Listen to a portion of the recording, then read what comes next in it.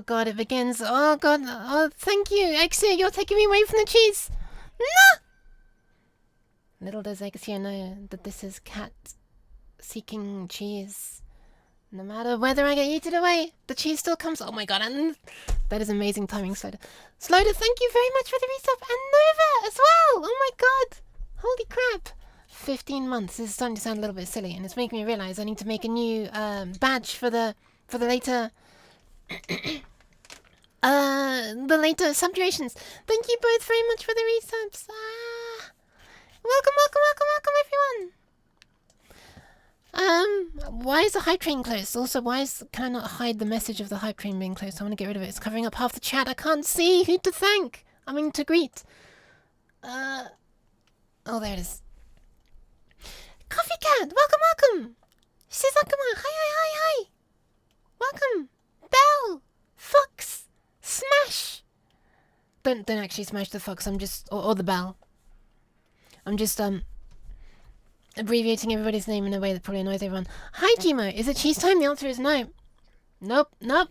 No. No matter what I'm using, Omni's a bad example. Don't copy Omni. Tut. Wait, what does that emote? Oh, it's my tail with glasses on it. I didn't know what the hell it was when it was floating across. Sorry, sorry, Nova. It's like, wait, it looks a bit like the tail, but what's that black stuff? Welcome, welcome. Hi, Totally Magical as well. Welcome, welcome. And Omni, of course. Even though you're throwing the cheese. And hi, Belle. Music's not working. Oh shit! Ah, goddammit, it's the wrong one I muted. Thank you, hi, got the. You know, I'm just restarting the music. Let's just. Alright, we're starting again. Go back until you get it right.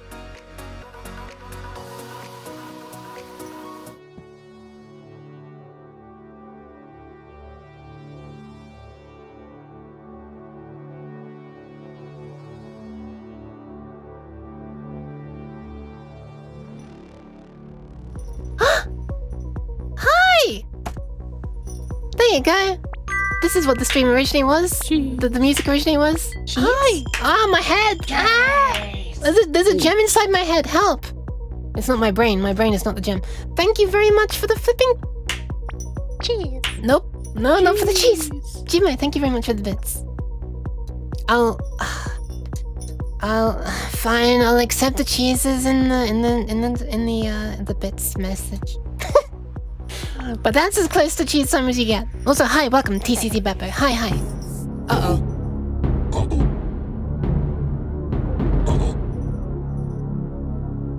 Oh dear. It appears to be evil Yuke time.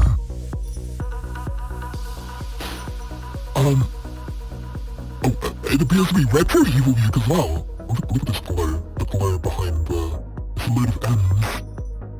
Look at that. Oh my god, when it peeks around the side, the glow.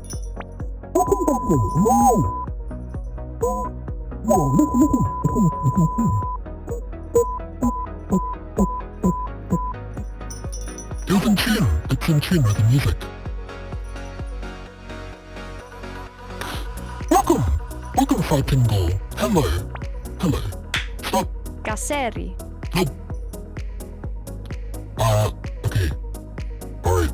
I think it's about where... Night. Driving the hype... Head. Tit. Skinny. It sounded like cheese, Skanoot. The timing with the cheese redeem. Welcome, though. Welcome, Spitz. And welcome, Exia. And hi, Fartingle, as well. I don't know if you can make out me saying hi underneath all of the effects. Hi, Kinami! Hi! Kinami, am I allowed to mention the thing on the stream? Welcome, Bando! Did I say Bando? I think I said Bando. Well, now I've said it like at least 3 times, so... I think that's everybody, question mark? I like this combo as well. Spook plus retro since your eyes were only ASCII. Yeah, true. And then there was the glow. There was the glow behind them as well, which like shone through. Oh god. Okay. Did I miss any redeems? Let's have a look. just cheers and censoring and retro and evil. Kinami, thank you very much for the commission. I saw it. I was literally setting up for this stream. Look like you're patting on my head to make the beats of the music there. Smash. Smash. Wait, have I accidentally opened up something other? Some other page? I clicked something on my chat by mistake and it opened up some Twitch page on my browser. But yeah, I guess I should mention, firstly, hope everyone is okay. And secondly, I saw only 3 slots, so I wanted to make sure I grab one. Yeah. I'm a bit scared. It's my first time like taking commissions, so let me just actually announce now on the stream. First time I've said on the stream, because I literally only did it last night. I finally have like decided to, with help from Kat, more like, yeah, just a lot of moral support from Kat. Finally like made a thing because stuff and blah blah blah TLDR, I am accepting commissions. Like I'll try to make music because I've made a bunch of music on stream before, and yeah, stuff. I thought it'd be cool if I could actually, you know, do that and make a thing of it and like actually make stuff that people want as well.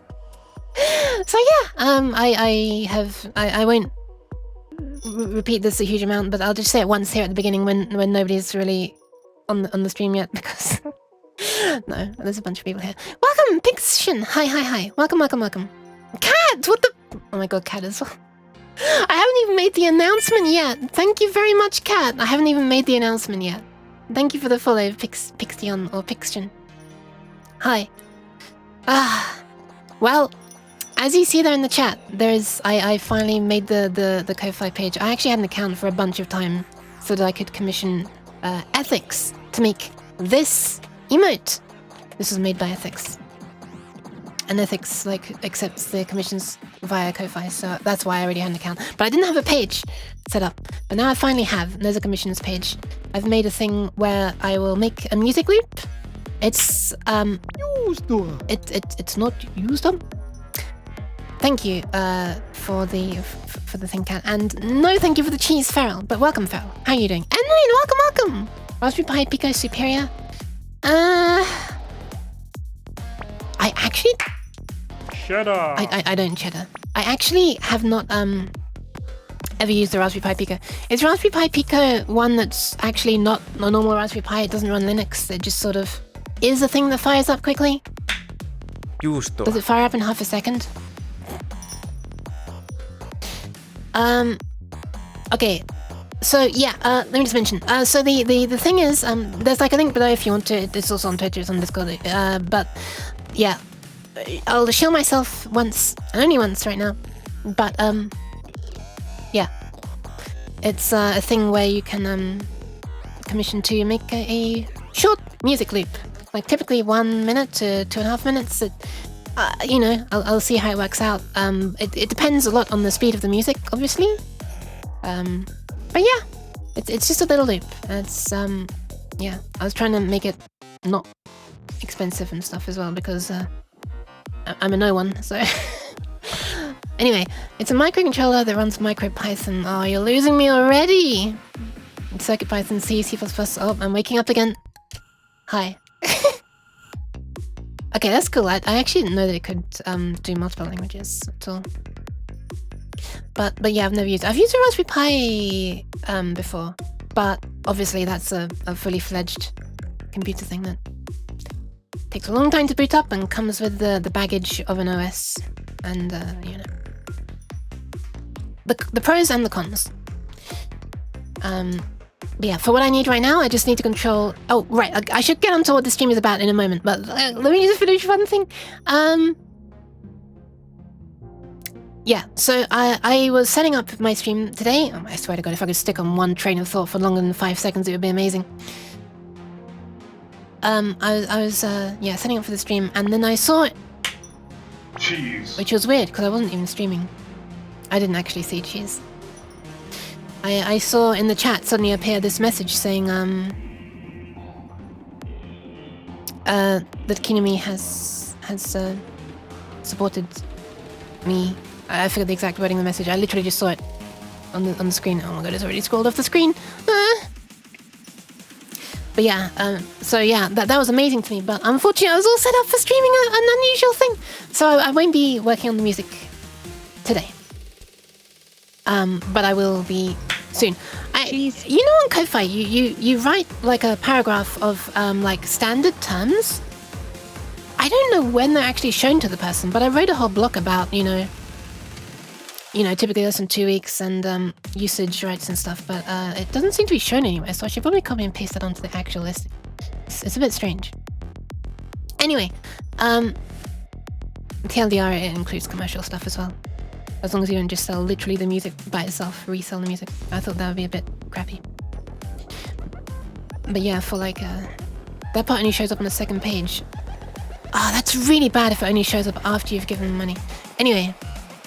Oh, there is socials. There you go. I should probably add the Discord command. There you go. Sorry. Alright, that's enough. Enough shitting. You, get on with the goddamn stream. The stream subject today is not music. Despite the fact that this banger is playing, which is not a banger that I made. That's why it's a banger. Thank you for the hydration! And Kat, I will have a look at yours as well after the stream. Ah, thank you very much though. But yeah, I believe that means there's only one slot left. The Gundam stream. The goddamn stream. Well, I actually should get in the goddamn Gundam nuke and bring this stream back on track. So what I'm doing this stream is I'm writing the software side, writing the code, doing the software side for the circuit board that I had made very recently. I was designing it on stream, then I showed it on Twitter and Discord, although I don't actually think I've shown it on stream yet. Let me show you a few photos on stream, because the board has arrived. And more than that, I've fully soldered it. And more than that, it seems to be working. But it's not fully coded yet, so I can't tell for sure. But I know at least that there are no bridged solder joints. There was a one bridged solder joint out of the 300 and something that I soldered, which I was quite proud of. Thank you for the posture check as well. There you go, Maggie. So I fixed that bridged solder joint. It was not a solder joint that would have caused damage, but it meant that for every display on the right-hand side of the board, those 8 displays, whenever I wanted like the bottom left or the bottommost segment to come on, they would both come on for all displays. That's fixed now. And yeah, I wrote just a tiny bit of code for it, just to like try to turn on some displays and off other displays, and I also tried setting the brightness of them as well, and yet that works. So I'm happy that I'm actually sending commands to these driver boards, and they're understanding it, which is I'm so happy about, independently as well. The left and the right half, so they're responding to their own addresses. Alright, let me actually show you. Let me show you. This is but essentially, it's a circuit board which puts 16 little... Wait, let me show you the goddamn things. Hold on. The pause of music. I said hold on, and the music actually held on for a moment. Alright, where's my folder of this? Here it is. Project, set thingy, photos. What photos do we have in here? Any useful ones? Yeah, all of them actually. Right, let me move this over to the screen. And I'll capture it. And is this safe? Yeah. Yeah. Alright, let me show you. Hold on. I'll make sure we're actually showing... Nothing to do with live split. I'm not doing speedrunning today. We'll just show the screen instead. Boop. Here you go. Ta-da! Also, I totally didn't just realize that I was missing an Arduino logo at the beginning of my stream and have to rush make it every single time. It's like that, isn't it? Okay, so, I had a bunch of these displays. These are upside down. There we are. These are very small. This is why it looks like it's covered in dirt, because it's actually a very close-up photo. It's like a centimeter or so tall. This is a close-up photo. Why? Fab! Oh my god. Although he at least had the smooth voiced Doohoo saying cheese then.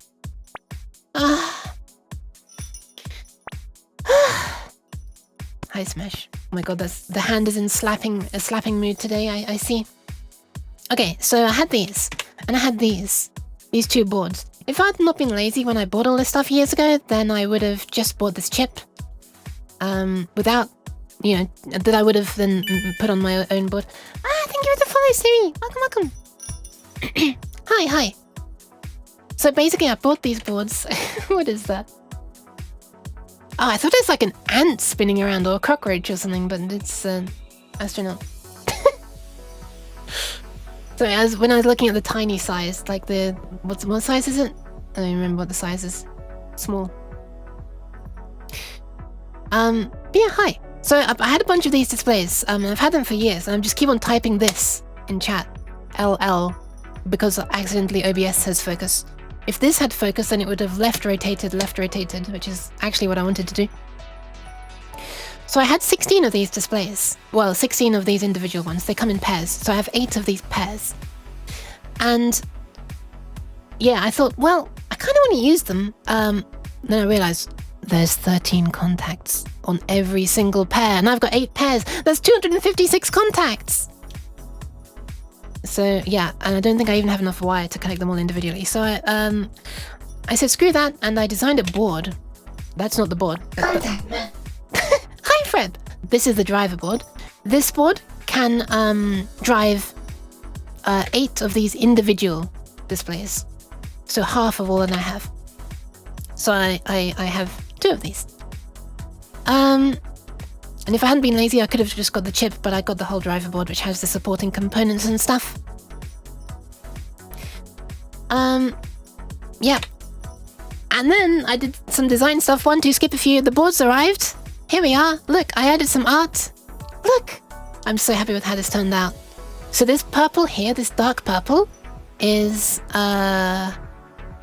like the board with this dark covering on top of it. This purple covering on top of it, right?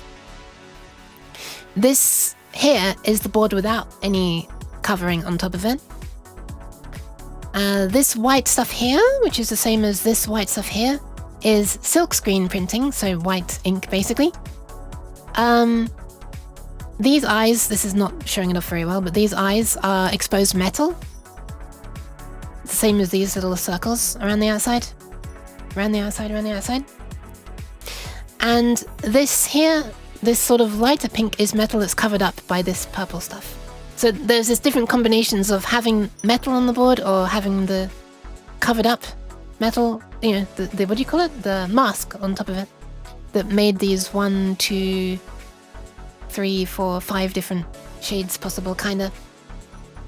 Anyway, that's just I had extra space on the board, I made that at the end. The point of it is I can mount these 16 displays across here. And here I can mount the driver board, and here I can mount the driver board at the other end. In fact, they go on the back side. This is the back side of the board. Wait, you can't, there it is. Wait, spoilers! This is the back side of the board. It's got some long nukes on it. You can really easily see that they're metal. Yeah. And apparently I don't have the photo on here that shows the long back of it where you can actually see the mounting areas, but anyway, there's a close-up of the face. And here it is! After soldering, this is a messy photo because I had not cleaned up all this wispy, sticky flux stuff that stuck to the board. Yep. Thankfully, most of it avoided this face. Exactly like that, Freb. Mountain. Thank you, Panda. Thank you. Ah! Oh my god, I got hiccups. So as you can see, yeah, this is a bunch of connections. Look, that was the bridged joint right there. Soldma. These two are bridged, unfortunately. Yeah, I had planned to stick pins through to solder these holes right here. But unfortunately, what I didn't realize when I was looking at the datasheet is these holes are very, very thin. The pins actually couldn't fit through them properly. So, yeah, I didn't. Oh my god, why am I pressing? I'm rotating it instead of moving on. So what I did in the end is, on the back side, these are each of those 6 holes. I just put a blob of solder, and as it was melting, I sort of pushed it through, and not that the solder actually fitted through until it was melted, but yeah, it ended up most of the time coming through on the other side in like just a tiny little ball, so it made a connection through from my board to this, so yeah, all good. This is the back after I'd cleaned it up. And yeah, you can see that the driver board is mounted there. There's 3 capacitors underneath for smoothing the power. And yeah. Oh, this photo was taken before I soldered a connector on here. I forgot about that. So yeah, that's 256 contacts for the displays, plus 28 here, plus 28 here, plus 6, plus 6, plus 4, which is 328 connections. Yeah. I did like an hour of it on one day and then finished it in like 3 hours the next day or 2 hours. I can't even remember. It's longer than you think, and but it was quite therapeutic. What an absolute goddamn mess this is. It's a bit cleaner now. I've been having a bit of trouble doing this. I actually found that the best thing for cleaning up the flux is not even isopropyl alcohol. It was makeup remover. It just works so much better, and it didn't leave disgusting sticky things behind. So yeah, pro tip right there. Flux. Wait, how did she say that? Fluxman. Oh, kind of well, actually. This is a bit thin, this text, so I'd zoom in a bit. Yeah, okay, that's alright. But how, you might wonder, how will we ever see what's going on? Well, allow me to plug in the Arduino. Allow me to not accidentally turn off my computer. Hold on, because the USB port's on the top. Hold on. Ta-da! Look! Oh, that's not a very good idea, is it? Let me move it, like, up a bit. Wait, I'm moving the wrong thing. Shit! I had this all positioned correctly before. No, come back! I can't move it! There it is. Alright. So, right here, these little things down here that I'm moving around, this is from an actual camera that's looking at it. I'm using a additive blending, so it looks kind of nice. If I make it look worse, it looks worse. Hold on.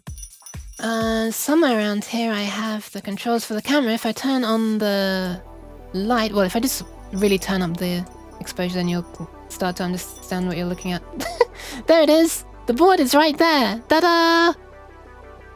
So yeah, I just sort of, it's running right now. It's in a little box to leave out the light and stuff. But yeah, there is the board. It's not easy to, wait, maybe I can show you the face. There it is! You see that? There's a little face down there. Wait, there. There it is. Now I can motion to it. There's the Hypebuke face down there. Thank God OBS says undo. Alright, turn that off again. Turn this way down again.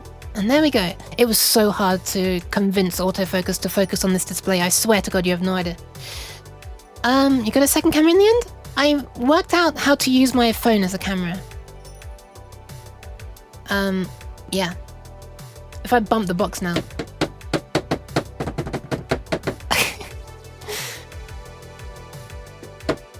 I'm abusing my phone, I shouldn't do that. So yeah, I'm using my my phone as a camera. The board seems to be working as intended. Joking aside, how much current would this draw?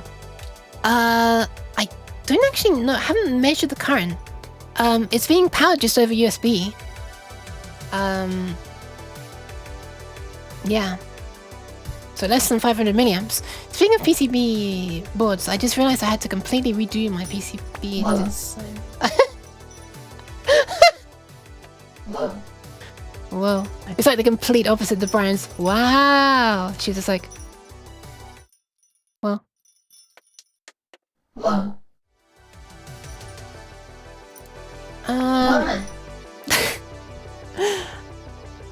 Yeah, welcome in, Nekohita. You had to completely redo your board since you miscalculated heat dissipation. Oh no!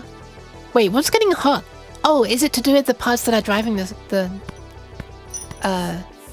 solenoids? Are we gonna be seeing some soldering on stream? No, the soldering is all done. It's a lot of connections without a tape. Wait, without a tape?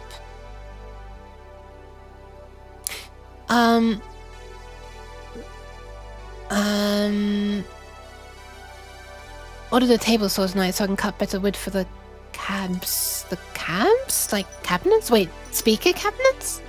Arcade cabinets? But yeah, this is kind of small and really thin looking on stream, and I realized just right now that I should probably do something about that, because if I do this, well, I guess I could move this display. No, not that one. This one. Down there, couldn't I? Yeah, that works. Yeah, that works. You know what? That actually looks even neater. It almost looks like it was designed just for that. Yeah, sure. Can we make it a little bit bigger now? Well, maybe not. It's probably the right size, actually. Ah, the white side looks so cool down there. By the way, it's smoothing... Oh, no, it's not. It's because I turned on the... Oh, no, it appears on top of the notifications. Thank you, Nickbird. Thank you for the follow. Hi, hi. So an easy way to move this from one scene to the other is there. Maybe there is. What if I copy this? Then I go to this and disappear because I forgot to enable studio mode. And then I paste a reference. There it is. Now I can delete it from here. Or just turn it off there. Yeah, that works. Now notifications will appear behind it and I can appear on top of it. Look at that. Magic. Also, I have to give you your... No! Cheers. I have to give you your welcome. There you go. I don't actually really give normal welcome nyans. It's because it was requested. There you go. I hope that was satisfactory. Yeah, I turned on like an anti-flickery thingy.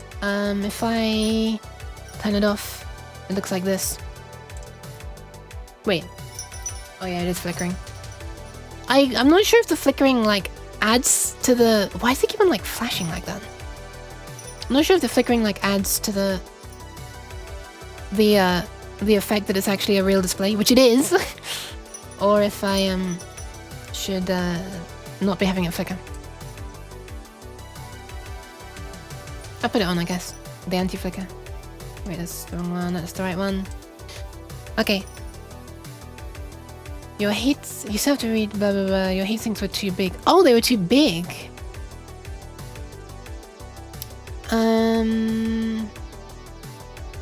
Okay. So, can I zoom in a bit more? It's still really thin, isn't it? How far do I have to zoom in before it gets thick? Oh my god, it's still so thin! Okay, there we are. That's how far. Right, it's frankly too far. Wait, it's too far the other way. Okay. Stick with this, I guess? Question mark? Can you actually set the font to be... I so rarely dive into the options for the Arduino. I can't even remember where the hell they are. Oh, there.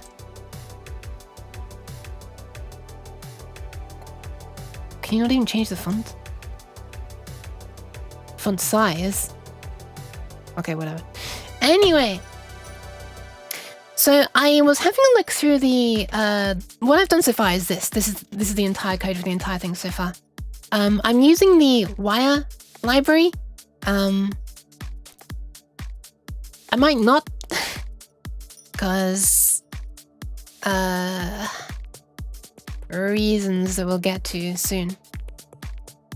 But yeah, so here's the basics. These controllers, the drivers. There are two drivers. One for the left 8 thingies down there, and one for the right 8 thingies down there.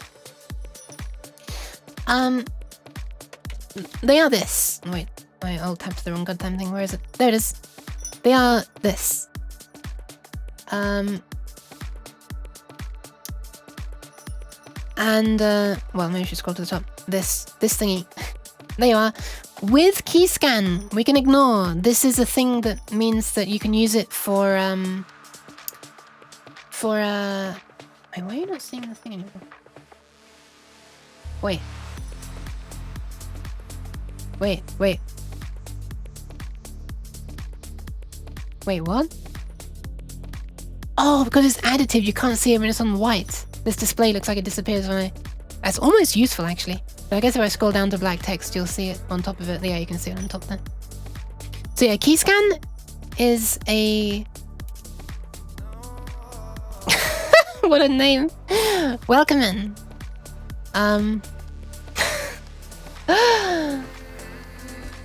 The idea of a sex instructor is interesting. The fact that it's a 1-star one just makes you want to give head pats. But hi, welcome. That message got through. No other messages showed up as being moderated on my end, so yeah. But welcome. So anyway, the key scan thing on this just means that you can like have some buttons, like a matrix of buttons connected, so that you can use this little chip to do both driving displays and detecting when buttons are pressed.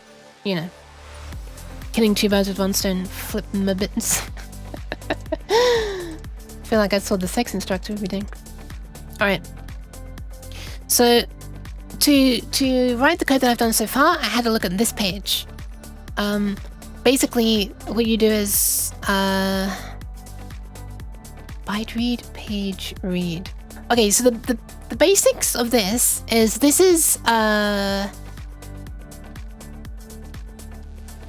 is it I2C? I squared C? Is that the thingy? I always forget the goddamn naming. Yeah, I squared C bus. So how this works is each device, so each of the 2 driver boards. Welcome in EXO. Why do the digits look so scuffed? The digits look so scuffed? Wait, these ones? Oh, right. I should probably mention, shouldn't I? I should mention. Yeah, okay. So here's why. Well, I was about to get to it, but I'll show you right now. You send 2 bytes for each digit that you want to display, because each digit is made up of up to 16 segments. Oh, yeah. And these are, strictly speaking, 15 segment displays. They're called 14 segment displays, but there's a decimal, like there's a point, a dot. So it's 15. Anyway, the driver boards can support up to 16 things. So the format for the data that you send consists of 2 bytes for each segment.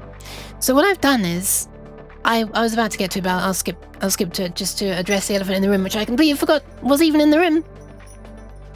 And thank you very much for the hydration exo. Did that come through? Probably did. I'm just oblivious right now.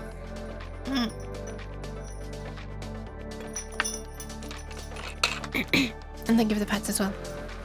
And welcome in, Bruce. Hi. I'm dressing an elephant.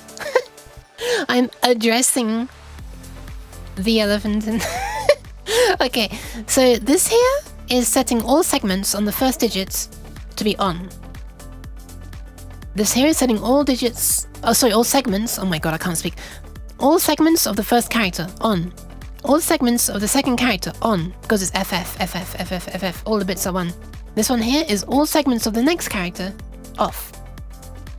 So you can see, and then we do the same thing down here again for the first driver and for the second driver. I just copy and pasted. So yeah, you can see on each half of the display you've got fully on, fully off. And then the other 5 characters for both displays are random segments, because I haven't explicitly set them to anything. So it's just random noise that happens to be in the RAM of the driver boards on power up. It's different, or it can be different when repowering up. Let's do it. I'll unplug it for a bit, and I'll turn it back on. Because sometimes it takes a while to actually change. I don't know if it even will change. Let's try it. Tell me if any of these segments have changed, if you remember them. When it comes back on. Done, I've gone from fox boy to cat girl. Wait, what? No elephants, only cat girls. Ta-da! Have any of them changed? I don't even know, they might not have.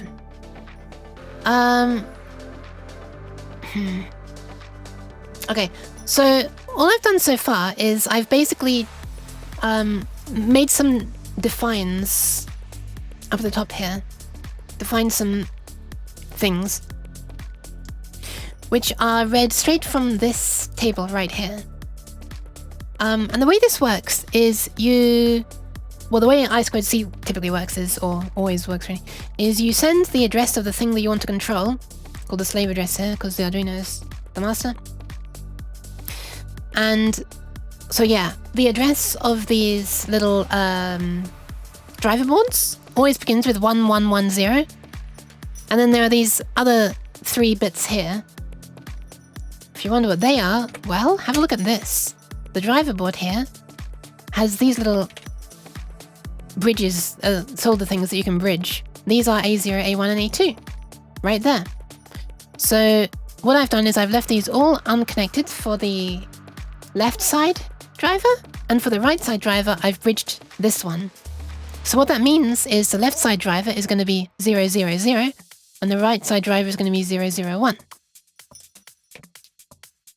And that's how they can both share the same data line, basically, but only respond to the messages that are meant for them. Why am I being stretched? Oh, that's a very wide path. Oh my god, why is it slapping me so much today? So, you send that first, and then that basically, makes one of them start paying attention, whichever one, any device that has that address. You could, if for some reason you wanted a whole load of displays to show the exact same thing, you could have, a whole load of drivers all sharing the same address, and that all of their ears would perk up when they see this. Then you send this. Basically, you send the address of a section in RAM on the board that you wish to either read from or write to. Some addresses you can only read from, some addresses I think you can only write to, and some you can read or write to. You'll stretch so you can fit inside the address. Oh yeah, it is really wide, isn't it? Wait, why do you need holy water? Hi, Dijana. Welcome, welcome, welcome. Address my component. Hello? Hello? Okay, so we do this. This thing here... Wait, what am I looking at? I'm looking at the wrong... Wait, what am I looking at? Ah. Wait. Oh! Wait, I might actually technically be doing this slightly wrongly, but it's still working. Interesting. Am I technically doing this wrongly? I'm technically doing this slightly wrongly, but it's working. Interesting. They've made it so it can work with people who are too incompetent to read the datasheet correctly. Because I'm not actually doing this part. I'm completely skipping this one. Anyway, so what I'm doing is, so what you do is you do that.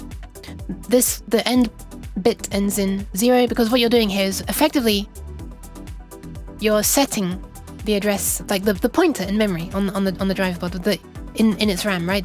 That you want to be reading and writing from. Then you say, hey, I want to read from maybe it's only you do this if you want to read. If you write, you don't need to send this again, because this 0 or 1 on the end indicates whether you want to write or read. So yeah, that's probably why it works. Because I'm only writing so far, I'm not reading anything. So I just send this with a write bit set. Then I send this, and I send the stuff that I actually want to write. You send this, and this, and this. And this is an example for reading data, but it works the same for writing data. You set the address there. And then every time you send, every time you like clock in another 8 bits or clock out another 8 bits if you're writing, it moves you on to the next segment in RAM. So it's not like you need to set address 1, read a byte, explicitly set address 2, read a byte, explicitly set address 3, read a byte. You only need to set the address at the start, and it'll auto increment to the next address. You just keep on reading and reading and reading. So what are the addresses you want? Well, depends what you want to control or read. So here they all are. I think it's really better if it's like this. Did you know they turned off the IRL recreations of the portal turrets and TF2 sentry gun because it kept annoying workers? Wait, how accurate are they? When you say hello like that, oh, hello? Is that kind of like, it's like, hello? You gotta get like really, it's always like louder than you expect it to be. It sounds like it's like talking down the back of your neck, like when you're not looking. They weren't, I hope they weren't super accurate. Did you know? I hope they weren't actually shooting people. Oh, good. Oh my. I hope you like bass.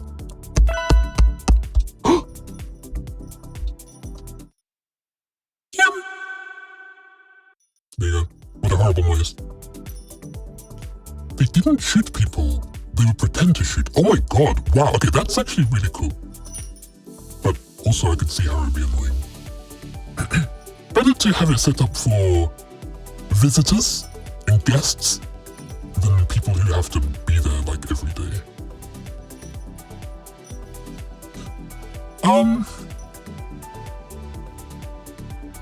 Okay. Yep, it's hardware, it is hardware. Oh, that's why you need the holy water, I see. So, let's have a look at what they do, right? You have this thing called the display data address. I'm back. Track of the workers. Oh my god, that's actually adorable. What the hell? It's just a derpy uke, and like, instead of being a turret that fires bullets, she's just like there with a water pistol going. Alright. So at address 0000, followed by these 4 things here, you, no! By the way, this is a typo, this should say 4 bits. A0 to A3, but it says 5. Okay, I do understand why you did the spray. That's exactly what the long uke would be like. Okay, so yeah, you do you set what address you want to write to by writing to this one address. So, where is it? This one? No, display data address. What do I call it? This one here. So the one here with 0000 followed by 0000. So right, I should mention, in some of these you have little bits that you can set to whatever, you know, like 010000. Wait, 0100 K2 K1 K0. So here K1 K2 and K0. I don't know why I read it in that order. Are can be, you know, can vary. So when I'm defining stuff up here, I just assume that they're all 0, and then when I want to actually set those bits, like here, I just do an OR, a bitwise OR, which is like addition in this case, because there are no overlapping 1 bits.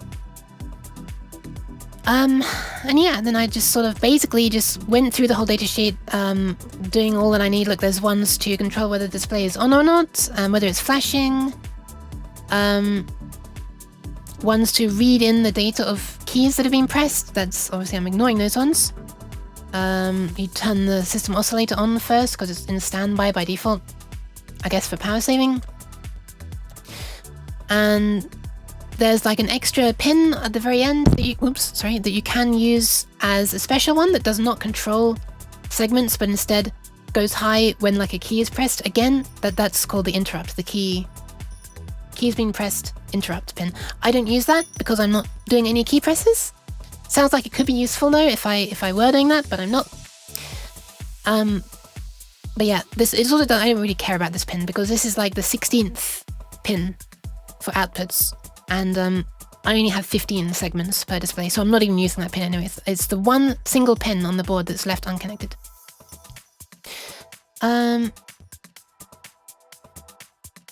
Wait, the uke's been detected? Oh, the squirty uke's been detected. She's attempting to breach containment. Damps, get ready to fire. Why is this too cute? What the oh my god, are they actually going to be called Damps now as well? Ah! This is how wonderful lore gets born. And then there's this command here, where you can set the brightness. I'm setting them currently to brightness 4. Yes, they're actually very dim compared to how bright they can be. I'm doing that mostly so that the phone is not getting, you know, too overexposed, because I've got the exposure down as low as I can take it.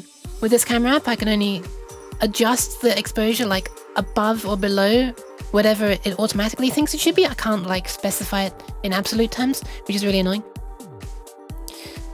So yeah. Anyway, so here's how it works. I'll just read through my simplified version. So first of all, we have this one here. By the way, I just named these HT command because that's what the driver board name begins with. By the way, I should also mention, I'm sure that some people have written libraries for this, but I want to do it myself. That's part of the fun. For me, I'm a bit weird. I'm still using this library here to send things. But maybe I will stop doing that. For reasons that I'll get to soon. So anyway, these are the commands. Currently I'm using this one. Oh, I think I'm using all of them except for these key data ones. I've defined them just for completion's sake, but for completeness' sake, but I'm not going to use them. Maybe I'll turn this into a library.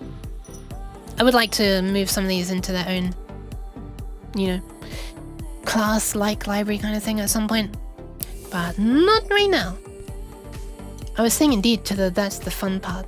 Ah! Nice. But wait, did I? I don't even remember hacking. It just happens. It's second nature. No, I didn't even notice it. Okay, so this one here, you set this bit to 0 to turn off the internal oscillator of the thing, or 1. So almost like basically you're turning on and off the CPU kind of the thing. Not well, no, it's not the CPU. It'll be the thing that's used for because if you turn off the CPU, you'd never be able to turn it back on, right? Thank you for the pats, Fox. But it's more like the oscillator that's used to scan the rows, I think, is what it's used for. It's not super specific in the datasheet. Gonna look. Yeah, no worries. Thank you for hanging out, Fox. This one here sets whether the row int pin is an LED output, if R is 0, or the key interrupt output, if R equals 1, which I really don't care about, because I'm not using the keys.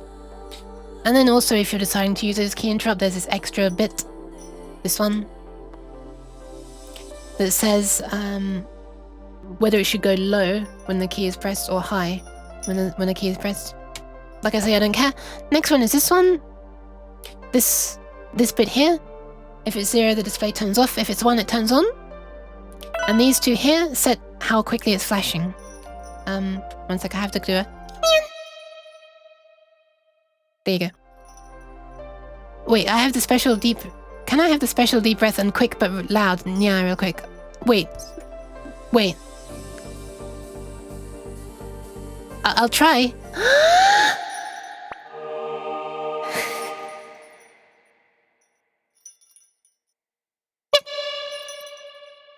There you go. Super fast. You got double echo on that one.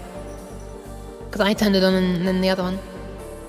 So yeah, you can set 0, 0 for no blinking, 0, 1 for fast blinking, 1, 0 for slow blinking, and 1, 1 for really slow blinking. Almost got the new? You got it. Uh-oh. Oh my god, the glow of that works really well with the not interrupting the display. Oh, you can't see the display fully! Ah. Why am I spooky though?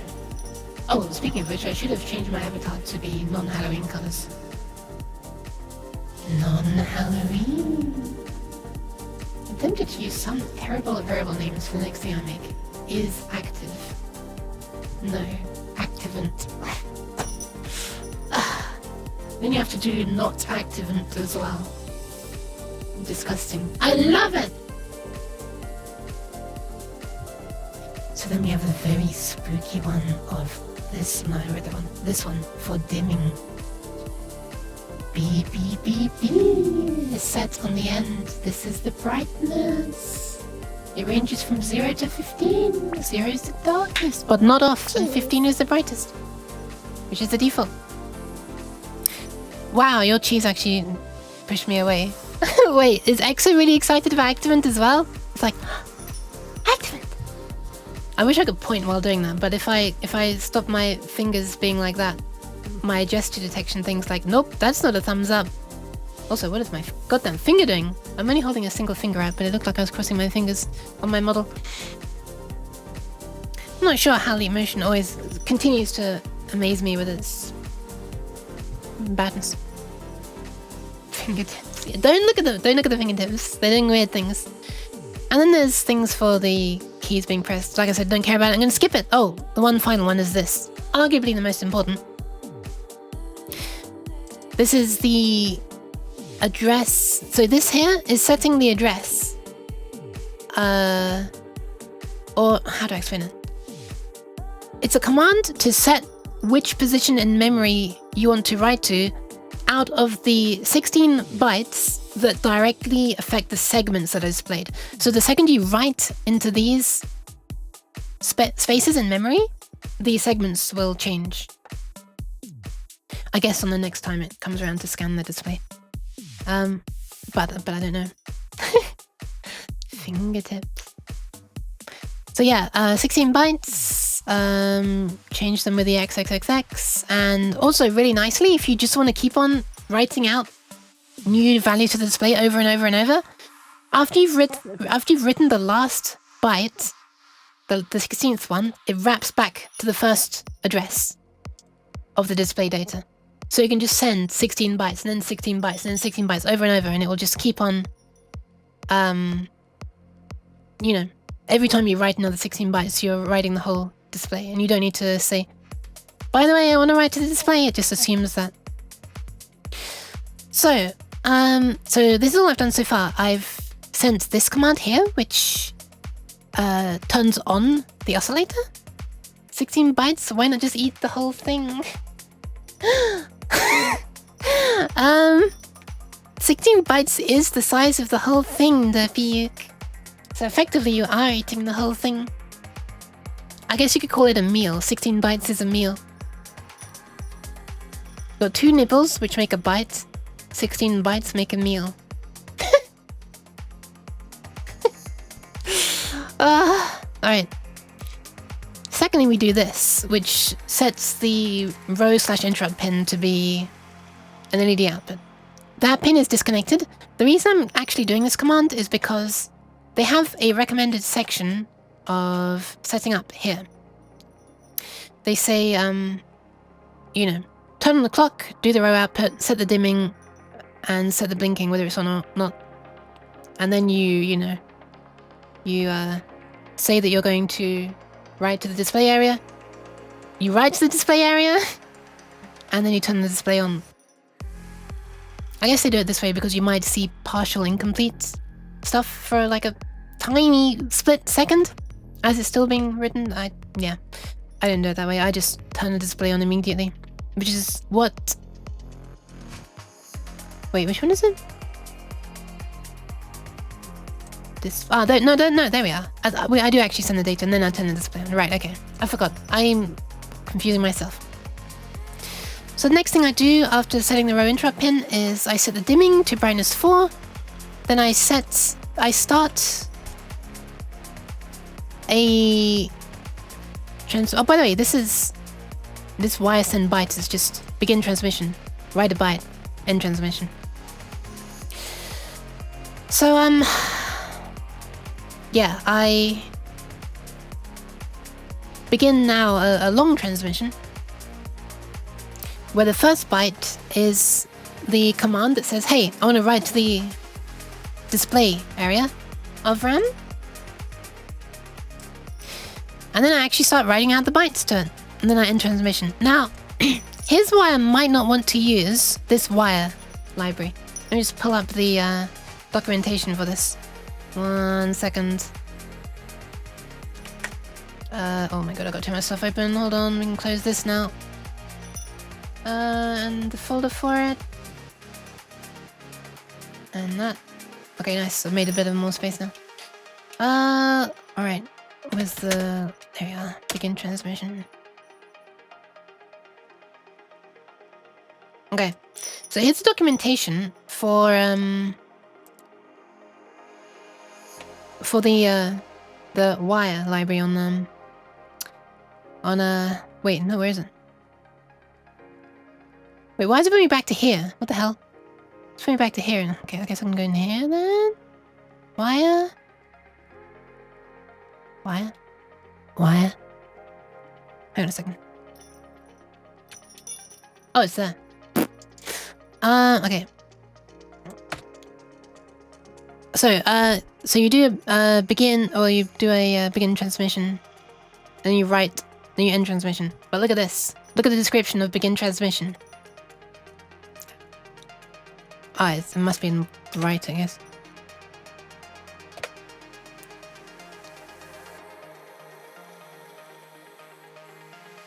Wait, is it not mentioned here?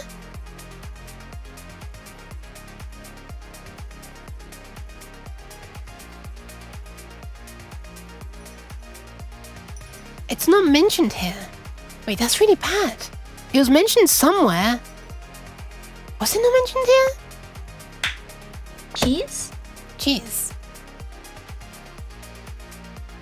Somewhere it was mentioned that the essentially every time you call write, you're queuing up a byte to be sent.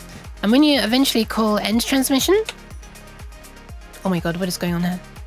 When you eventually call end transmission, it sends those bytes that you've queued up. Now, the Arduino doesn't have a huge amount of RAM, and so I read somewhere, apparently not in the documentation, because I don't see it there, that there is an 8-byte buffer size limit. Everything has to fit into 8 bytes. Or is it 16? I can't remember. But now I'm gonna have a look in the flipping thingy. Hardware, Arduino, AVR, libraries, wire, source. Let's have a look. Sort of Visual Studio Code. I reckon this will be a good one. Good program to use for this. Let me double check something first.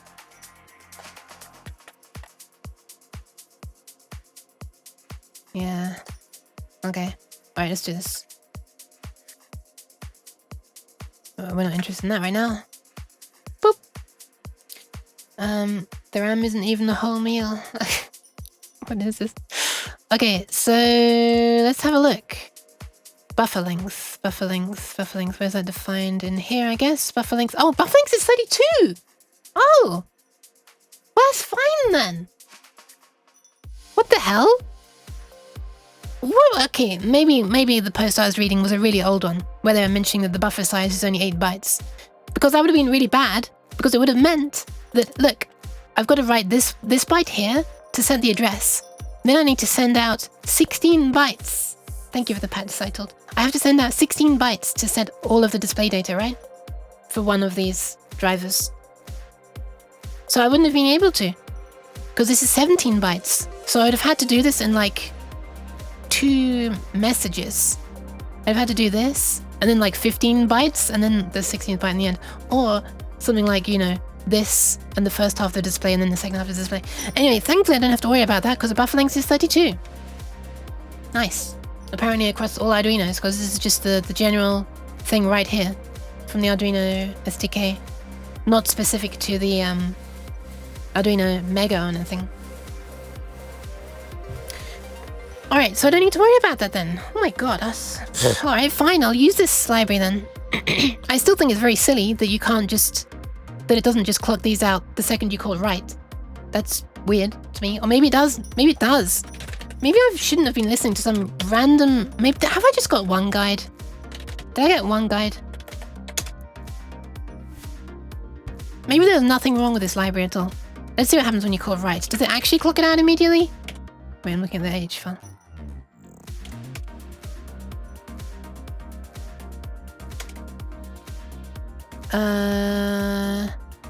If the buffer length is larger than this, set write error. Otherwise you put it in the buffer. No, okay, it does put it in the buffer. Look at that. Also, what in God's name is this? What is this? Why are they doing this? Why didn't they do this? What the hell? Anyway,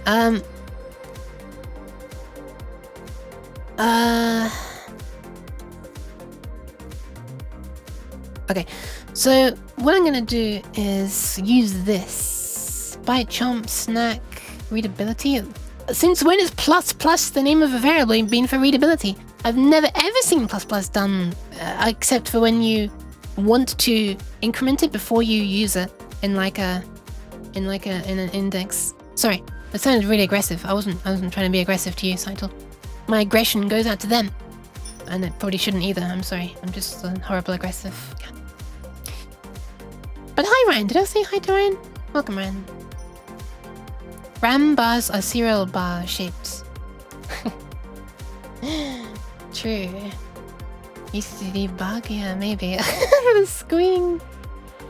No, you did. Hi! I'm saying it again. I'm trying to get you to recreate that really good one you did a few months ago, but it's so difficult. I'm sorry, Fox. I mean, you should be able to catch it if you're still here. You should be able to catch it from the archive, right? To find it from the archive. Ah, why is the hand slapping me today? Why is it so mean? Okay, so what I want to do is I want to make a generalized function that I can pass in a byte array to, and it will send them out to across the whole display, basically. Thank you for the pets. Or do I? Do I? Yes. Yes, I think I do. I think I do. I think... One sec. Thank you both for the pats, Ryan and Nuke. Oh, why am I so wide? Well, this is going to be a very wide pad, I'm afraid. It might look a bit weird. Hold on. Get over here so I can be looking at you. Hang on, where's my dragon on? Hey, reset! There you are. Oh my god. Pat, pat. There you go. There you go, a very wide pad. Hope it's alright. You may have got more pad than you bargained for. Oh god. Ah! Why?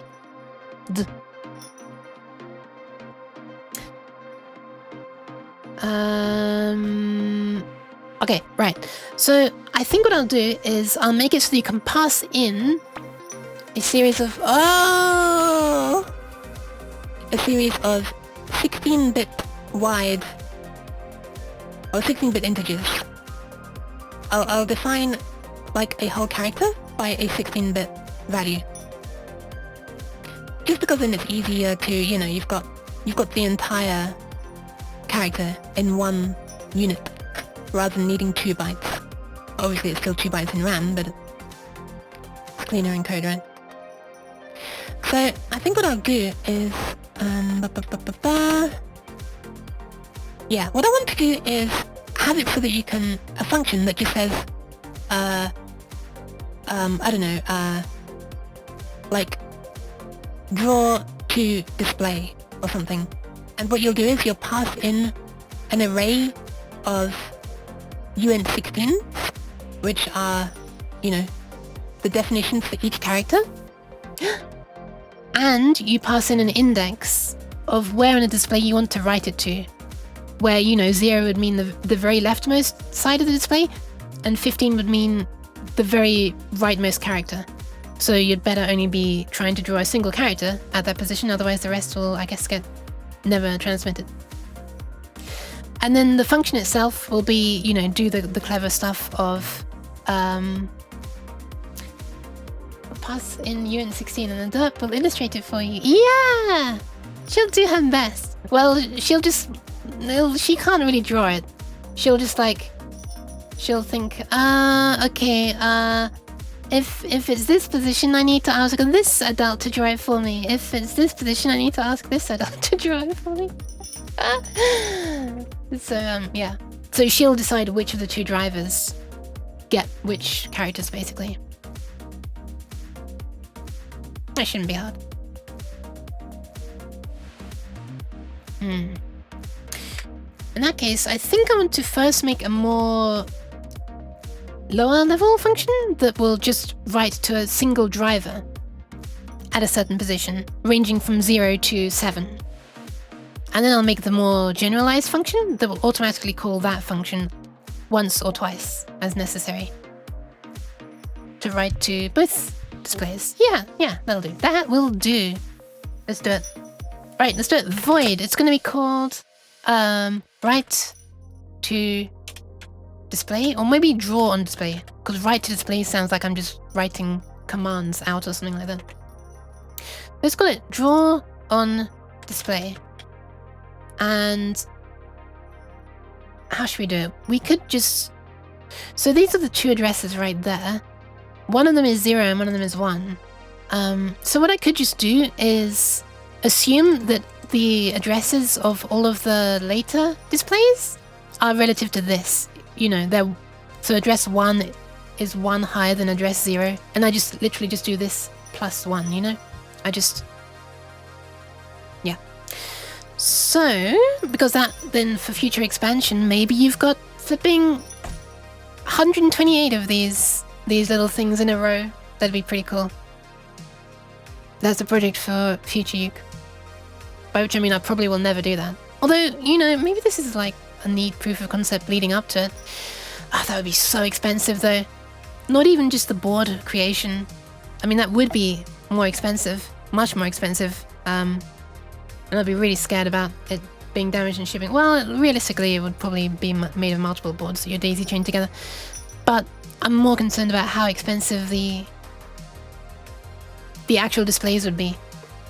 Because, I think I bought those from RS, which is an electronics supplier over here.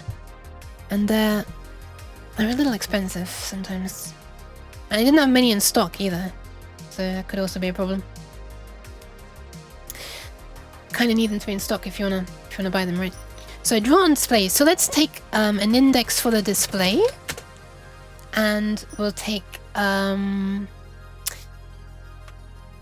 pointer to a UN16T that is the first character's data. Let's call this char data. And then we'll also pass in the length of the character data as we can just pass this in as a byte. I guess I'll change these all to this now. Oh, that's it. Didn't take long. This is also going to be one of these because we're not going to have more than 256 displays. We're not going to try to display... Oh well, we're not going to have more than 256 drivers. We're not going to try to display more than 256 characters. Well, I guess, you know, I guess. Oh no, we can't. We can't possibly because these displays only have 3 address pins. So you can only have up to 8, right? 1, 2, so 2, 4, 8, yeah. So 8 displays would allow you to control... Wait, 8 displays would allow you to control 8 times 8, right? Which is 256, right? Oh wait, 64, I'm fucking stupid, sorry. 16 times 16 is 256. Okay, so that's fine then. Even if I were to make the giant board one time, I could only have 64 characters, so a byte is fine. Let's call this len char data. Anyway. Oh my god, I forgot this does automatically making the closing brace. I think one driver is enough to worry about. It's sure as if the driver is me, and it's the game is like any game really, right? Any car game. Okay, so what do you want to do? We want to address, pun not intended, we want to speak to the display. So we'll begin a transmission. Oh, sorry, the begin is what prepares the entire library. Begin transmission is what I actually want.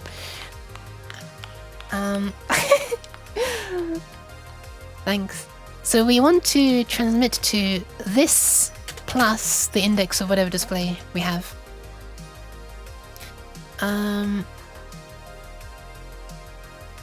Yeah. For safety, we could select just the last 3 bits here. Because it was the last 3 bits that you had to use here, right? Scrolling intensifiers? No. Yeah, there we are. A2, A1. Of course it is the last 2 bits. By the way, the way that this library works is it treats the address of the device, like the actual device, the display, right? The I2C thing, as 7 bits. Sorry. So this byte that you send out to tell this display that you want to write to this address here is 1, 2, 3, 4, 5, 6, 7 bits long. And then this is 0. So how the library works, the wire library works, is all of this here constitutes a 7-bit number. And this is the LSB here. So, no! Hi, Annan! Welcome. Thank you for the pats, but not for the G's. So, effectively, the address you're passing in here is like this, but right-shifted by 1. Which is why we set the lowest 3 bits there. So the library itself will clock out this bit, this bit, this bit, this bit, this bit, this bit, this bit, and then a 0. I assume. I don't know if it clocks out LSB first or MSB first. Not actually sure. Well, this timeline thing is suggesting that it's clocking out MSB first. Because it sends like a start bit. And then this... Yeah, interesting. Okay, I guess it's MSB first. It's kind of just to answer my own question. It's cool that it gives you the resource budget at the bottom of your program in the Arduino editor. Yes, I really like that. You gotta like... That's just the last one. This is the last compilation. So I could do this again to get an updated one. There we go. I don't know if anything changed. Probably not. Well, this sketch size probably would have. Oh no, it wouldn't, because I'm not even calling this function yet, am I? Yeah, this would just be ignored probably, and it would be literally identical code. Sketch uses 3546. Right, let's delete this. Yeah, still 3546. If I were to call this, this is. I'm just putting it here. This is a stupid place to put it. I haven't even initialized the library yet. What? Oh, right. I need to actually provide stuff to know. 0. Oh god, I actually need to provide something, don't I? Okay, never mind. I'll just. Oh my god, I'm dying. Sorry. Hope you're doing alright then. Oh my god, I'm actually choking myself right now. Sorry. Hope you're doing okay, and thank you for the like, me. Yeah, undefined. Alright, so we're going to begin a transmission to this board. And what we want to do is start writing to it from this address plus whatever character we want to write to. So this address right here means character 0. If we add an offset of 1 on this address, we're starting writing from the second character index number 1. Or index 1, sorry. Thank you for the check. No ditching allowed? No promise, sorry. Oh my god, did you hear the crack? Thank you, Spitfire. For your crack. Wait, that sounds worse than I expected. I knew it was going to be silly, but... Oh, sorry.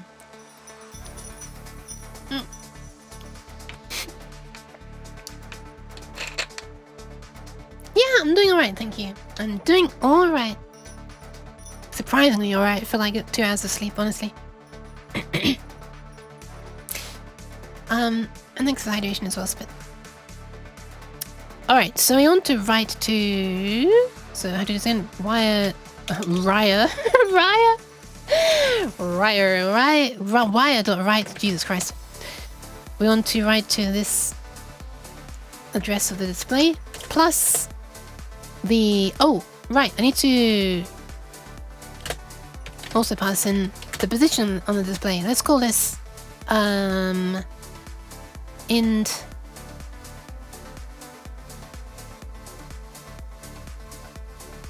oh, this is confusing. Int char on display, I guess. It's like the output index. It's going to be a bit confusing because this is the like we're going to be reading from the start of an array, you know. We're going to be writing to not necessarily the start of the address thing. Why are these streamers so silly? And it's just a load of clones of me. Okay, let's do that. And then we want to write the actual character data. So we want to go into a loop here. So let's start a loop. Let's call this int char in, I guess. So this is the character that we're reading. Well, I call it int char data actually because this is the array. This is my what do you call it? Nomenclature? That's not really the right word. This is my naming convention. So it needs to be a byte. We're gonna go from here, starting at 0, and as long as it's less than the length of the char data, we're gonna increment it. Oh my god, this is so annoying how it auto fills that thing in. And we're just gonna simply write out every value in the array, which is gonna be made up of 2 bytes. So let's clock them out individually. Alright, which way to actually send them depends on how I'm gonna implement this. So how should I do it? I guess I should actually learn what the segments mean. I assume it's gonna...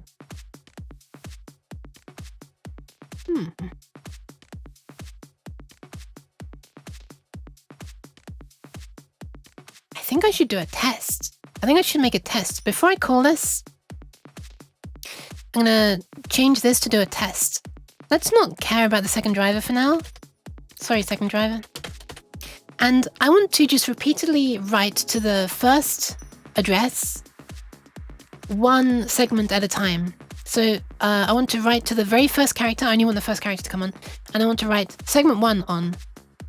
And then turn that off. Segment 2 on. Turn it off. Segment 3 on. Actually, I might as well just not turn them off. Then it's easier for me to, you know, see it progressing.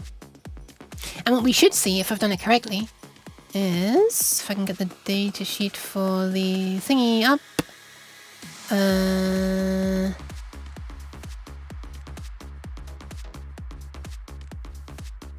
What is this?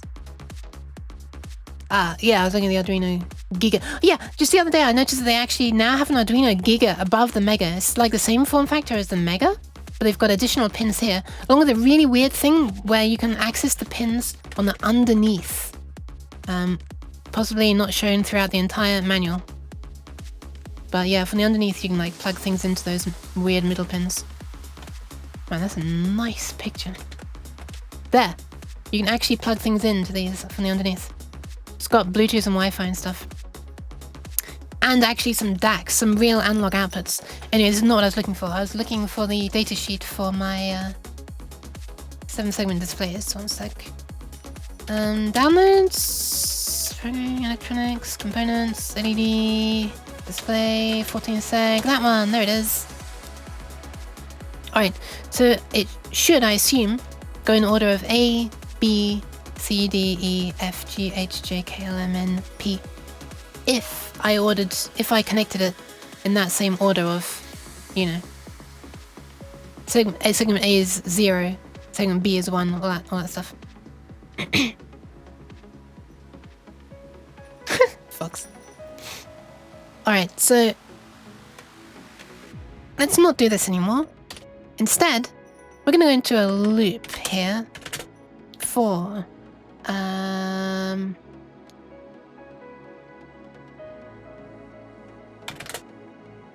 in segment, this is a U and 8T equals 0. We'll start at 0 and we'll go up to 50 and then we'll loop around. Even though this is a 14 segment display, so I should probably stop at 14 because then the secret 15th segment will be the dot and I'll be on at that time. Screw it, I'll just do the entire 16, why not? In segment is less than 15, or less than 16, less than regular 15. In segment plus, boop, boop, boop, boop, and we'll put a little delay in here of like 500 microseconds, I guess, half a second. Sorry, milliseconds, not microseconds.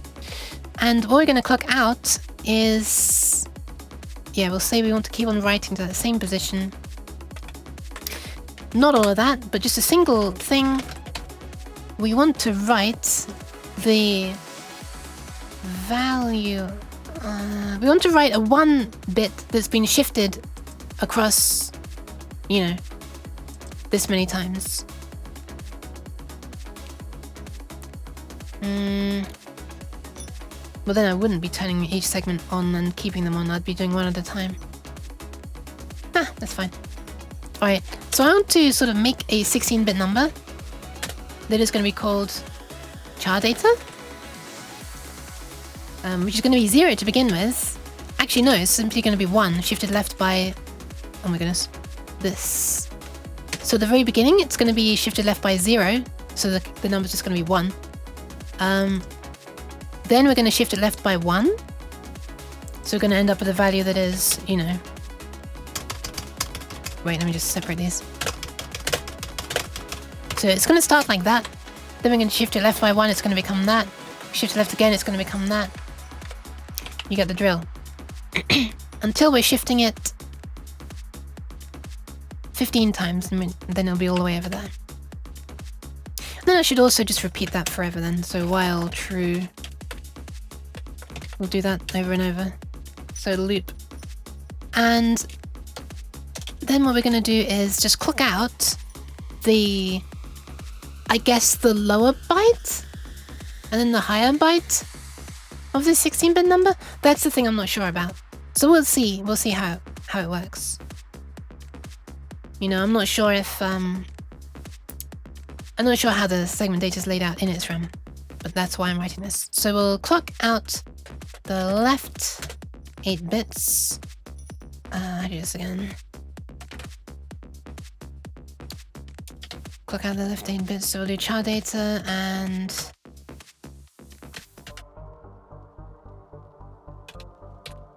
that. So this is the left 8 bits and that will be the right 8 bits. And then we'll do the right 8 bits there, which we have to then push over into the position of the lower... You know what I'm trying to say. Alright. So... that. Wait. Yeah. So, send lower 8 bits. Send upper 8 bits. This is construct a 16-bit value from the segment index 0 to 15 with only 1 bit on or set, I guess. This music is a little loud.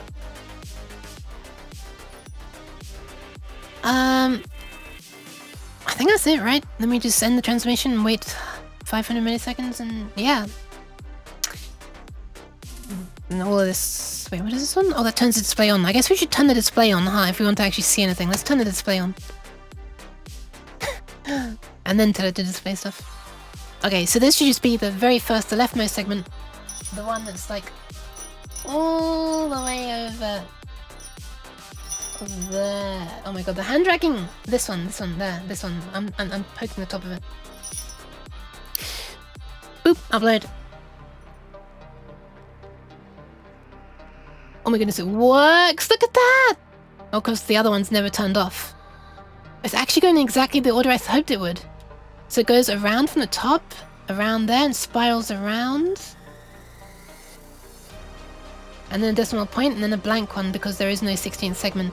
Nice! Ah, that is so perfect! How did I just happen to guess the right way first time? That really was a guess. Could have been either. The other one's never turned off because they've... interesting to know, but yeah. Well, I mean, it makes sense because it kept powered up, right? I never cut power. I wonder if there is a thing you can do to reset it. Thank you for the claps. Look at that. Fun. Okay, so,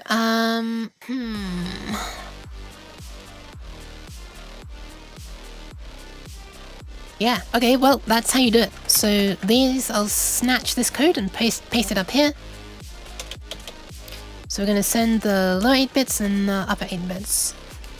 Char data... Yeah, it's going to be left exactly as it is. And then we increment char data like that. So we move on to the next. So, increment char data pointer... Wait, how to explain this? Move this onto the address of the next character's data. And this is for each character in the array of character... Well, for each character data in the array. Oh, we can't do the fancy multi-line selection thing like we can in Visual Studio. And Visual Studio Code if you whisper nice enough things to it. Anyway, and at the very end we need to do wire.end transmissions so that it actually does it. So this is send command to start drawing on... So this is... Hang on. Start a transmission to the correct display. And this is send command to start destroying drawing on display from the correct position 0 to 7. Correct character index, let's say. Whisper, whisper? Wait, whisper, whisper? What are you whispering? What are you whispering? God, I forgot how much of a pain it is to indent like a pleb. One line at a time. I've been spoiled by multi-line selection and indenting. I mean multi-line cursor thingy. No, not the cursed cat with human ears! Spoiler. Okay, so that should do it. This should draw a character at the correct position. So let's test it. But to test it, we need character data to send. So I want to define a bunch of characters. So for simplicity, I guess I'll just define 0, 1, 2, 3, 4, 5, 6, 7, 8, 9. Actually, you know what? Who cares? We're defining our own characters. We can do something fun. We don't need to define flipping, boring old digits like that. Why not define something fun? In fact, if I hide this for a moment, I don't think you could hear what you whispered. I didn't. I'm still satisfied on my quest to find an editor that I'm satisfied with. Sorry, I'm still on my quest, not I'm still satisfied with my quest. Good luck, and then. One second, I'm just pulling a bunch of images that I sent in DMs recently, where I realized that I could make a long nuke out of 14 segment displays. Hold on. Okay, that'll do. I think that's all of the screenshots I sent. I just sketched on Paint what it would look like. Alright, let's show this on stream. Missed the pun? I don't think you could hear. Good ear! Oh my god, I didn't even notice. I'm sorry! I didn't think you could hear, yeah. Alright, so... Ta-da! You could have a long uke. Like this. Look at that. Ah? And then I started realizing, wait, if I use 2 displays for the head, I could actually start getting faces. This could be a really weird display, a weird head where you've got like a diamond-shaped head with 2 eyes. I thought that looked a little bit weird though, so then I tried another design, and there we are. Now you've got an ear here, an ear here, vertical eyes, right? And you even got the dot to form a nose. I thought that one didn't look too bad. Then I realized you could have like happy eyes as well, like that. Take a close look at that. Digital uke face. Then you could have like a long uke that's sliding over an obstacle. Or perhaps this is just how she moves along. The body like curls up and then just like this, like the tail moves along. I'm using my hands, but you can't see a goddamn thing because the camera is stuck to my snout. Thank you, camera. So maybe the tail like moves along a bit and then the head moves to catch up like that. Or you could have a wiggly long uke like this. I took some artistic liberty by joining the liners there. Anyway, this is my art. Do you like it? Selling commissions of my art now. I'm joking. Also, this is a derpy one because the eyes look like they're sort of bulging out to the sides a bit like my derpy. Exactly. Needs cheese? I mean, you can easily... Cheese! And indeed you did. But you could easily add a slice of cheese like this, you know? You can make a triangle like out of this, and this, and this. Yes. That could be a cheese slice. No, nobody needs to keep on throwing cheese. You could also make a... Cheese. Yep, you could also make a triangle like this, or you can make a huge triangle like this. Cheese. Look at that. You could have one going the entire way. What is all this cheese? God damn it. Add the cheese. Well, I've done nothing yet. I want to make the long uke first. I think we'll start with... just the tail and the body. Oh my god, thank you for the pants! Ah! Even though it's slapping my head. Okay, so I'm going to keep that up there as a guide. Or I could just add it. Can I just drag it on? No, I can't. God damn it. Can I paste it like this? Oh my god, no. That didn't work. Also, nyan! For the rant. It is, don't worry, it might knock some sense into me though. I'll move a bit closer, it'll work better. It behaves weirdly when it's further away. That might work better. Okay, give my elite motion its hourly push to make sure it doesn't fall down. Is that better? I'm not sure if it's better. It's really disappearing inside my head, isn't it? Okay, let's do the thing. Let's define some characters. Character definitions. So we clock out the lower 8 bits start with A, B, C, D, E, F, G, and then the upper 8 bits are the later letters. Okay, so let's draw like a little template thing on here. Let's make the background black. We'll draw in like a dark grayish color. We'll draw like a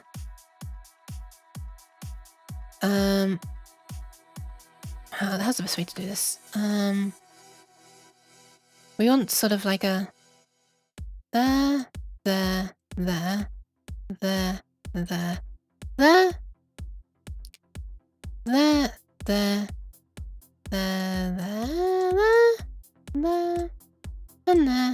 and there. And let's not forget the dot. Okie dokie. So, how are these again? We've got...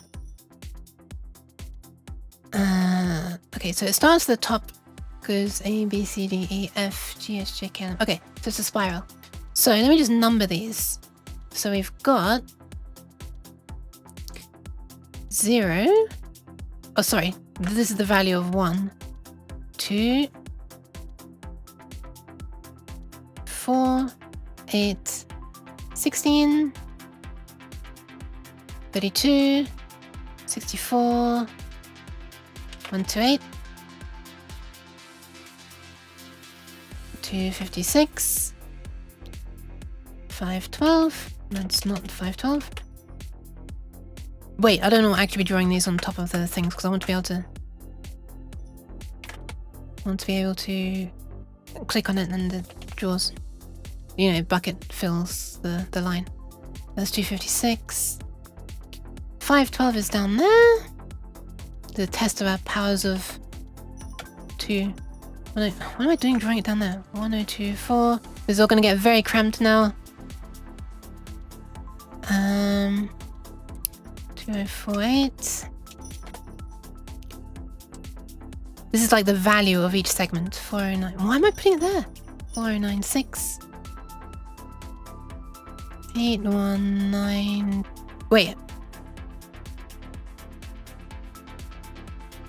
Have I done it correctly? A, B, C, D, E, F, 1, 2, 4, 8, 6, 32, G, H, J, K, L, M, N, P. Yeah, that's correct. Just going over the top of the line there. And so, all you need to do... Oh, wait, let's not forget the dot. Revert fuck nice.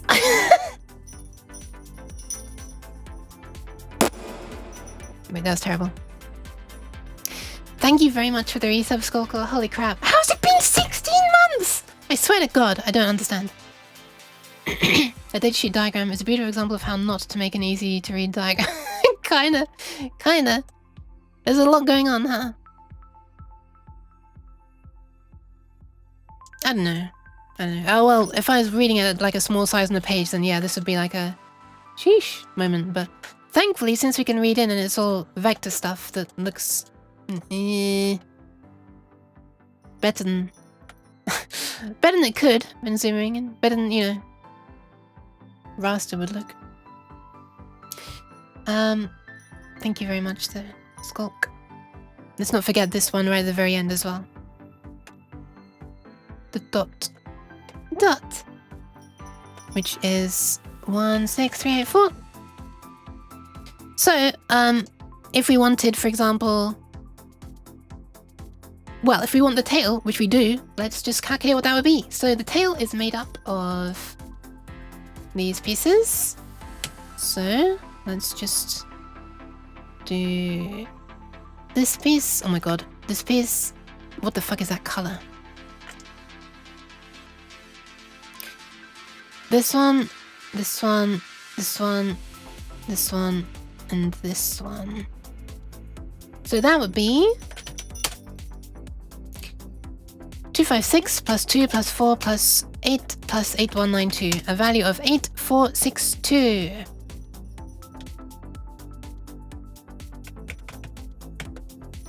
So we could define, although we don't really want to hash define it. Do we want to hash define it?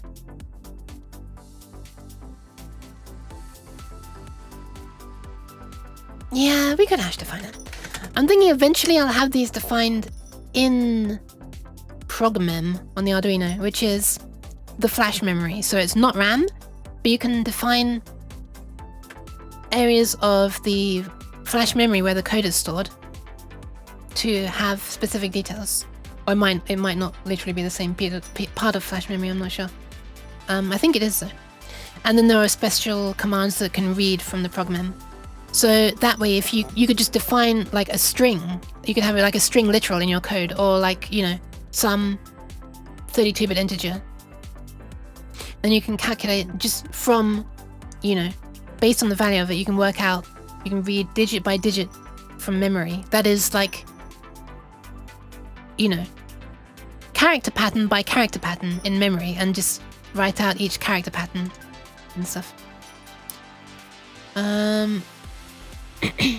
I know that it's not the purpose of stream, but for me it's such a good co-working type of thing.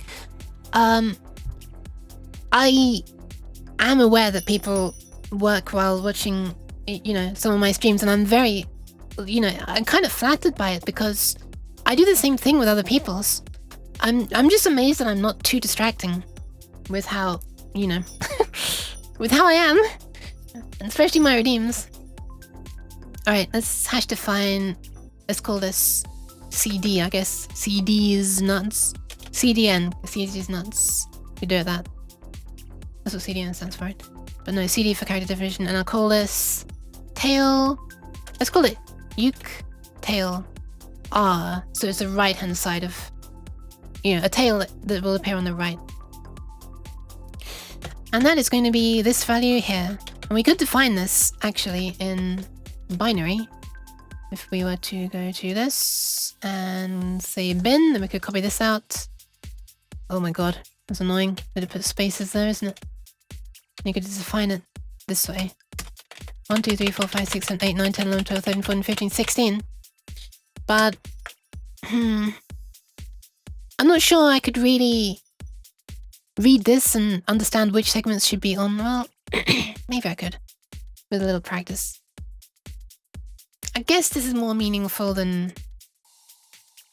Yeah, you know, I guess this is more meaningful than 8, whatever the number was. I forget. 8462. I guess it's more meaningful than that. You know, if like one segment is on when it shouldn't be, I would be more likely to be able to tell, okay, all I need to do is change this to there, or this to there, than like automatically knowing, oh, I need to subtract 512. You know, so I think I'll do that. Define as a content delivery network. Oh, please no. Don't encourage Facebook. I've been known to tune in while working on something as inadvisable as it is with ADHD. I'm sorry!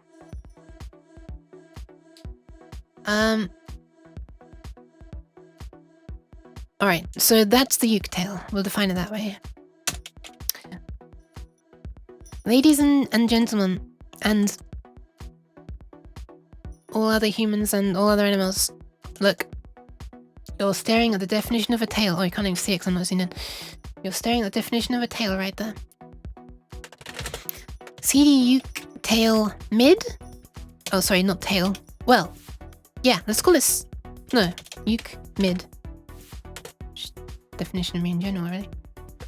Let's... What's this meant to look like? Ah, just these three pieces. So, we want this this, and this. So that is a value of 8 plus 8192 plus 512. Snatch that in binary, we got this.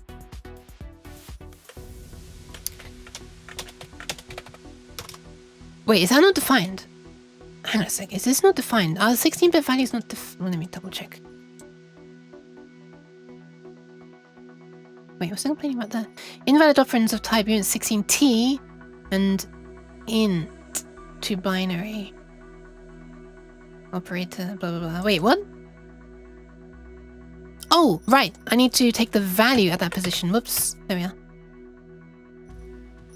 You happier now? Yes! Nice! Nice, nice, nice! Okay, so I'm gonna do this to make myself happier.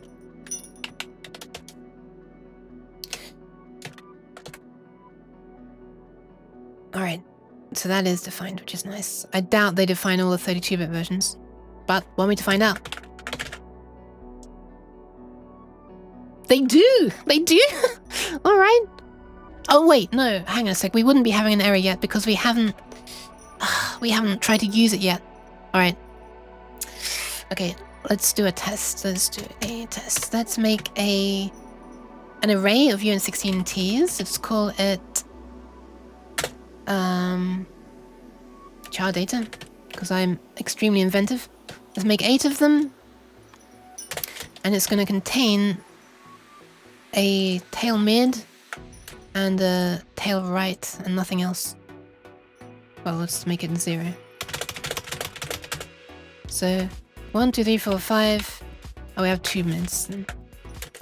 1, 2, 3, 4, 5, 6, 7, 8. Okay. And then we'll call this draw on display. The first display. Actually, you know, let's give the second display some love. Second display. Position it right from the beginning.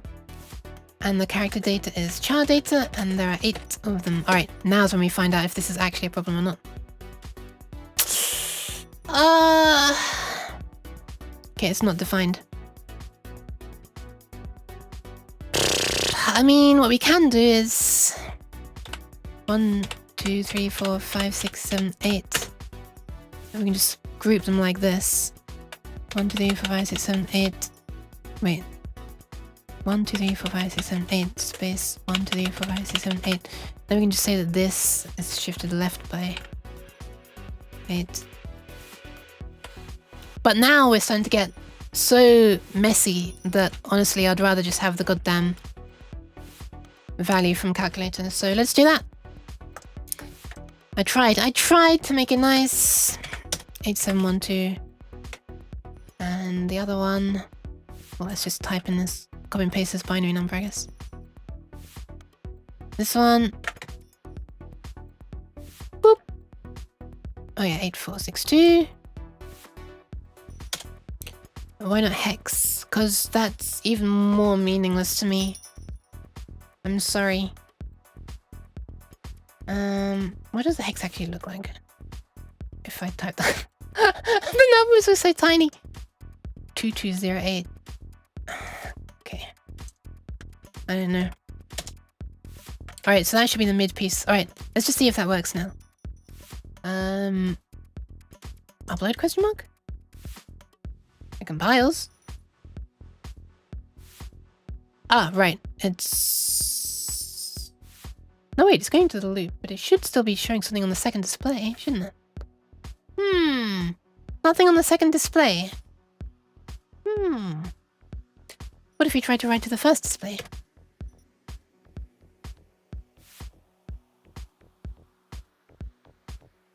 Still nothing.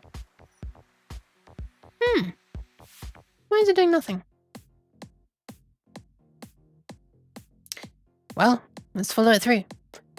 So this is a UN8, this is address 0. So this address plus 0 is just going to be this address. Then we write to the command to set the address. HT command address display. Wait. Yes, that's correct. So that's this. Which we know works because it's in a loop here. Oh! 2208 is more intuitive than 2208 this. It's more intuitive. Yeah, I'm sorry, I'm just not used to reading long hex things. Yeah, I understand that it's just 1248 and then 1248, but... I don't know. Oh my god, I just bumped the box so much. Binary is cool. Yeah, binary is like the ultimate making sense to me, but it's not defined, which is really annoying. Although I guess you would need a really long library, wouldn't you? 65,536 lines long.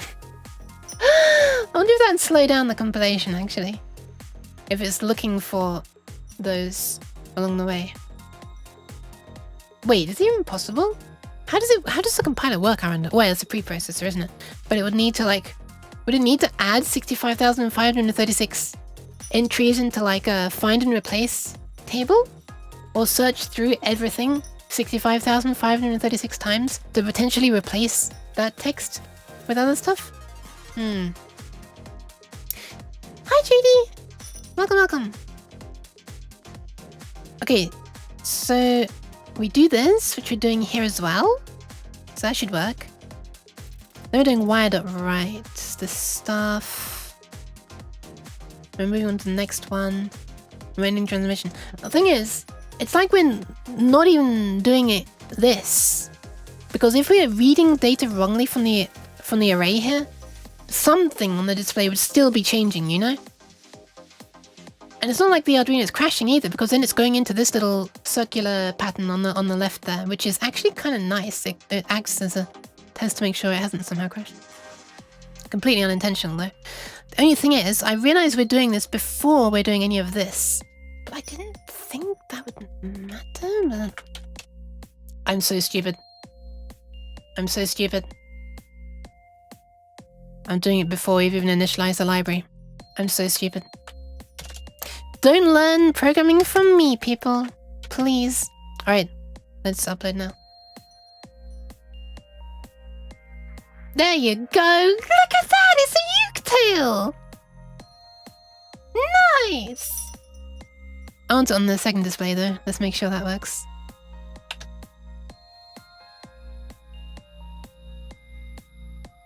Dude. It works. It works! I can touch my own LED tail, as sharp as it is. I was gonna ask you to teach me. No! Well, now you've learned from the errors of your ways, question mark. C++ 14 added binary literals. Wait, I don't know what version this is that it uses, actually. Why? Welcome, Cursed Cat. Okay, so this works, which is really, really nice. So now what I want to do is... Oh, wait, I should do a couple more checks. Let's redefine the character data to only be the length of 3, so 2 tail pieces. Or mid pieces and the end piece. I'm gonna rename this actually to uke tail mid. Tail end right. So end right is there. I'm gonna end mid here as well. Okay, so now I've only got 3 tail pieces. So this should appear at the very... Well, you know what?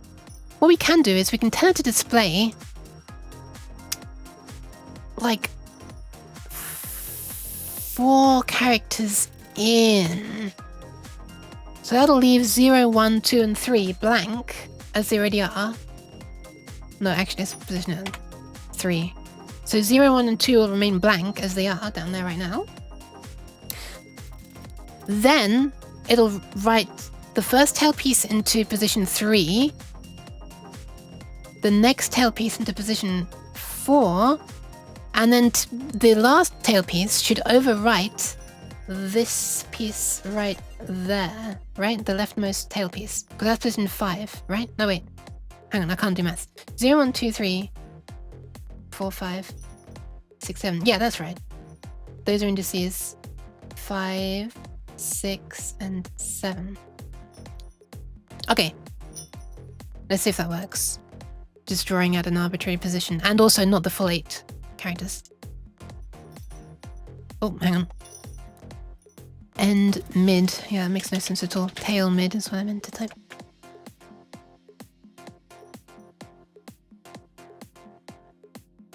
Holy crap. Okay, we've help! We've gone off the rails somewhere. Oh, because I've told it that it's 8 characters long instead of 3 characters long, I guess. That's, sorry.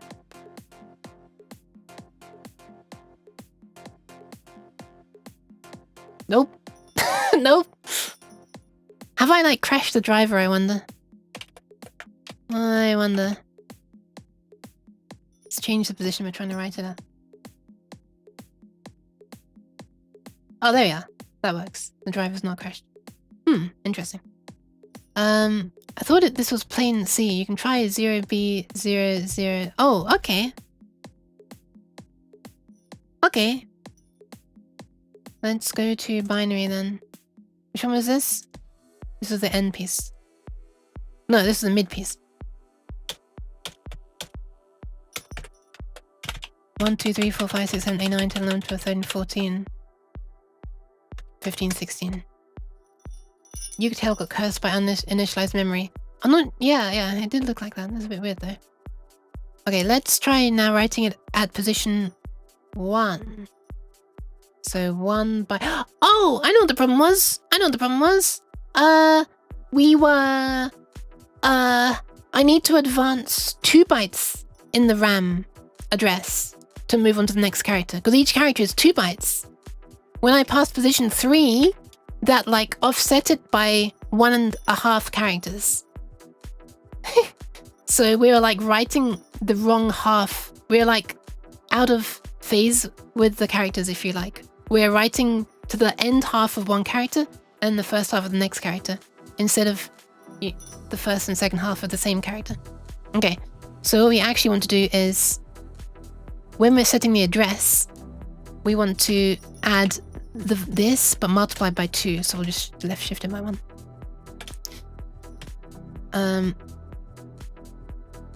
So this is 1 char equals 2 bytes. I'll put a note there for myself. There it is. You can see it if I bend down. Okay, there we are. Right, that should work now.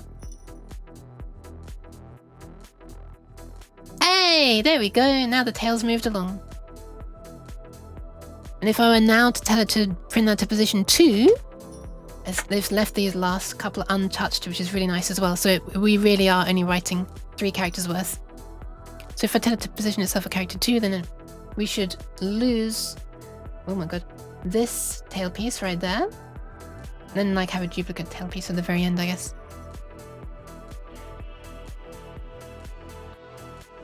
Nice, nice, nice. Okay, so I could actually now make a function to draw a uke of a specified size. But let's not do that yet. We want to make the more generic version to draw up to 16 characters across the entire pair of displays starting from any character. So let's, which will automatically call this once or twice as necessary.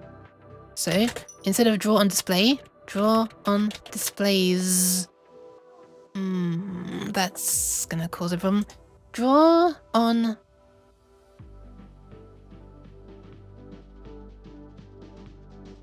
half? Draw on display 8, I guess. Draw on display full. And this can take exactly the same parameters. That's fine. Except now, len char data can go up to... Let me just make a note. Len char data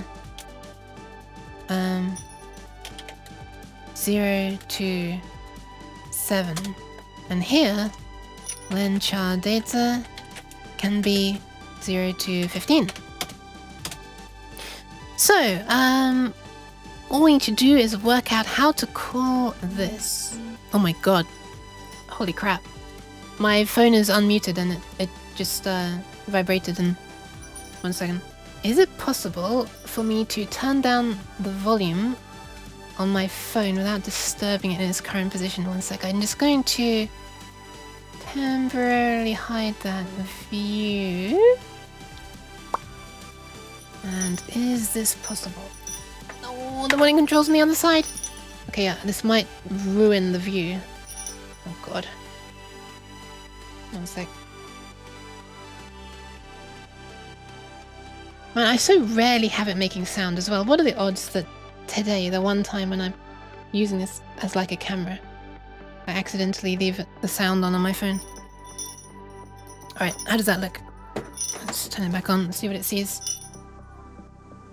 Oof, I've shifted around a bit. One sec. Hang on, I'm spoiling the illusion for a moment. Wait, which way do I want this? Up? I guess I could point it that way? I drew some lines on the board there to help with focusing. Oh, wait, no, we want it pointing down more then. Is that right? Yeah, that looks better. Okay. Nice. Vibrate my phone. Okay, I think that's alright. Thank you for the pets. Also, 0B notation marked. Oh yeah, right! I didn't realize that. Okay. Thank you, Cammy. I'll change the other one as well then. Because it's gonna annoy some people, including myself. Boop. Boop. 0B, 0, that. Okay. Why on earth does Arduino define its own B things then? Well, I guess so they can light up, you know, get coloured in this slightly teal question mark colour? Dot dot dot question mark exclamation mark speech mark. Okay, so if we want to draw, if we want to, how do I explain this? If we want to start drawing from a position of 7 or less, then we need to send something to the left display. So if int char on display is less than 7, I could generalize this actually to work on any number of displays, and I kind of want to do that. Let's do this. Let's generalize it. Hash define num displays. Which is 2.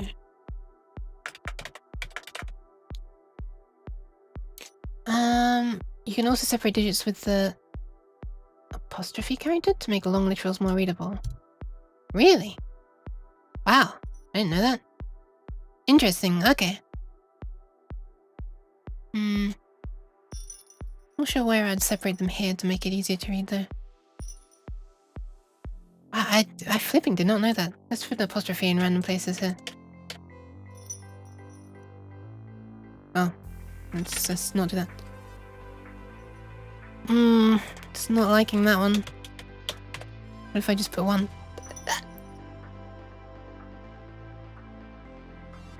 Nah, it's treating it as like a quote, I'm afraid. Wait, was the error something else? Draw on display was not declared. Oh, yeah, right. Display 4. Well, this is display 8. Thank you for the posture check. Hi, Okami. Oh my goodness, I'm gonna have to become quiet. By the way, I should have mentioned, the reason there's no temperature display over there is because that is done by an Arduino. I do still have this Arduino like up here, but I can just plug it in. And if I have the thing running, which I do not, why do I not? There we are. Then that would appear. But I don't want this Arduino on in case I accidentally upload this code to the wrong Arduino, and then that Arduino that's responsible for getting temperature and stuff would get, not be doing its job. And it might output weird stuff to the other hardware that's connected. I don't want it to be damaged.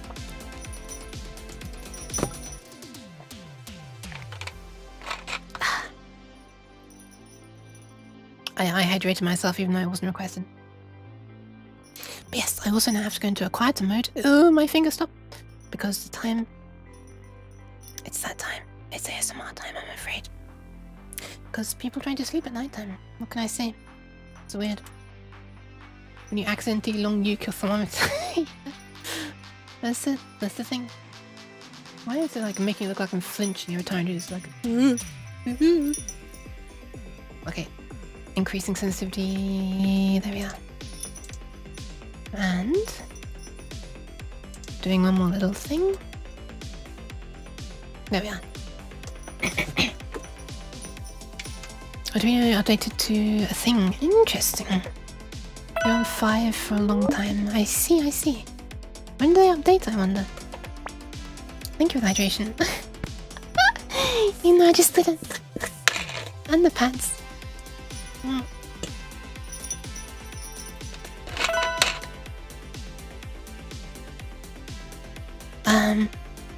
One sec. Oh, almost poked your eye out, sorry. Pat. There you go. Pats for the Kinami. Okie dokie. I'm gonna go to calmer music then. Even though I really like this song. But it's just ending right now. How perfect.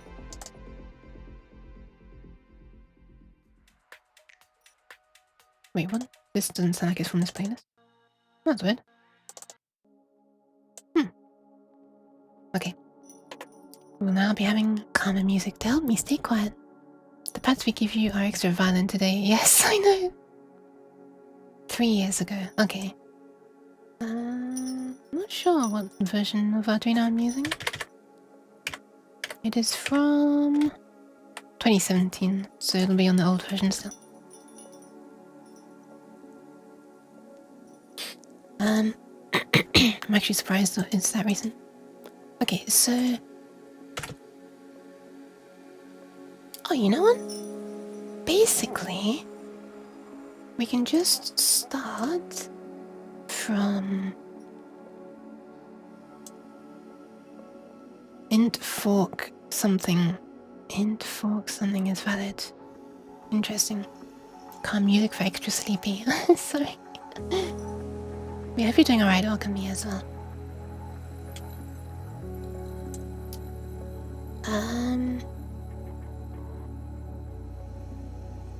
Okay. So what we actually want to do is choose address the first display that this covers. And the way you can do that is divide this by 8. Yes.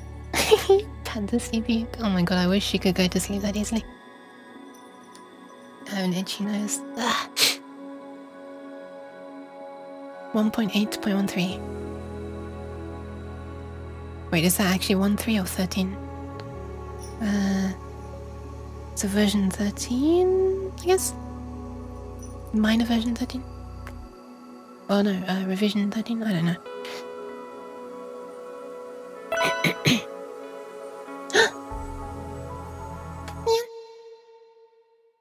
There.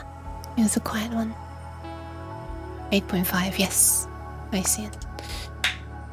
Fromage!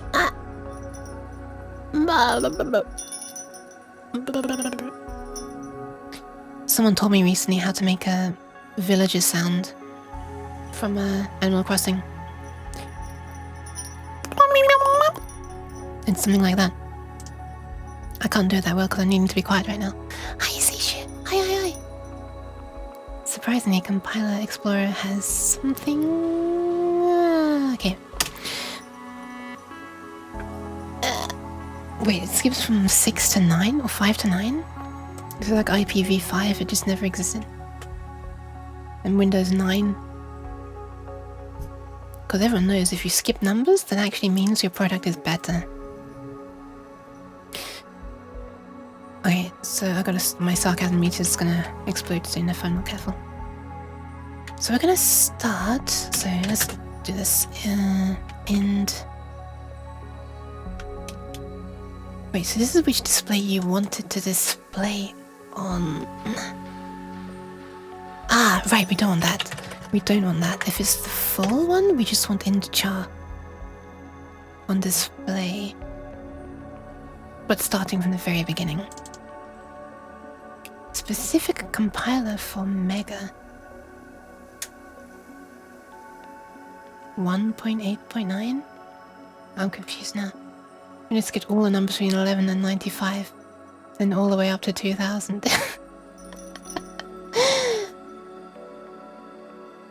I'm not sure if you mean Arduino version 1.8.9 has a specific compiler for Mega? Okay, so this is going to be this. And we are going to start with a display. So we're going to start from a display which is int char on display divided by integer division 8. Wait, do you need the slash? No, it's just /8 in C, isn't it? // is Python. I don't know where that suddenly came from in my head. Okay. I think it uses different compilers based on what board you use, maybe. Interesting. That is interesting. Feels like a lot to keep track of. Okay. Or maybe it's not, maybe it's just... Maybe they do it because then they can just, you know...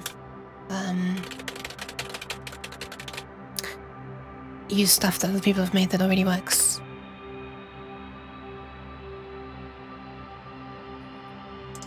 Okay. Let's then start from this display and gradually move on. So, basically we now want this modulo 8. So, this equals, or percent equals 8, right? So this is get index of first display that needs to show something or to draw something, and this is get first character on this display. So that's 0 to 7 on this display that needs to show something. Will be changed. Either way, they seem to use some sort of AVR, nil spot, binary literal with a digit separator. Why do they not on mine then?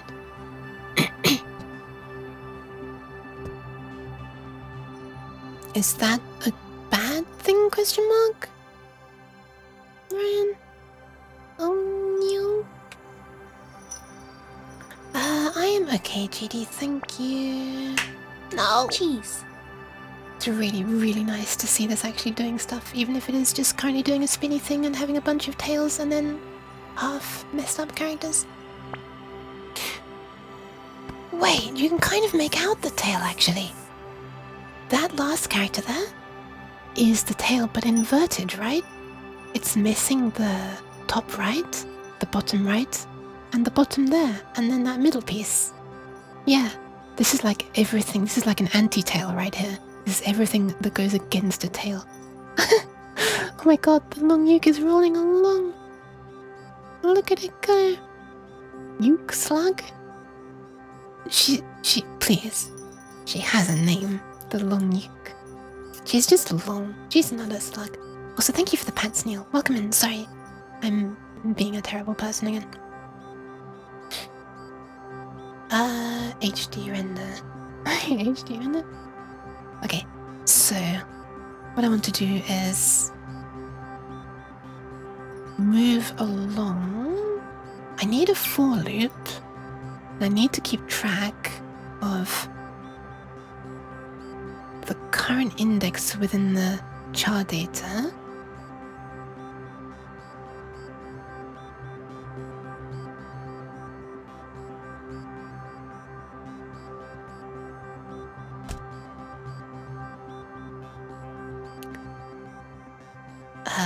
What's an easy way to do this? Okay, let's make a new thing which is end char data, which starts at the 0. Do I need to do this? Yeah, I guess I should. Position through array of char data, i.e. number of characters sent so far.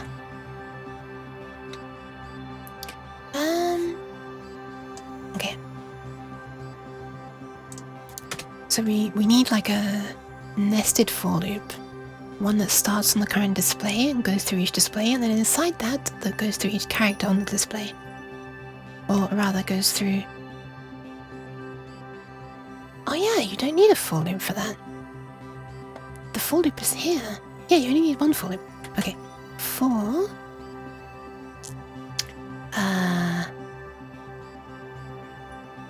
Actually, there's a better way for me to do this. Let's call this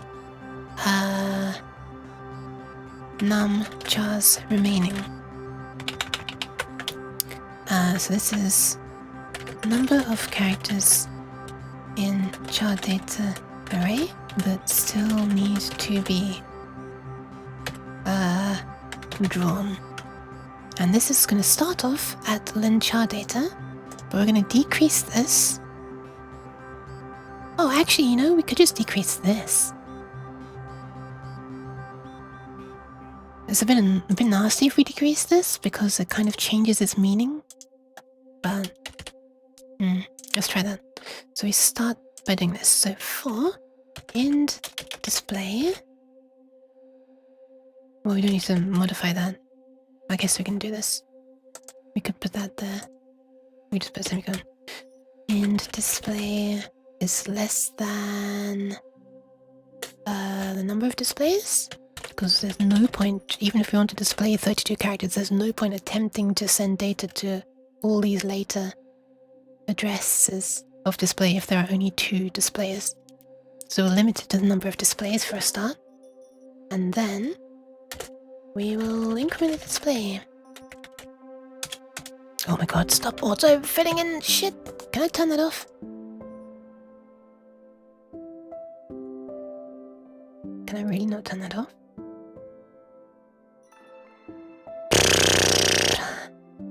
So, about that use external editor, huh? Oh my god, it actually warns. I have to save changes before I can do it. Okay, whatever. Display my character. Look at the little uke writing it.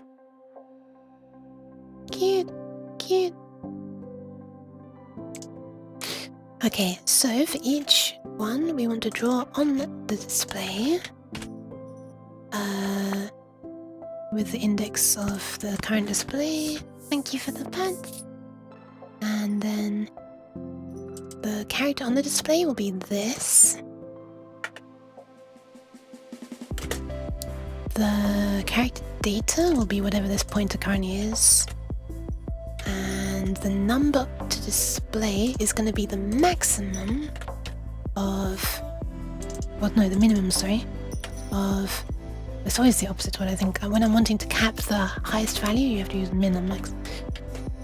So I can draw up to 8 characters on that... No. No. I can draw up to 8 minus whatever character we're starting on. Because... yeah. In fact, it'd be better if we define this as a new thing. Num chars. Let's call it current num chars, as in the current for this display, which is going to be 8 minus whichever one we start on. So that's the number that we're going to show this time. Actually, we might as well define that.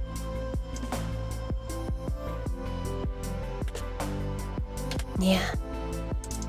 And then, so that's how many we'll show.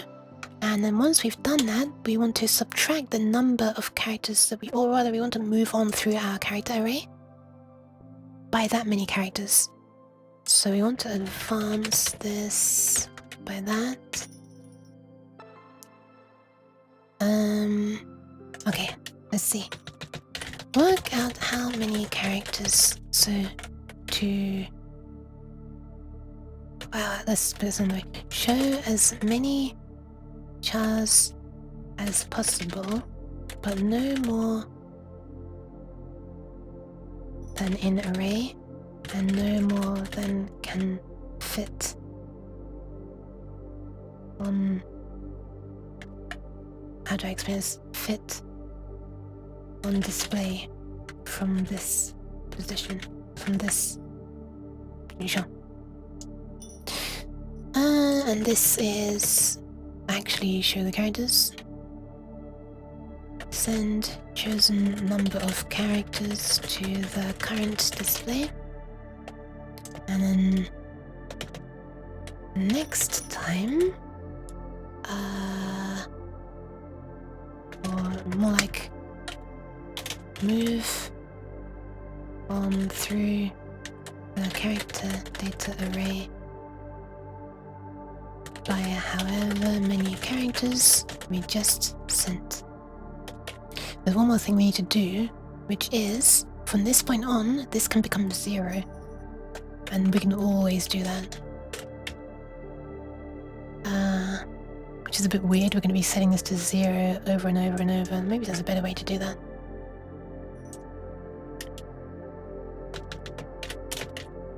Start drawing on next display. From its first start drawing on next start. Wait, how do I explain this? Ensure next display will be drawn to starting at its first character. What a weird ass sentence. How long have you been learning code for? I have very little basic knowledge of it, but it seems impressive how much you know. Long enough? Question mark?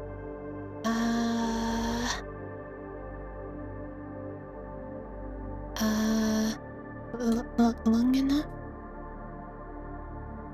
I don't want to say too much. But I started on Windows 98, I guess.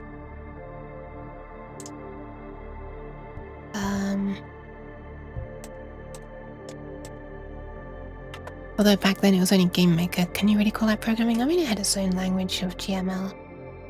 Also, yeah, basic stuff as well. So yeah, whatever. Obviously it's gonna be simple when you start.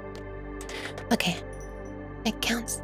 Hell yeah, nice. Okay, so I think this is gonna work. I don't like setting this to 0 every single time through the loop, although actually in my case it doesn't matter, it's only gonna be doing it once. It's only gonna be a waste one of the times. So if I want to display something that has to span from the first display to the second display, we start from some value that's not 0 necessarily. We do this stuff, we reset to the first position of the next display, we do some stuff, and then there's a waste of doing this line at the very end because there is no third display. But you can imagine if someone had many of these displays in a chain, we'd constantly be setting this to 0 over and over, which is stupid because it's never going to become anything other than 0. Except for right here at the very beginning. So is there a better way of doing this? What if... Oh, you know, it's actually not that bad. Because this is passed in, so this is already something in memory. I was thinking it's a bit of a waste to have this thing, but like, it's being passed in already, so we're just repurposing it. Okay, whatever. We also want to mark that there is less data left to show, so you want to subtract the number of characters that we just sent. I'm gonna do that first, actually. No, I'll do this last.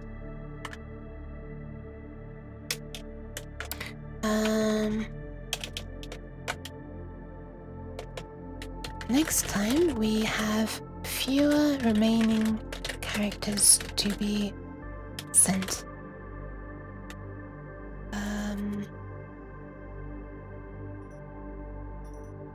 Yeah. On the topic of using an external editor, long ago I switched to Platform.io for doing microcontroller stuff. Arduino Builder.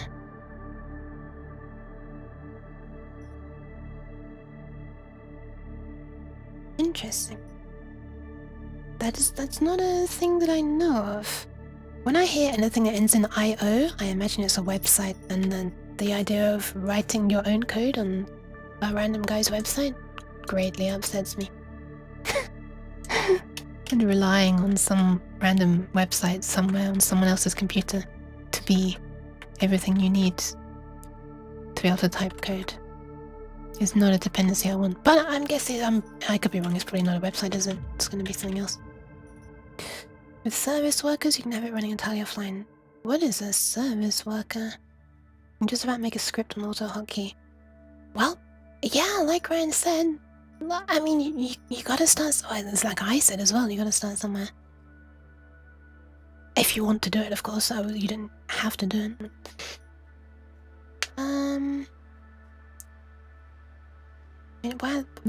Without any service initial load, so you can make a website that works if you don't have it. Yeah. You know what you could also do? You could download those files onto your own hard drive. Oh my god. So that even if you clear your browser cache, it can reload. I'm sorry, I have strong feelings about things that load blah blah blah blah blah. Why jeez? Web services. Okay, 0 to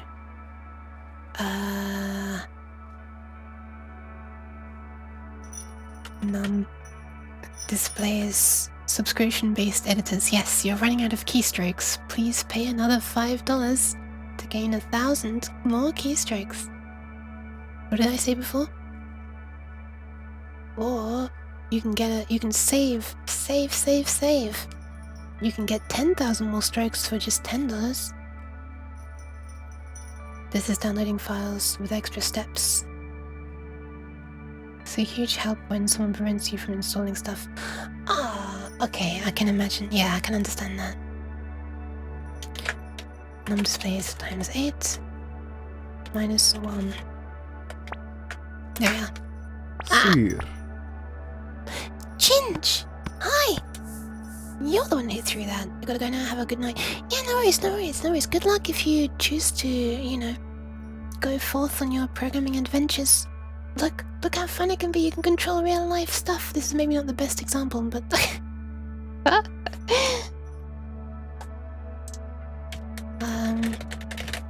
Alright, yeah. Goodbye. Thanks for swinging by. Upside down tails. They're not upside down. They're like this. Look, it's this face. Ta-da! It's floating across in the wrong order. It's this tail.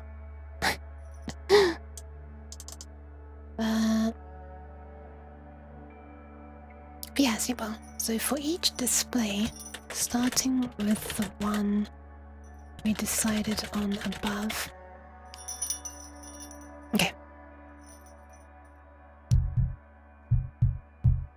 Alright, let's do this. So let's see if it compiles for a start.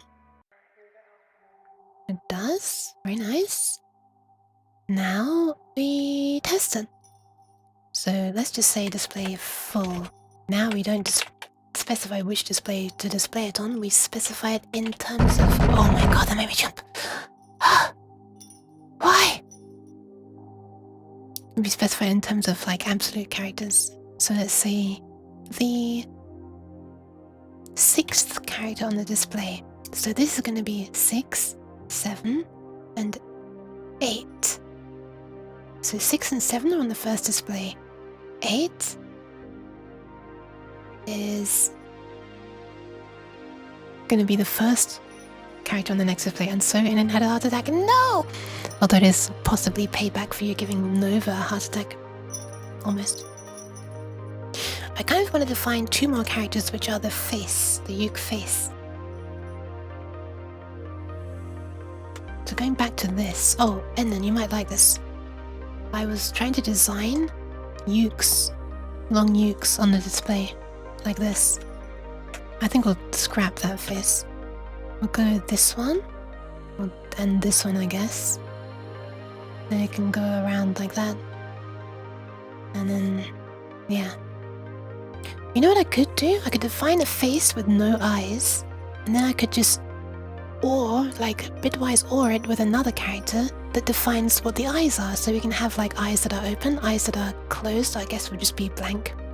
Eyes that are happy would be like this. Yeah, I'm doing that, Doing it right now.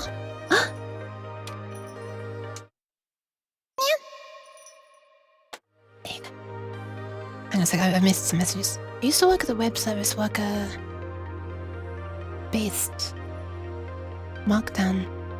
Oh, sorry, I used to use a web service worker based Markdown editor. So wait, web service worker means a website that gets cached? For some note taking when I could not install anything, I see. White emojis on light mode. Wait, was there a white emoji? If it's work stuff, working in WebID actually makes sense. Can be a bit source code from direct download. Okay.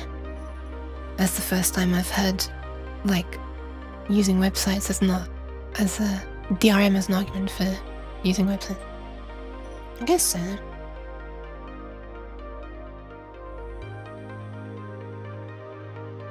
I mean, wait, that's not white. It shouldn't be white. It's transparent. Although it might look crap in my floating bubbles, actually. It should be transparent, though. In the Twitch chat, it's transparent. I actually tried making the bubbles properly transparent, where the transparent parts of the emote are. It looked so weird. It looked exactly how I thought it would.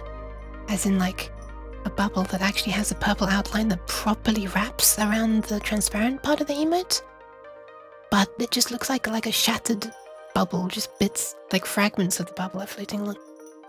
It's kinda interesting. Not sure I like it though. I guess what would be good is if instead of going properly transparent, it just sort of had like a semi-transparent, bubbly background.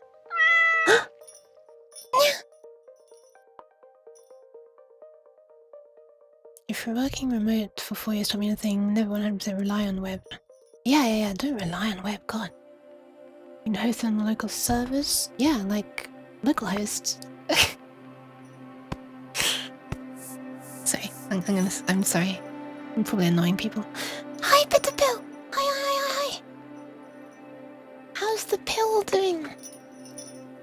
Look, I'm using an actual camera. It's in a box. If I turn the light on... wait, this is the wrong window. Ta-da! Oh my god, that looks terrible. Hold on. Ta-da! It's a board. It's a very bright board. If I hit the box, there. It's my first time using a camera like this on stream. Anyway, how's the pill doing? You're good. Nice. I am alright, thank you. I'm actually kind of having fun with this sort of... this type of programming. There's like a little display that I made. It looks like this. Shit, I closed the folder, no. Hold on, I gotta get it back. I was running out of space on my taskbar earlier, so I closed everything. Should have known it would come back to bite me. Documents. This thingy, that thingy, this thingy, that thingy.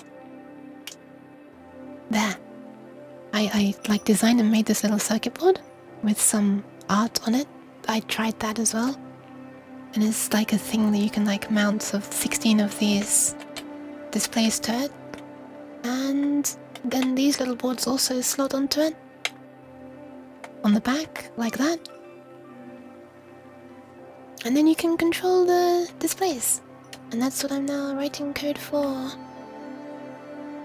It's messy there. I've cleaned it since. I haven't taken another photo though, apparently. Shiny long nukes. Derpy long nukes. Thank you! I'm so happy with how it turned out. Hi Stewie, welcome! Platform is Visual Studio Code extension for Arduino. Oh, okay. Thank you very much. Also, welcome Nicola. Thank you for the info. Interesting. So does it make it so that you can just like one click upload to the board like you can on here? Yeah, sorry I couldn't stick around earlier, Bitterpill, when you were playing at last, I think it was. Yes. Okay, that's actually nice. That's actually nice. Hmm. That's the board. These are photos of the boards. After my soldering, there's a breached contact there. I fixed it. Oh, and there it is when it's actually doing stuff. I guess I can increase the... There you are. It's not showing anything meaningful. Well, it is. The first two are on, and then this one's off. On this half. And on this half, the first two are on, and this one's off. Everything else is just random crap that happened to be floating around in the RAM of the driver boards when it got powered on. Oh, right. Let me actually do the things. Posture check.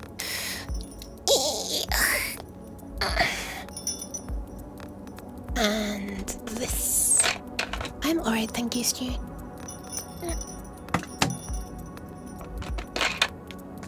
Ah, thank you, Ran. Wait, do you mean the platform IO? You do. Interesting. Let's have a look. Question mark?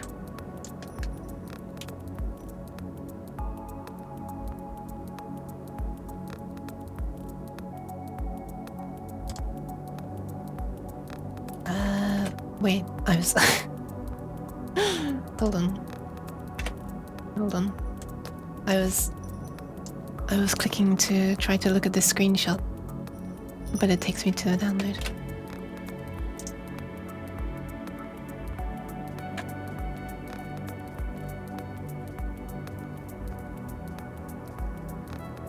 Interesting. Oh my god. This is a lot of stuff. I get that some people making programs try to like make the make the screenshot show as much stuff as possible to show off all the different things it can do. When I look at this, I think, holy crap, what a clusterfuck. I have no idea what I'm doing. I don't want a program that looks like this. But yeah, obviously it doesn't have to look like that. Started docs community. Can't really see any clean screenshots. I might look at that later though, thank you. And welcome GD as well. And Liquid Cake, hi. I didn't know you could have an actual water bottle with your VTuber. What is this, witchcraft? It's exactly that. It's witchcraft. Yeah. Wait, hold on. Hands. There we are. Now I can squint.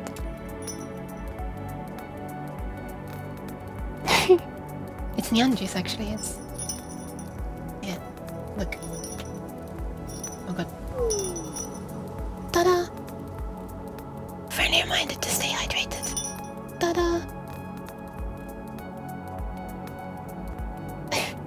There's some text on the back, but there's a bit of a... Oh god. My tracking! It's a bit of a hard thing to read. It's also a bit of an Easter egg. The barcode scans as well, but it's very hard to get at an angle where you can actually scan it. Oh god. Oh god. Ah! My tracking does not enjoy me. Full stop. But it also does not enjoy me holding a hand in front of my camera. Which is kind of understandable, I guess. Such witchcraft. Yeah, it's N then. I completely forgotten where the barcode takes you. Well, one day. No! I'm not trying to break your brain, Bitter, no. Better to have a series of more realistic screenshots. Yeah, I guess so. I understand they might want one big one that's like the show-stopping. Wow! All the things. The blinking lights go well, thank you. That's finally answer your question, Liquid Cake.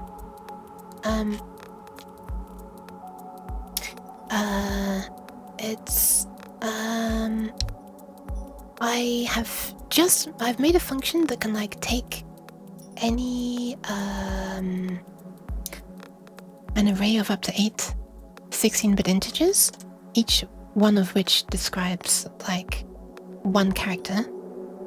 Because I needed 16 bits. Well, I actually needed 15 bits, but whatever. And can display it starting from any one character on one of the drivers. So up to like each driver does 8 characters, so you can say which one you wanted to display on, which position you wanted to start from, and then you pass the data and how long it is. And I've just made this more generic wrapper that should let you say any character across the whole range, like 0 to 15, the whole array, the whole display, combined of multiple drivers. And say, I want it to start there, and I want you to draw this stuff. And I should handle it spanning across the gap, the break where it switches from one driver's side to the other driver's side. Because there are 2 drivers, one does each side. Hopefully that'll work. But at the bottom, is that a live feed? Yes! I can bump the box and... Don't do it too much, it's loud. Yeah, it's my phone acting as a webcam. In a box. Brain break. Oh, my mind break. I've completely forgotten. Oh, I read that already. Gold-plated long uke. I didn't actually go with that. I'm not sure that was even available with GLC PCB. The manufacturer. But yeah, unfortunately, it's not gold-plated. So her tail will probably rust eventually. And her face. Oh, hang on, there's one photo I want to show. Where was it? I took a photo of that in the dark. Wait, where is it?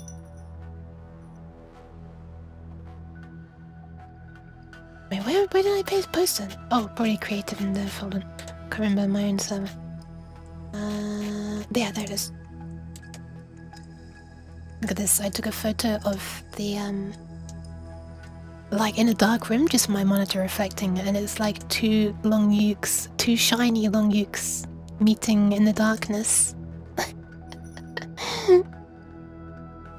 Oh yeah, varnish. Yeah, I guess that would work, huh? Yeah. Yeah, maybe I should do that. Rust? Not that kind of rust, Stewie. The phone might be in a box, but did you draw the box? No, I haven't done Draw a Box, the drawing website, for a long time. Well, since last week, actually. It's not that long ago, I guess. Rust. The crab. Yes. Okay, so now I'm about to test this function. But first, I want to define some heads for the long ukes. So... Oh my god, I love this music so much! So... Here's what it will look like. Though this is what it could look like if it was one head. But if I do this, I can have a close-up head and with different eyes and stuff. And then I can combine them together like that, or maybe even like that. So, let's work out what characters, what segments need to be on to make that headpiece. So, we need...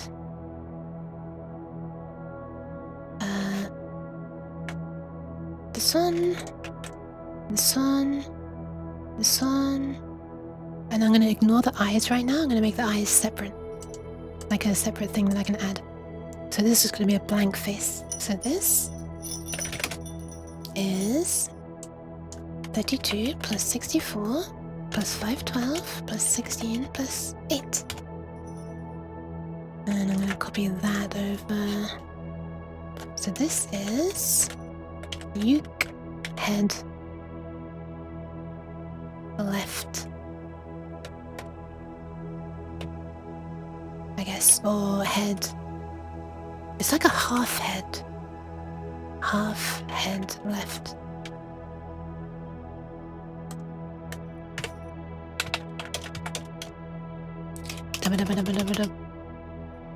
And then the right hand side of the half head is gonna be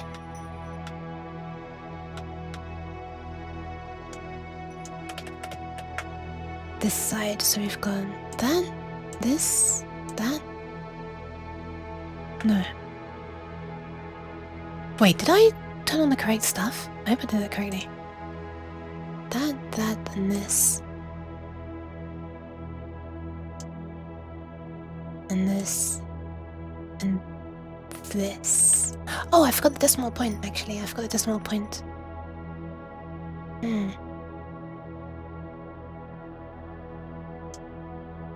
I'll just manually add 16384, I guess. Okay, so that is 8192 plus 256 plus 2 plus 4 plus 8. Which gives us this number. Boop.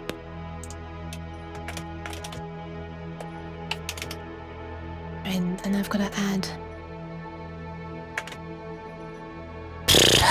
16384 to this. So this plus 16384.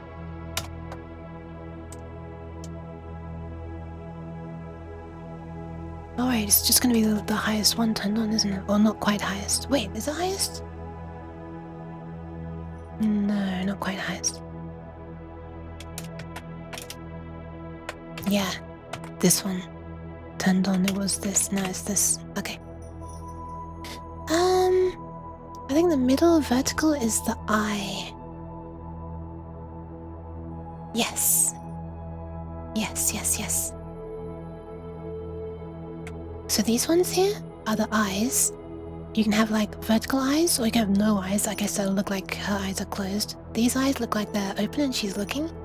And these ones look like happy smiley eyes. Look, and thank you for the pats, Orkami.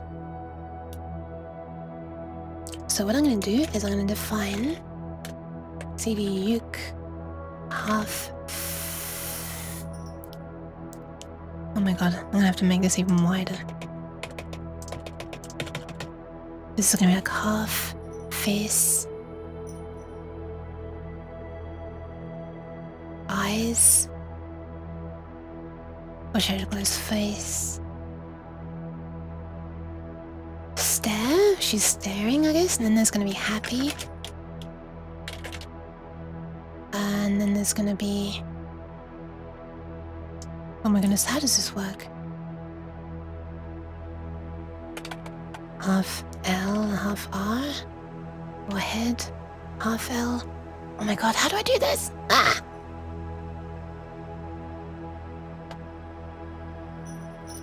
Too much stuff. Really, I want this to be like a 32-bit thing so you can have two whole characters here, but... And then, I guess you can also have blink.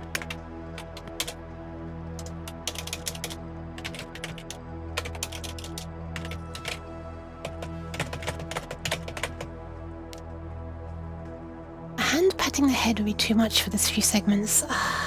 Probably. Separate the eyes and bitwise all them in. Yes, that's what I'm doing. Exactly. So we only need a single segment for this, which is... Well, it's exactly the same for both, actually. As long as we want symmetrical eyes. Look. This part here is the same. Yeah, we don't even need to. It's the same. Same segment for both. Yeah, it's the same. Okay, so blink can just be 0.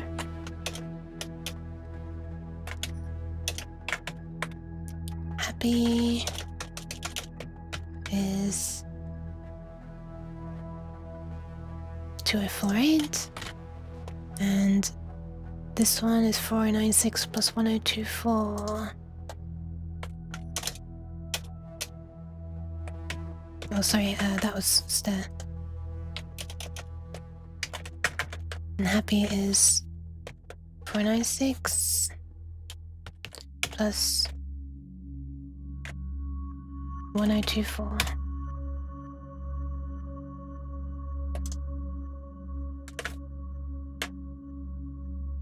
Zero consistency.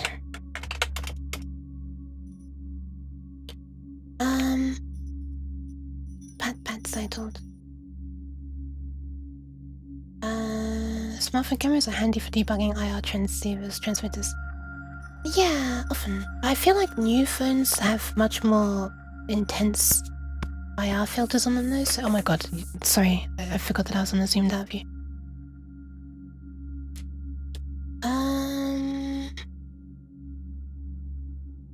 Putting a cat in a box with an electronic device. No!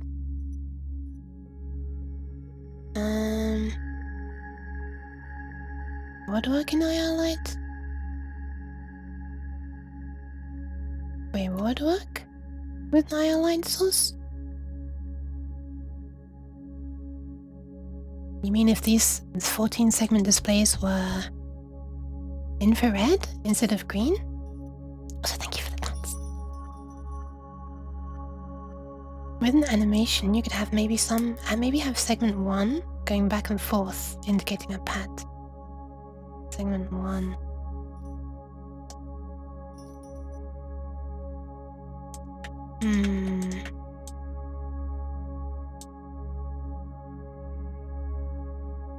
What if we do something like...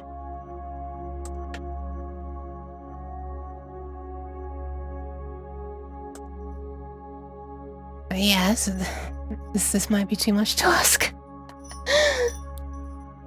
What if you flatten the ears because they're being patted?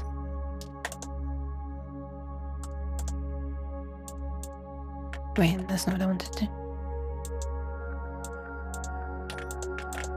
And then we just sort of do something like this. So it's like something's coming in from above. Oh my god, I keep on flashbanging everyone, sorry. Wait, does it look like multiple fingers or something if I do this? Oh my god.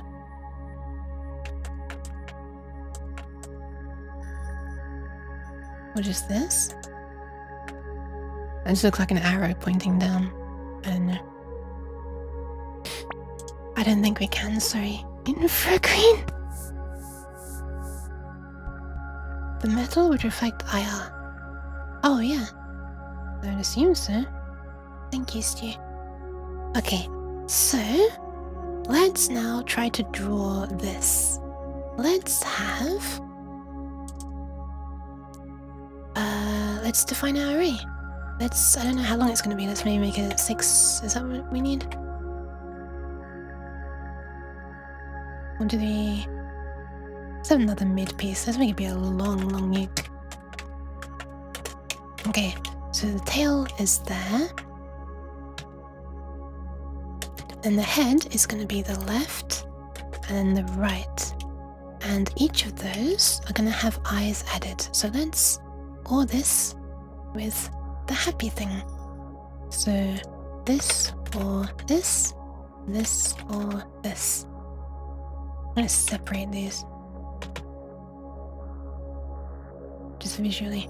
So that's 1, 2, 3, 4, 5, 6. And let's start displaying this from position 6.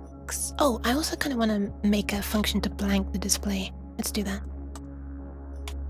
Let's void... oh, this is a bit messy if we do it. Okay, let's make one called clear display full as well. And all this will do is go into a loop for each display and display equals 0 and display is less than num displays and display plus plus. And for each one we're just gonna do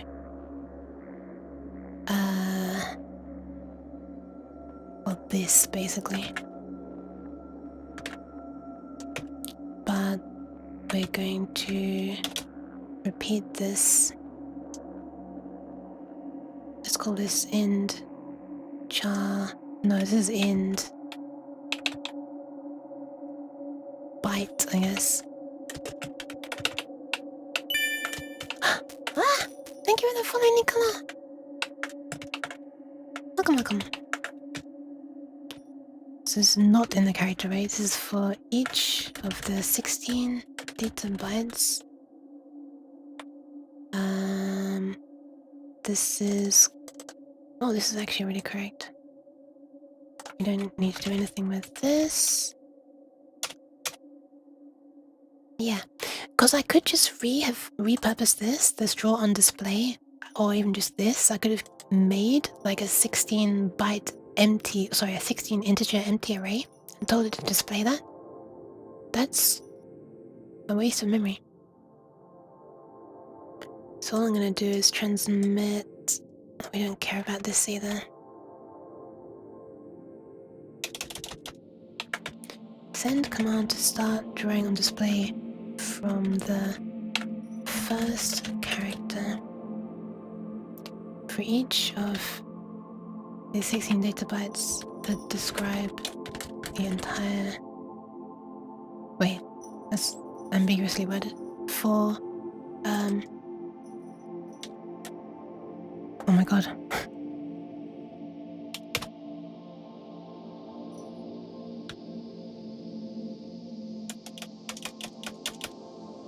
This is a simple enough thing that I can just do one comment here.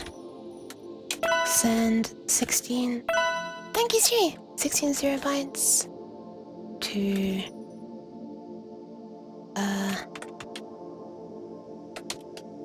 Send 16 0 bytes to...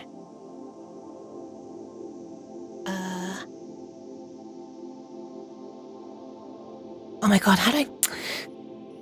Entire display is represented by 16 bytes in driver RAM, so send 16 0 bytes to turn off all segments. The end. I kind of want this somewhere else. Put it up there. Alright, I wonder if that will work. I need to set this to 6, because it's 6 characters long. So if I send this now, what it should do is display the head, the left and the right of the head at indices 6 and 7 of the left display, and then move on to the next display and show the whole tail. Actually, let's make this 5. There we are. Now exactly half of this will be shown on the left display and the other half will be shown on the right display. There we are. Assuming all of this works. Oh, and then it'll go through to this little bit where it's drawing the left movie segment over there. Also, thank you, Stu. Uses... Wait, JWST mirrors are made of gold. Oh my.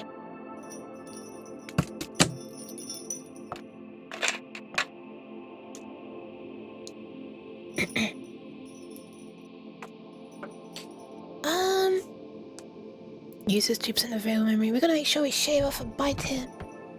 Hey now, that's 16 bytes. It's disgusting though, allocating a whole array of 16 bytes just to make them all 0. Ah, it's gross. I don't want it doing that. I just want it to send 16 zeros. That's like creating an entirely black bitmap. Rather than just like... I don't know. Blanking the screen some other way. Anyway. Does it compile? It does not. Need a semicolon somewhere. Right there. Does it compile now? It does. Wait, has this gone down? I can't remember. Has something gone down? Alright, let's compile it and see what happens. Oh, let's do clear display full first.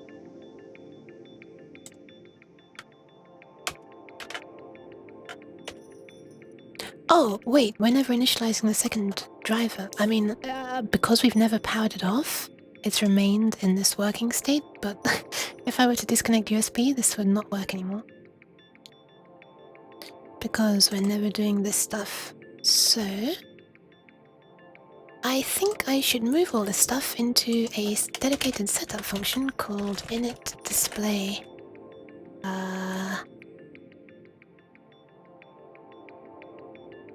Display 8, and now do display full as well. So this is going to actually, you know what, we might as well just display full.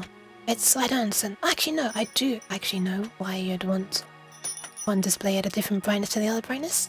Because I'm not sure if you can see, but the left hand 8 So starting from the movie one and going up to the last tailpiece. I can't point it. My tracking stops too soon. Brav display, exactly. That one is darker than the right hand side. I don't know why. It's not just on camera, it really is like that. Even though they're both set to the same brightness. But, you know, we can just set one to... we can just set the left one to a slightly higher brightness than the right one. By the way, they're both set to like quarter brightness right now. So, let's just say init display 8. And we're gonna want the index of the display.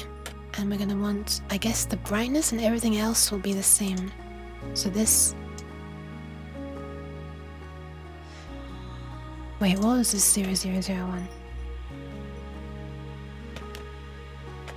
I've lost my datasheet. There it is.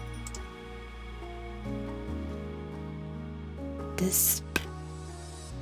Oh wait, I've got to define a pair.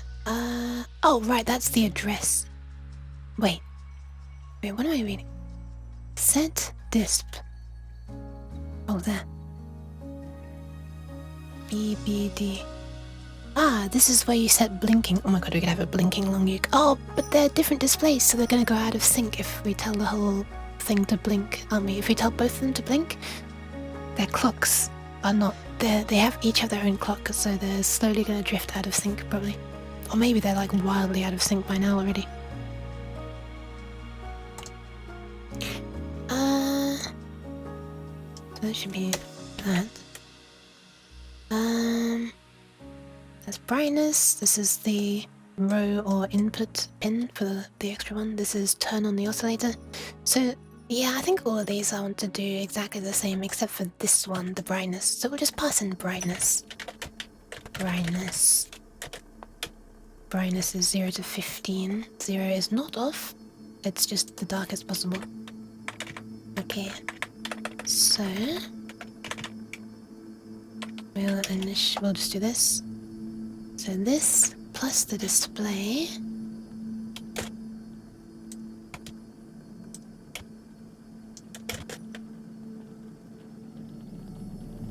I guess we can actually be ORing and... Would that be faster? I wonder. I wonder what's faster on one of these microcontrollers. Is OR actually faster? Or is 8-bit addition the same speed? I wonder.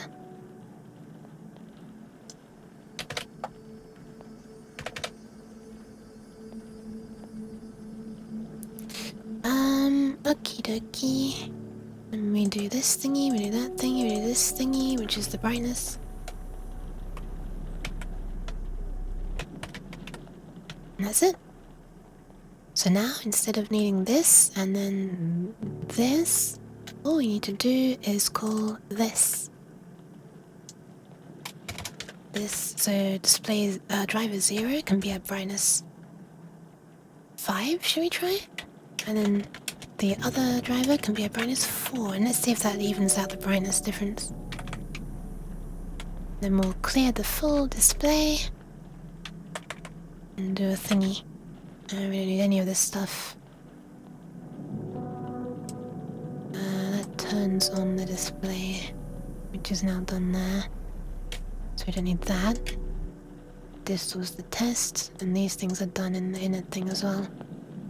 Init bruv. Alright, I think that's it. Let's try it. Well, does it compile first? It does not.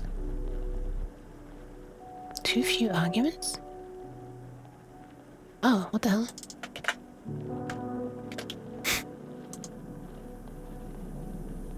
Nice! At what point does it make sense to just implement blitting? Isn't that kind of what I'm doing? It's almost like I'm blitting this array to this position. That is actually kind of what I'm doing.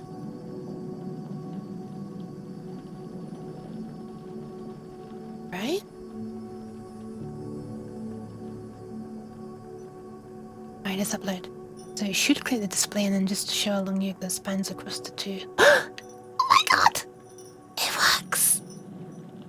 It flipping works! I think the right display is still slightly brighter than the left one. Nice! Look! It's a happy long uke! Ah! me just have a look with my eyes. Hold on. Inside the box.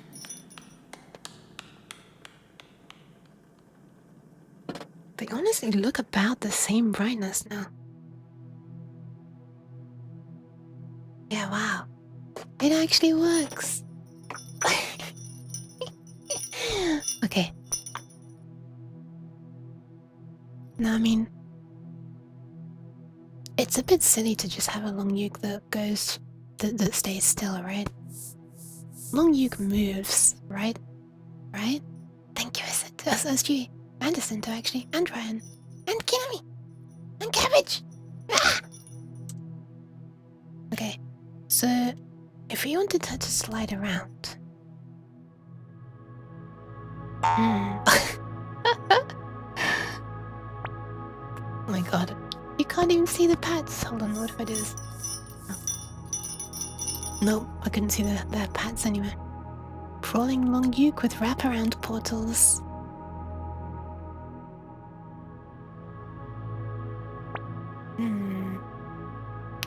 Uh-oh. I'm retro, but you can't see it. You can see hints of it if I do this. Ah! There I am. Sorry. I should be apologizing to my own head for shaking so much as I'm shaking it. Yeah, this is the origin story of the people music, I guess. She just shook her head too much. Okay, so if we want to scroll, and I want her to be able to go off the edge, I'm gonna want to be able to send negative absolute positions, right? Oh my god, sorry, these sounds are so...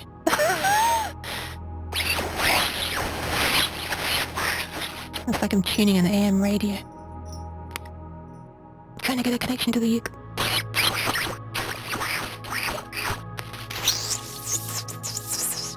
Oh no, I've been exposed. Alright, let's okay, I want to be able to pass negative numbers to this. And I want it to ignore... What the fuck is this double click behavior? I want it to be able to ignore everything negative, of course. So effectively, ignoring everything negative is the same as advancing this by as many points as this is negative. Oh, this is easy. This is easy. So I can make that, I can make that signed integer, and this gets passed to here, but this is expecting an unsigned integer. Is that gonna cause a problem? Just in case.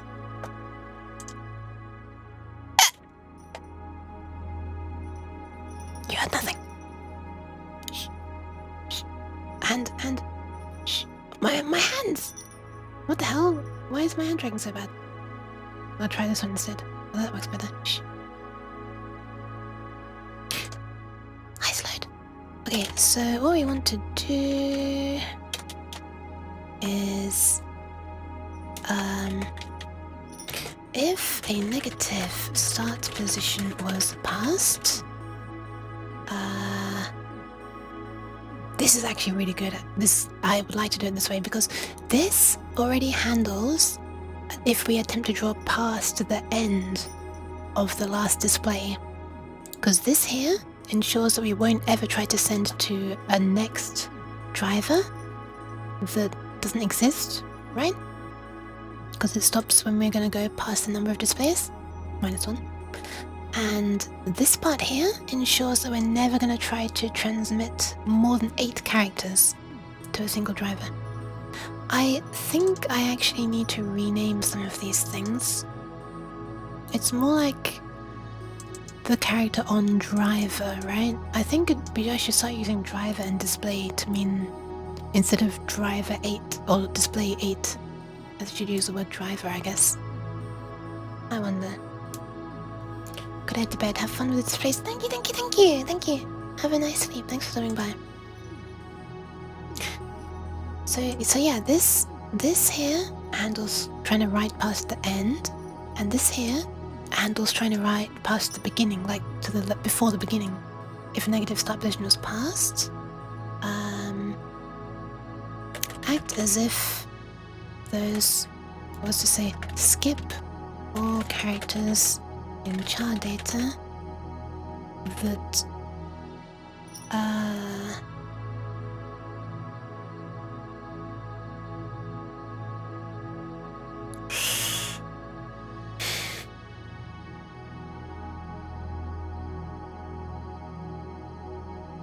wait, this is silly. We want to bail out here if len char data is 0. If len char data is... Oh, you know what? We can just put a test here. While len char data... Yeah, just while len char data. While that is not 0. Hi Hatch! Welcome! Also...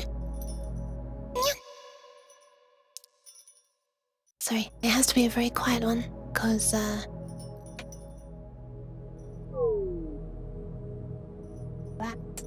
that time though. Yeah, this part here I kind of don't want it to do. I know it is. How's the hatch? Thanks for stopping by. This is the smoothest way of telling the time I've seen. Thanks. Oh, I was doing this, but I had to look away from my screen, so I actually couldn't see the time until I looked back. You asked earlier about or Visual Studio ad for... Oh! Or Visual Studio ad. Or versus ad for speed, yes. According to the instruction summary in this, both take 1 clock cycle. Okay, fair enough. Thank you very much for looking that up, my goodness me.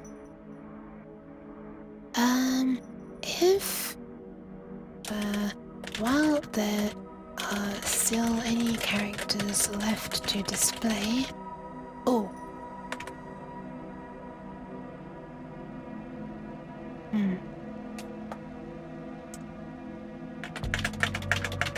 Or left unsent.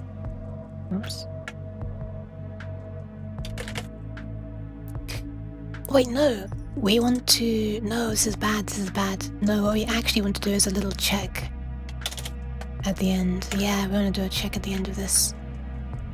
Otherwise we'd be stuck in a loop forever. Oh no, we wouldn't. We'd just... Yeah, no, we'd be stuck in a loop forever trying to send more data, but this would never do anything because there's no displays left. So we do want to put a little check in here. If then char data equals 0, then we can just break out of the for loop. If there are no characters left, and that avoids us. Oh no, it doesn't. It avoids one of these. If there are no characters left to send, do nothing else.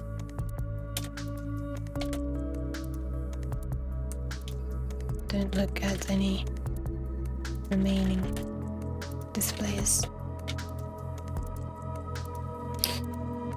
Or don't touch any remaining displays, I guess. Or deal with any remaining displays. Okay, so if a negative start position was passed, skip all characters in char data that would have needed to be displayed before the first... Yeah, before the beginning of the display. So, what we do is we say char data, if int char on display is less than 0, then we advance char data by however far below 0 this is. And then we can set this to 0 at that point. And we also need to subtract this. This plus equals or minus, minus equals this.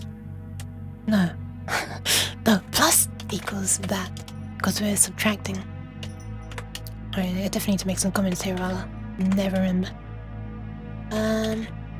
If a negative start position was passed, move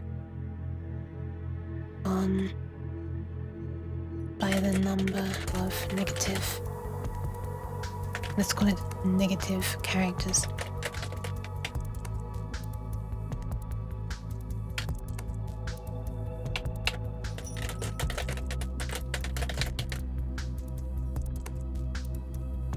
Let's say just skip, or just, yeah. Then this one is subtract, exclamation mark. Ah! From... Oh, we need to be careful here, we need to be careful.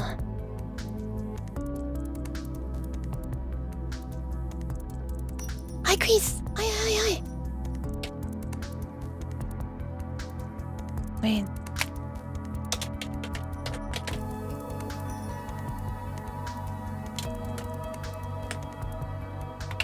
Hang on a second. I'm so confused.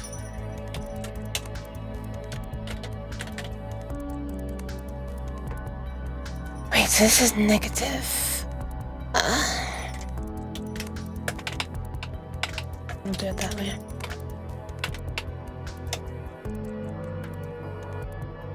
Subtract the number of negative characters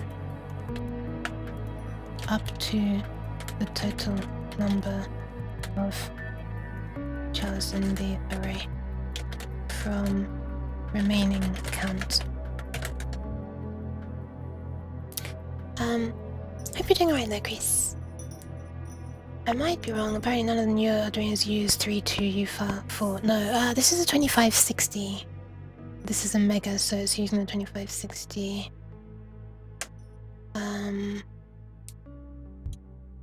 Hi Exia, and hi Rover!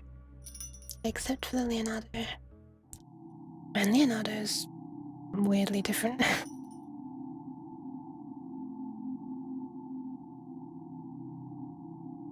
Yeah, 2560 as opposed to 1280 though. Okay, so this part here I had to wrap in this max thing because it could be possible that we wanted to display something at like position minus 100 while the length is only, you know, I don't know, 1 for example. And in that case we would subtract 100 from 1 and it'd wrap back around to like, what, minus 150, oh sorry, 155, not minus.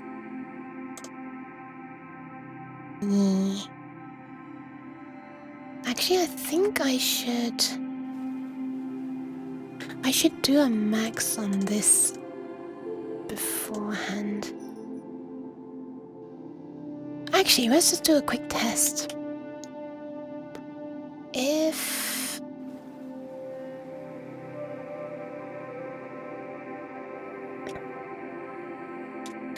If int char on display is less than 0, if the distance before 0 is greater than the number of characters to display, then we can just do nothing. We can return immediately because we're being asked to draw something tiny way outside the left region of the display that will never get sent.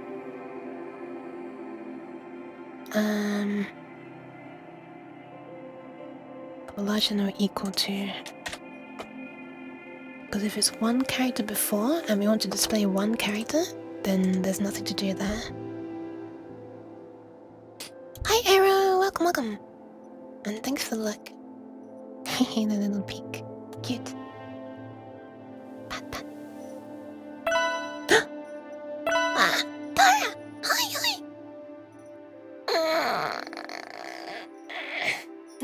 Look, we have a happy long nuke down there.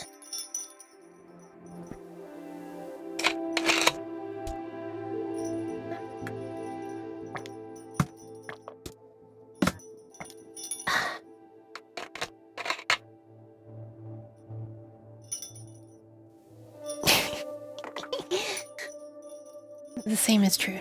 Okay, I would be very surprised if on the bigger CPU, one of them took longer than one clock cycle. If it only took one clock cycle before. Oh my god, did you hear that crack? That was the result of the posture check, so thank you for that as well, Dara. Oh my god, my tracking is appalling today. Why is it so bad? I just accidentally touched this and made it, you know, messy. Sorry, I'm wiping the lead motion. Everything's gonna go weird. Does it work better now?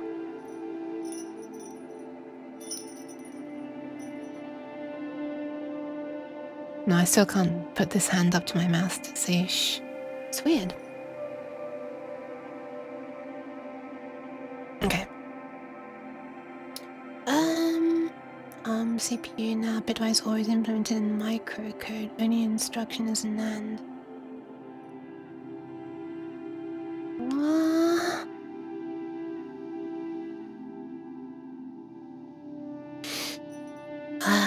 Okay. I kind of want to do a test to see if it's trying to display past the end of the display as well, but I don't really need to do that. Because that's handled by this.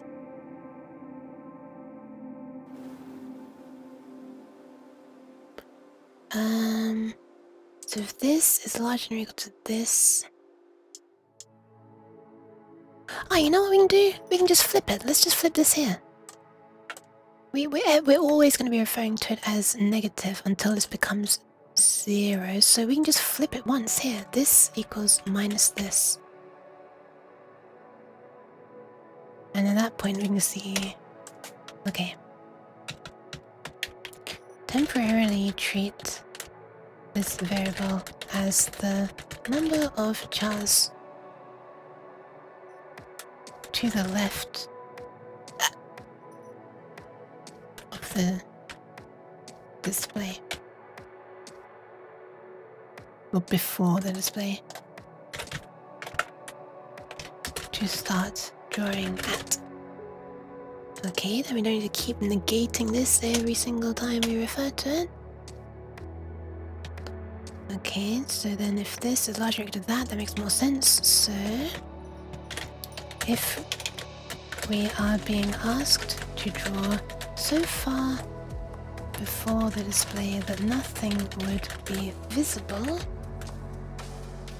do nothing. And we skip that many characters through, and we subtract up to the length. We don't need to be doing this check anymore because we are ensuring that this is never larger than this, so we can now just do this.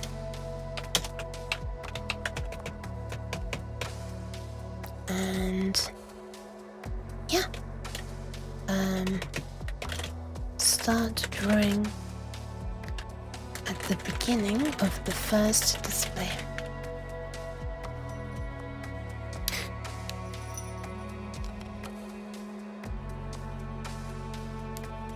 Oh my god, how are you people so knowledgeable about the internal workings of things? Why do you choose to hang out on my streams? I mean, I am grateful, I just thought there might, I don't know. Me, brain small.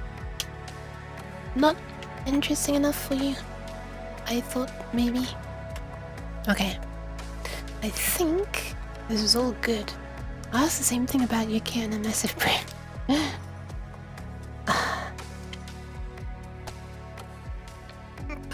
Okay, whatever. Maybe, I don't know. Maybe this is all relative. I'm flipping it.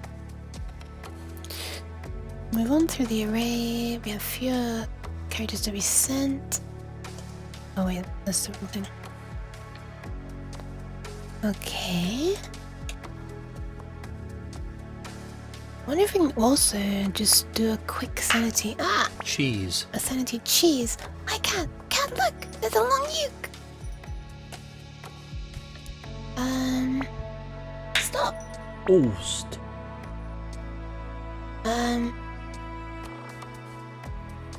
Did I hear it? No, you did not, Ryan. You did not. You heard nothing. Shh. Silence. Wait, why? Oh no, that was the hand that I was able to do the shush with before. Cheese. Cheese. Is it the camera? Yeah, look. If I bump the box. Cheese. Ta-da! It's there. It works. Stop. Oh, If I turn the light on, then... boop. Boop. There it is. In all its flickery glory. Bonk my box.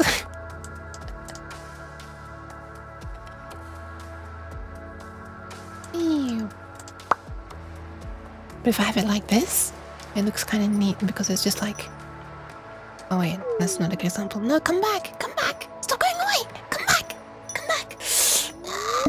There it is. Then I can drag this. I'm dragging the wrong thing. What the hell? Shit. There it is. And it just like draws on top of things, but I can still... This is not the best example. Ah, whatever. I'm using additive blending on OBS. It's nice. That's what I'm trying to say. So it actually looks like it's lighting stuff up, but it doesn't. You can't really tell when it's on a black background. Hey, I hope you're doing alright, Kat.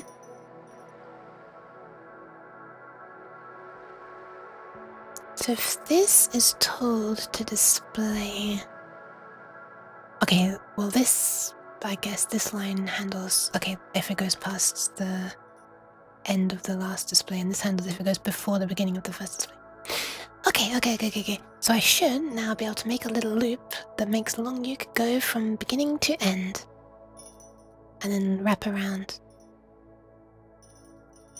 And then I guess I can make a generalized function to draw a long uke of given length and I guess orientation. Could have a face the right instead of the left. So we could have the tail on the left hand side instead of the right. I need to check that character. Okay, so clearing it and then we're just displaying this. So let's make a little loop here. Let's say... Well, we're not going to need this anymore, I guess. Could move this into its own thing anyway. Let's call it test segments loop. There we go. There we go, stuff's starting to become a little more manageable. Let's make a loop. Let's call it uke position. We can put this into a loop as well. An infinite loop. And all it's going to do is... right, what do we want? We want a position that can go negative. So we want to go from... we want to start just off the screen to the right, I think. So we'll start at position 16. This is going to be called uke pos. Or kind of going to be called pos uke, actually. Equals 16. And then it's going to move until it's just off the screen to the left. So that would be minus the length of the uke. Yes. Alright, let's make a definition of that. Wait, can you do const expr? Is that what it was? I forget. Const expr? I don't remember. Len uke equals 6.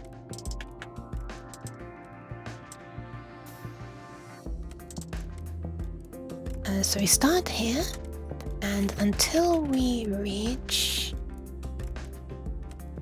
minus the length of uke, we subtract 1 from the position. And then we just draw this at this position. And then we do a small delay. It might be too small. I'm not sure. Is that gonna work? Doing negation on a unsigned integer? No complaining. Let's try it then.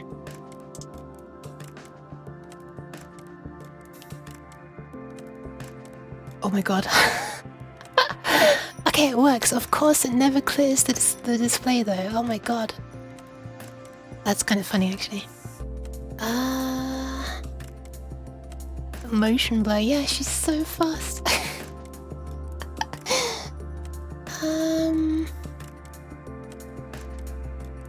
You know, I could just cheat and add an extra space at the very end. Let's just do that. Nuke +1.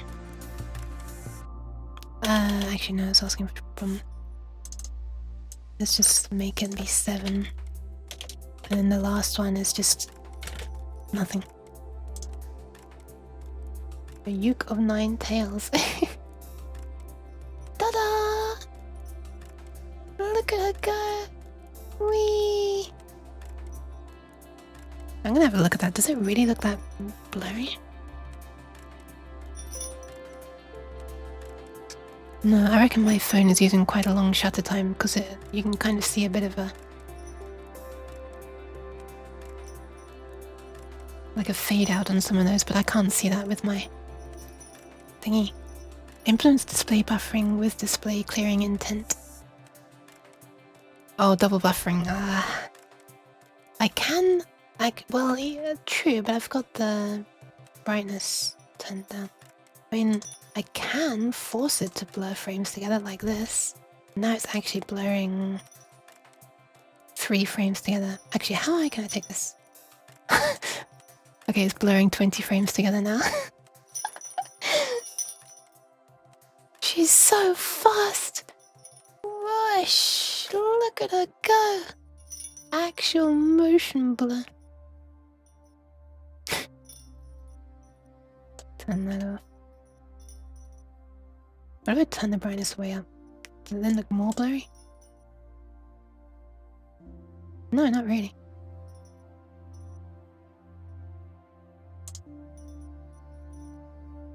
Flashbang warning.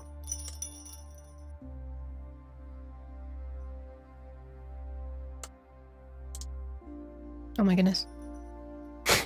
It's a flickery uke. It's a fluke.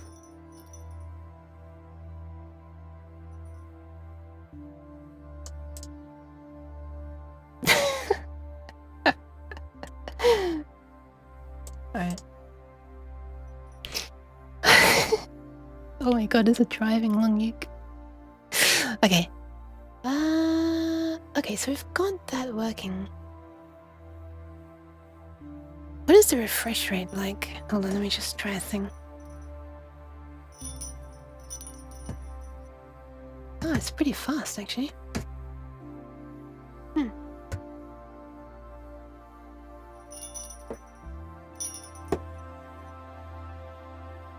Oh, I think I know what it is. It's when the long uke goes completely out of the screen, the exposure goes up because everything becomes black, and then that's why it's only like the first few frames that look blurry, extra bright as well. Wait, hang on a second. Let me try locking the exposure. Does this actually work now? Hold on. I need to be able to see when it's in the right position. Actually, I could just press reset on the Arduino to freeze it. Wait, no, then I have to have the box open, so it's the wrong exposure. You guessed it. Hi, Overknacked! Okay, now exposure is locked. Yeah, it doesn't work. Wait, that's white balance, I'm assuming. Exposure... Now it's locked. Yeah, it doesn't work. That's why I wasn't using this option in the first place. I don't know why, it just doesn't work probably. Half these controls. How's Overknackting? The cat face moving along. She's doing that with her eyes closed as well. Newer. Newer. That's kind of cute. Newer. Newer. With a very, very subtle M at the end. Newer. Meow. She tried. Okay, honestly, that's kind of nice. I guess I should make a generic long uke drawing thing, shouldn't I? Should I do that? We'd have to use memalloc. Or malloc, sorry. Or maybe we wouldn't actually if it's just a constant. Let me try a thing. Let's try void. Gen. Make a uke. Generate uke. I think make a uke is kind of funny. So we're gonna want a length. And there is a little long cat slithering across the screen. There is! There is. It's a bit fast. I should slow it down. Make a uke foundation. Let's slow her down a bit. Next time I compile. Okay, so make a uke. So this is it's gonna need a length. And a direction. We can just make this a bool. Let's say help, it's not seeing my hand at all. Okay. Is facing left. Sure. Oh, right. We kind of wanted to do something, didn't we? Let's also pass in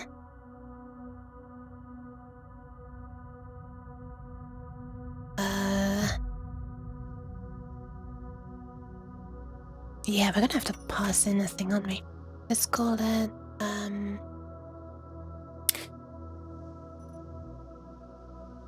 uke bytes. Oh, 16T, they're not bytes actually, they're uke chars. Well, this is gonna be very confusing.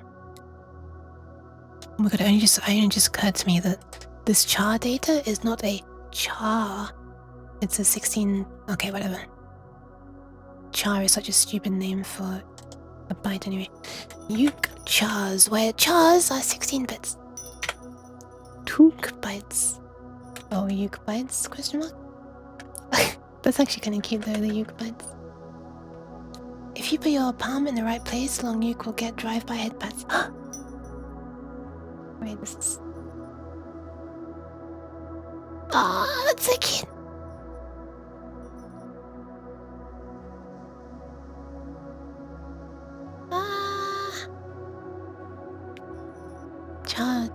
Charmander, yeah. I always used to think of Charmander as a composable ukes. Yeah.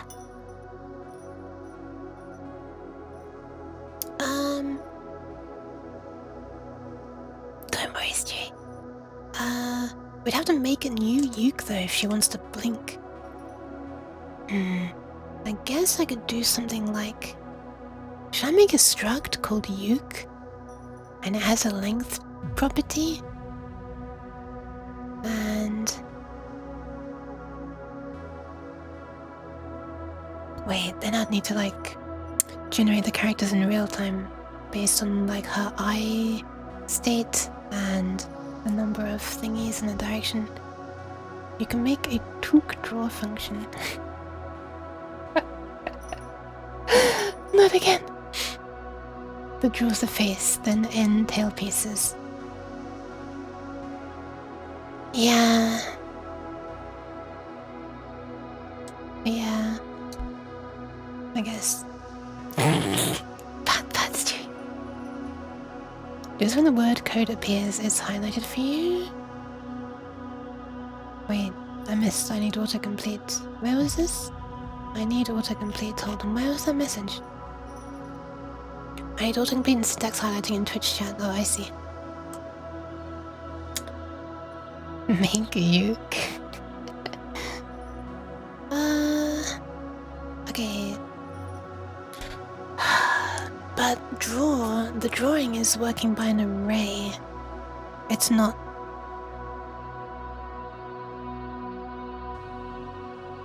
I can't just draw a single character on demand. Well, I mean, I guess I could do that, have like a running state machine kind of thing, so it knows which display it's currently on.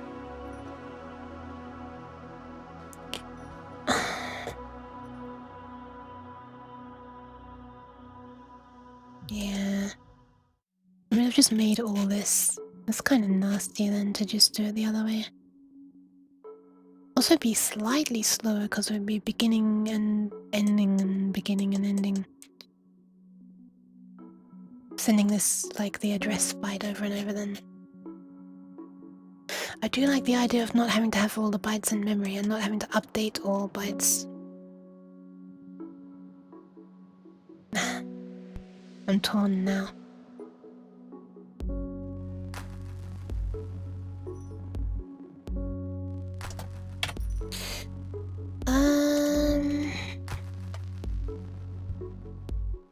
I wonder. Oh my god. It's so annoying that it just doesn't do normal highlighting like that. Bye bye, Kinemi! Bye bye bye bye bye!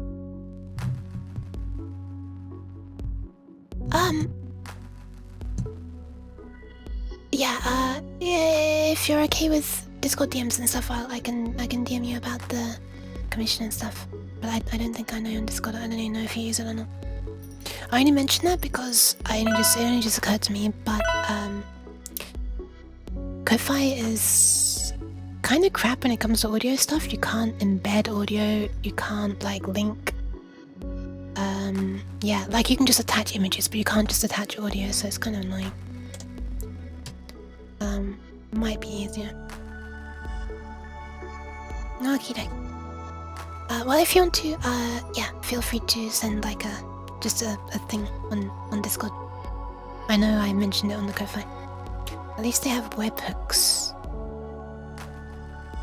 Yeah, there is an API for Ko-Fi, yeah, so that it can like call like any given URL with some parameters on the end in order to, you know, integrate with your own stuff. That's neat. I wouldn't be using that though. I'd just be using the it posts in chat when something happens kind of thing. It doesn't post a very useful thing though. It just says that someone donated, even if they're like commissioning something. Happened with Cat earlier as well. But yes. Beat-up! Hi! Welcome, welcome, welcome, welcome. Wait, what is this? This is another fish. Oh, it's a dog. Oh no, it's a dog! Ah! Ah! Cheese. It's a cheese! Ah! Thank you for the follow, Afian! Welcome, welcome. Cheese tax. You don't have to pay it, I swear you don't have to pay it. I swear! Is facing left.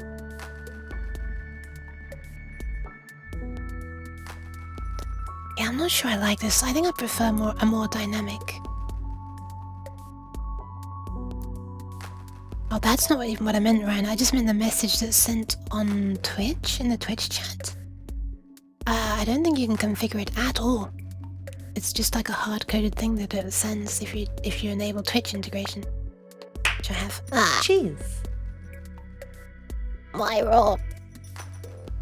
Encouraging cheese evasion. I try to evade it sometimes, but it chases me. Kind of like the idea of a dynamic uke. Stop, cheese. That is defined in a struct. Dynamic uke.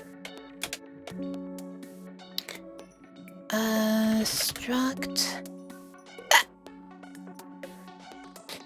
Do you use AutoUki instead with the API? Yeah, but I'd need my own web server for God's sake. With a static IP and stuff.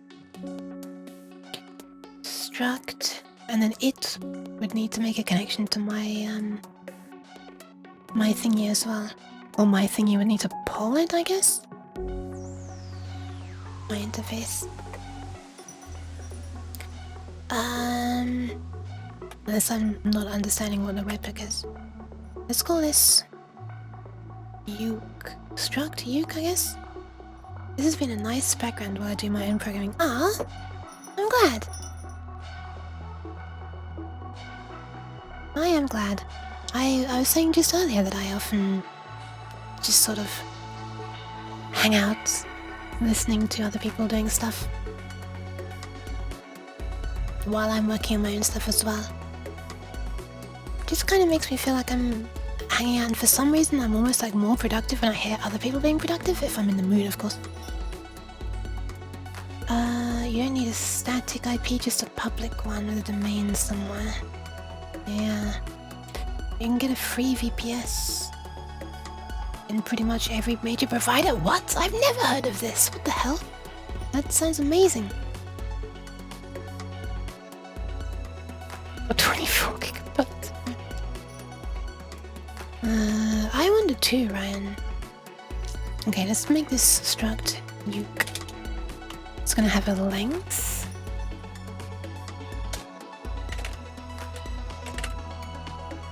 It's defaulted to 3 question mark. Wait, is this the length of the entire uke or the length of the tail? I guess it's the entire length. So ideally you wouldn't want to go below 4 because that's half of a head, the other half of the head, the mid tail and the end tail.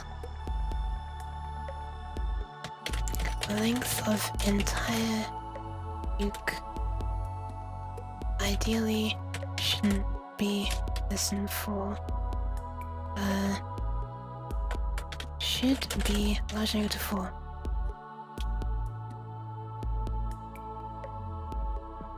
Head L, head R, tail mid, tail end, star.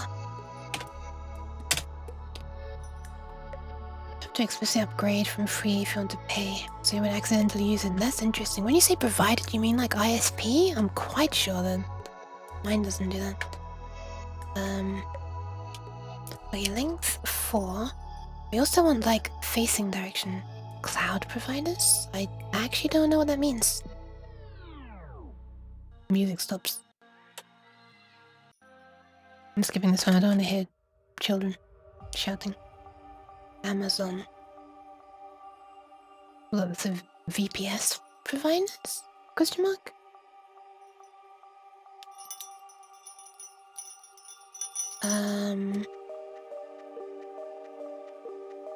Nuance.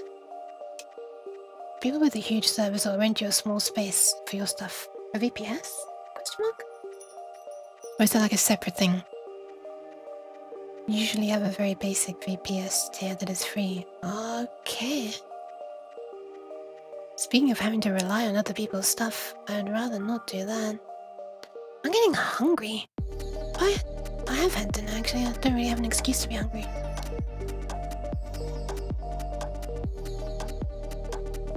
I mean, it was 4 hours ago, I guess. No, 5 hours ago. Let's make this.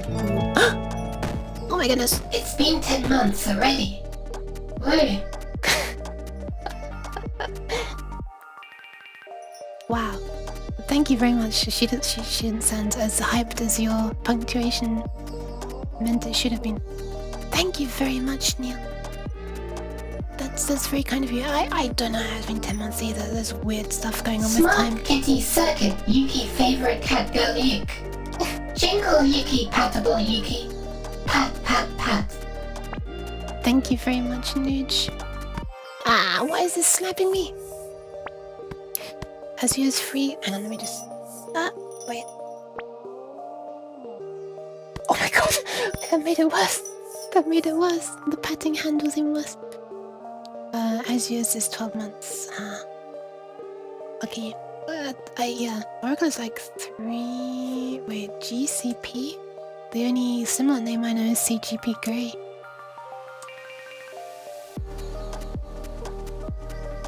A year. I like the way it's called forever, but it's 1 year. That's how little faith they have in how long will that company will last? Question mark. You're human. Excuse you. You always have an excuse to be hungry. I guess so. Why was I expecting the long uke to stop scrolling when I paused the music? There you go. Hope that was to your liking. GCP is Google Cloud Platform. Oh, okay. But yeah, thank you very much for the resub, Neil. How Kitty? Kitty a little hungry. Let's say is facing left. I also want some stuff to determine the face. So I think I'm gonna make a an enum called face type question mark. And we're gonna have face type stare, face type happy. I was gonna blink first. I feel like it's more logical. Wait, we don't do semicolons, we do commas. And inside here we're gonna have a face type. Let's call that face question mark.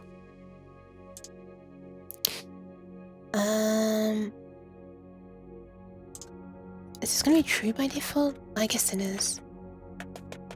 And then face by default is gonna be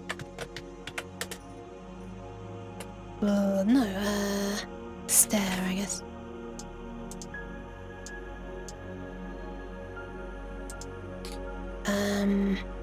Okay. Make a uke.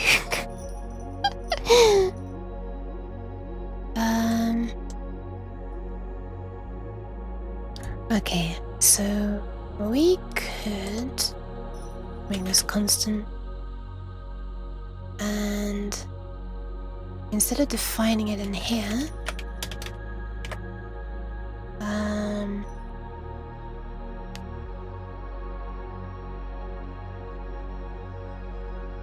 yeah, I'm sorry, Neil, it has to be tiny. Well, actually, I'm not sorry if you like it. Databases too, if you feel like subjecting yourself to Oracle DBs. Interesting though. Okay, so we're not gonna make a uke, we're gonna do draw a uke. Well, actually we could make a uke. Draw a uke as well. And this is gonna take in current uke. This is confusing me having to refer to it as Y00K.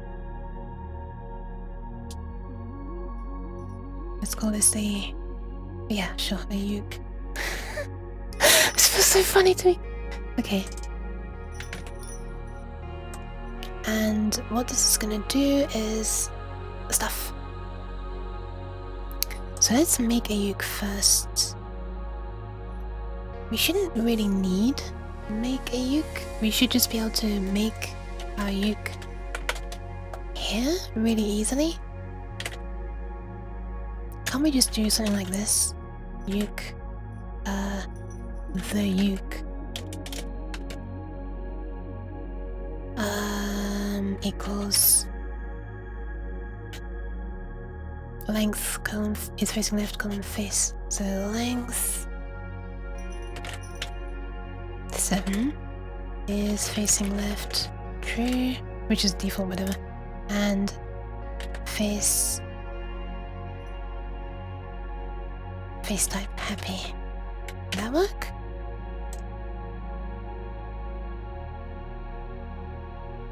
Oh.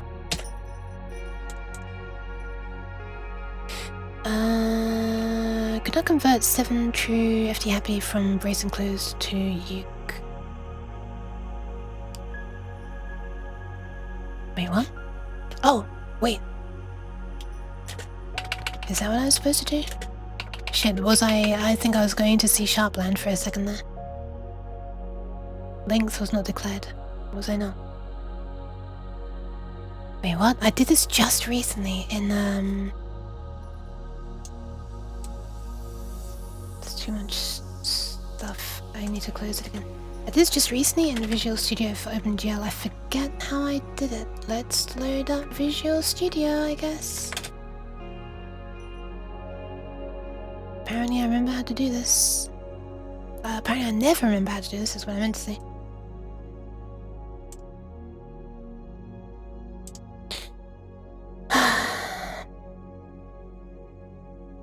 Now we wait for Visual Studio. Lights suddenly dim, yeah.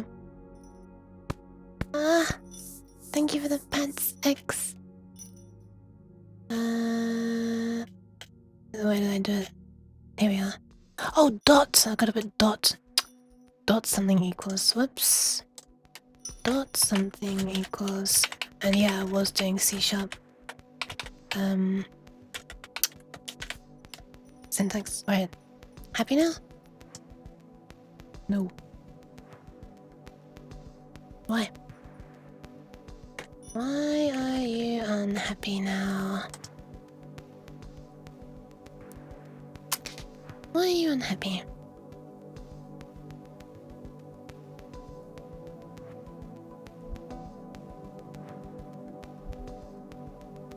Link 7, this.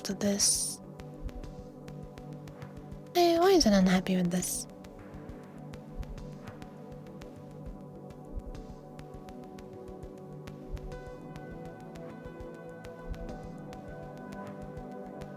Do I need to type def struct? Is that the problem? I mean, no, it looks like it understands that it's a type already.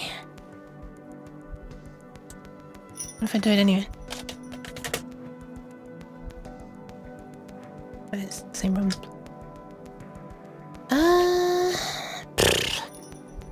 Don't compile me. Engie.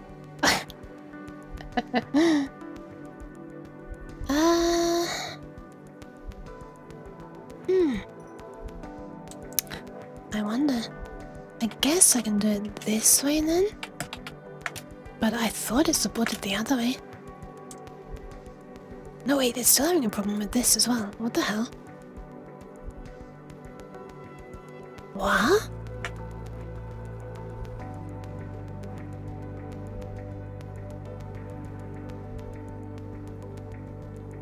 There's a face type. I wish the error could be more specific. What if I just specify one thing?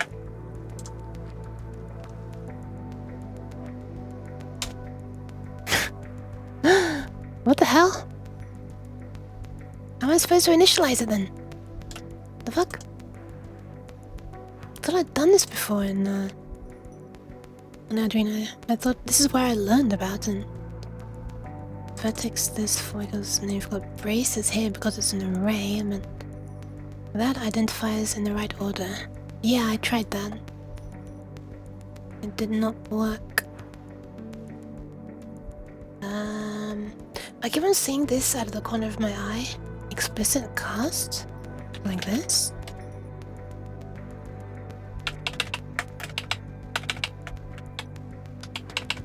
On the type.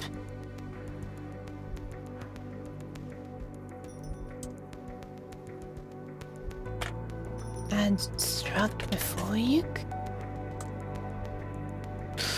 It's pretty angy.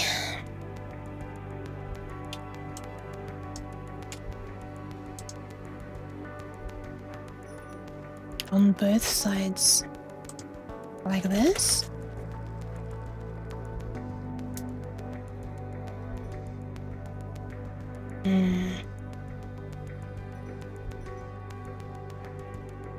Multiple libraries were found for wire. Nice. Oh wait, there are some other warnings here? Oh, I guess it's because it's...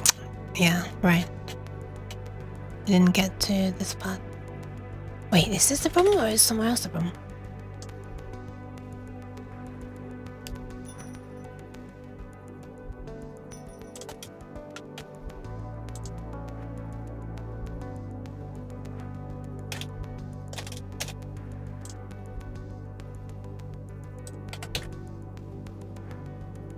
No, I don't think that's a problem. It thinks it's a function.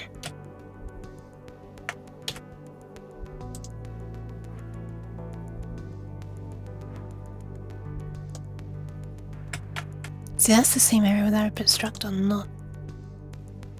I think. I keep seeing this thing scrolling across and I keep thinking it's like the glitter of a raid message just starting to appear out of the corner of my eye. 7 true happy. Can I even make one?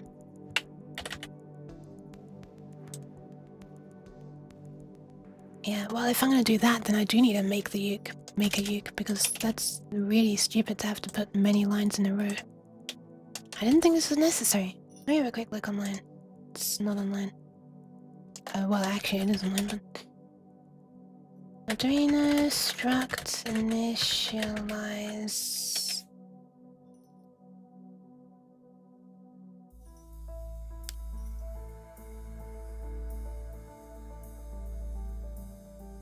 Struct this, blah blah blah blah blah. That's not what I'm trying to... Oh, there we are.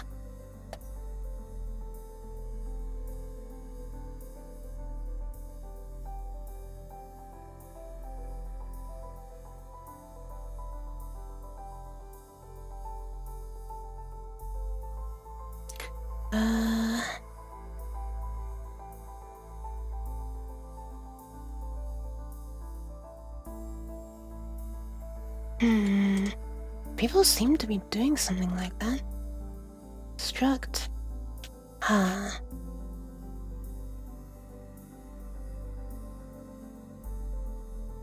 Well, what they do is they do say struct, then the thing, and then the name equals stuff.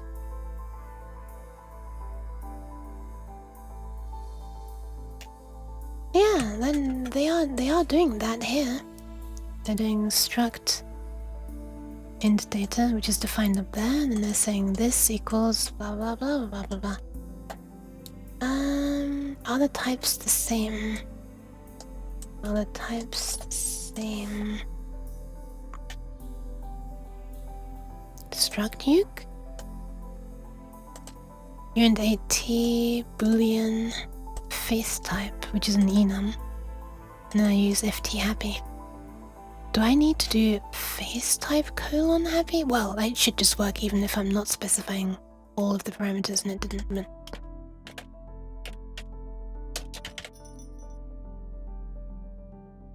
Oh, you can see it actually disinterpreted as fthappy, which is kind of interesting. Int bool that. Yeah.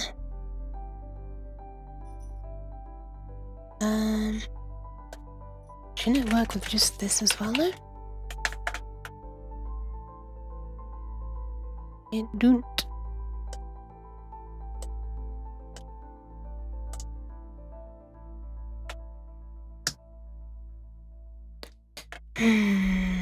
This is weird.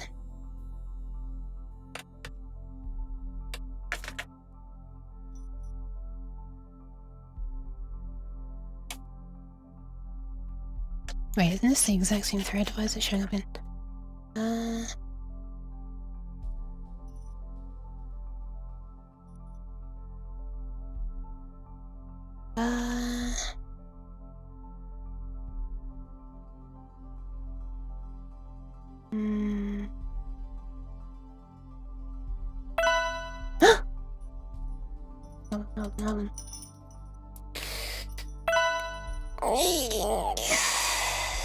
Thank you, Center.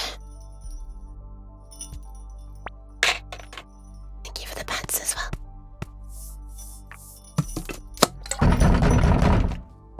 God damn it. Why? Anonymous, you coward.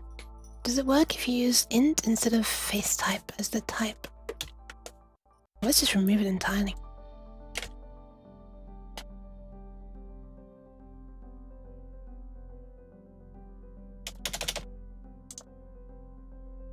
No, it does not. What if I just do this? We literally have only one thing, and it's that. No. It's not because they have a default value or something stupid, is it?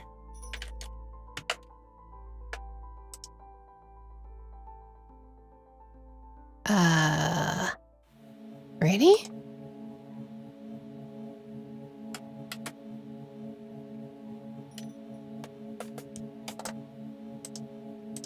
So I can't give it a default value and initialize it this way?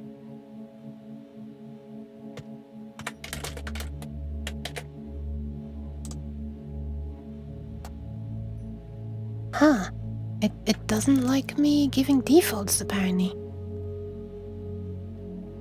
What the hell? Alright. Let's see if specifying it by name does also work. I don't know if you'll be able to mix by name and not... Oh, apparently you can! I'm pretty sure this was GCC something or other. It's facing left and face.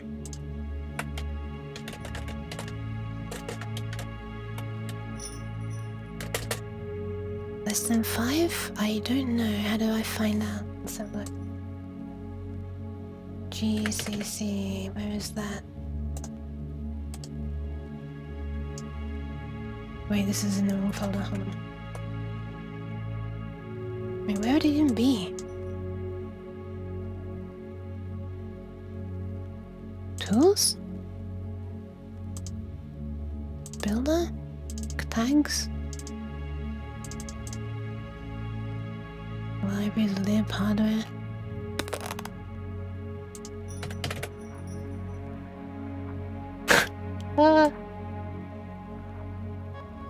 AVR question? I guess.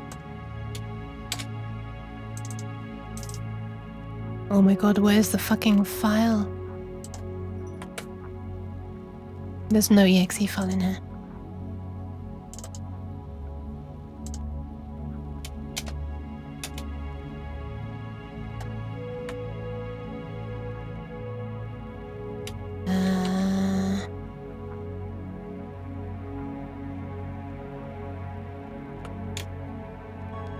AVR GCC?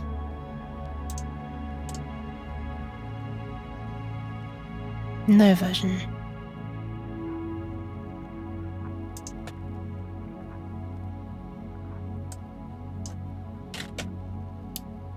Dash version. 4.9.2, very close to 5. I think someone earlier was mentioning version of GCC. Apparently that was changed in 5. Wow, actually a reason to update it. To support the thing. Interesting. Interesting. Yeah, because it seems silly, right? Because you have to make it more dangerous by not specifying any defaults. To varying definitions of dangerous. Okay, so we can make a uke. Right, I'm glad we made our way through that. Thanks, Stuart. Your version is currently 13.2. Interesting. Draw a uke. The uke. Oh, we should give a position as well, I guess. Or should ukes have a position property inside them? Probably not. Doesn't the blub blub 0 initialize everything else? I think it does.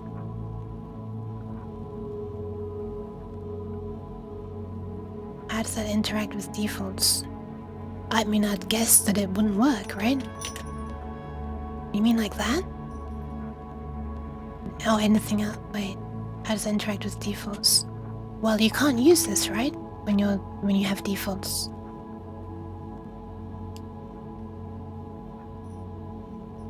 It was complaining. Oh, on GCC 5. Okay, I don't know. I don't know. That's an interesting point, actually. Yeah. Okay, so we'll need a position to draw it at as well, I guess. Let's call it int char on display. Glad we made it past that. Thank you for trying stuff as well. I wonder if it uses the defaults or just zeros. I do wonder.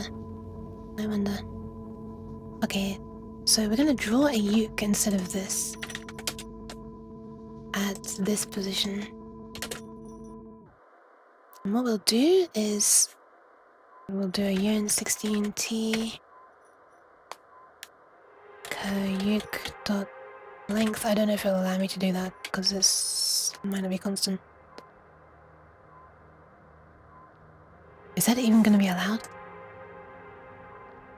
Unqualified ID. Sorry. Uke Chars. Yeah, it allows me, okay. Wild Think is using such an old version. It was released in 2014. It's only 3 years before the version that I have was released. Could try a newer version, but I mean, like, everything's worked until this moment, so kinda didn't want to break things. Wait, actually, do I have a newer version? Wait, I might. I do not. Or do I? I do not. Alright, so we're gonna do this. This is our uke. That's our uke. Pat pat. Okay, so if is wait, uke dot is facing left.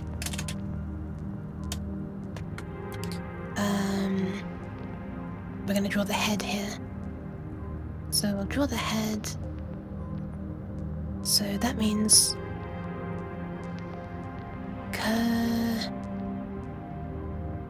uke at this position, and then we move one after we set it.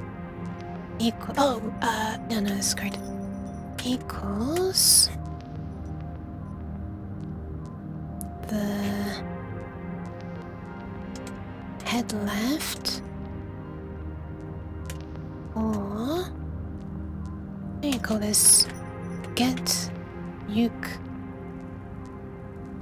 face. Get uke face.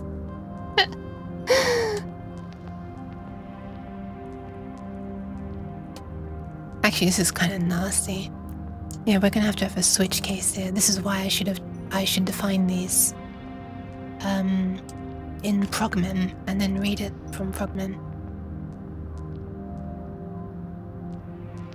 But screw it, if I'm creating a new one of these every time we go into this function, and clearly speed is not my main concern. So get uke face char.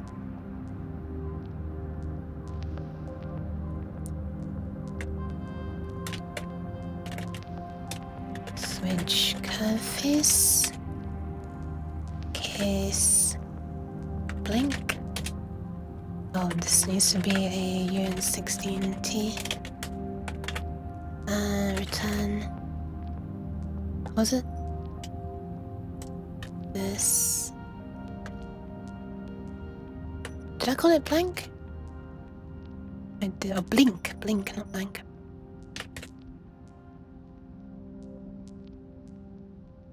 Yeah, I call it blink. Case ft star return cd uke half face star case ft. Actually, we could just return blink by default. We'll do this and then default case ft happy return cd uke half face happy. Have you considered adding the ASMR tags to your stream? Because to be honest, it's the vibe. I have not actually. I'm just having to be quiet because of the time. I would normally probably not be very nice for people to listen to if they're expecting ASMR. I was delving into the GCC bug track the other day, and good lord, there's numbers over 100,000. Holy crap, I hope there aren't 100,000, like, in progress, you know, like, out there, known, that are not, haven't been fixed yet. No, don't eat the long uke, even if you think she looks like a dagger. I kind of want one nooch. Alright, let's do this. We'll get the character first.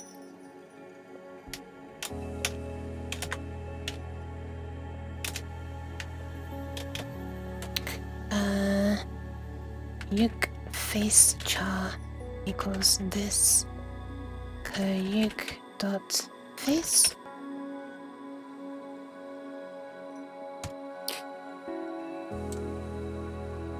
This. And then that. Then we're gonna do the middle, and then at the very end we'll do if not, and then that will be where we draw the head.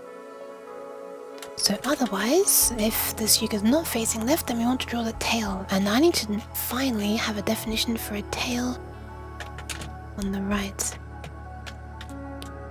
Tail on the right of a left-facing uke, and this will be tail on the left of a right-facing uke. Long uke, really. Okay, so we want this.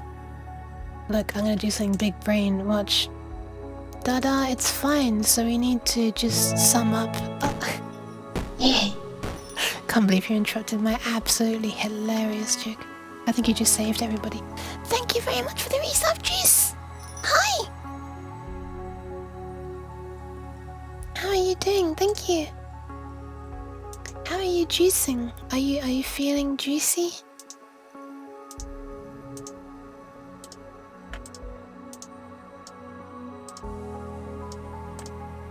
Oh god, there we are. Okay, so that is going to be...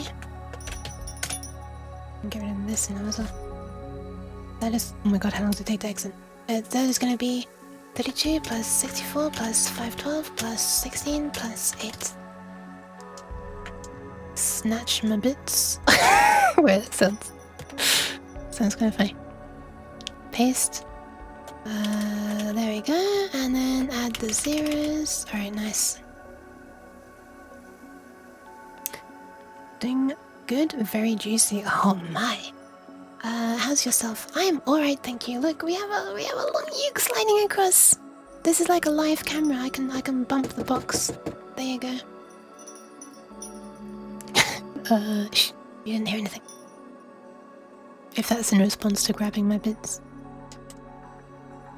Ooh, I must consume. I should consume soon as well. Ow! Why? What did I do? What did I do? What did I do this time? I don't even know what I did. How do you expect me to... Cheese! Yeah, how do you expect me to cheese? How do you expect me to be,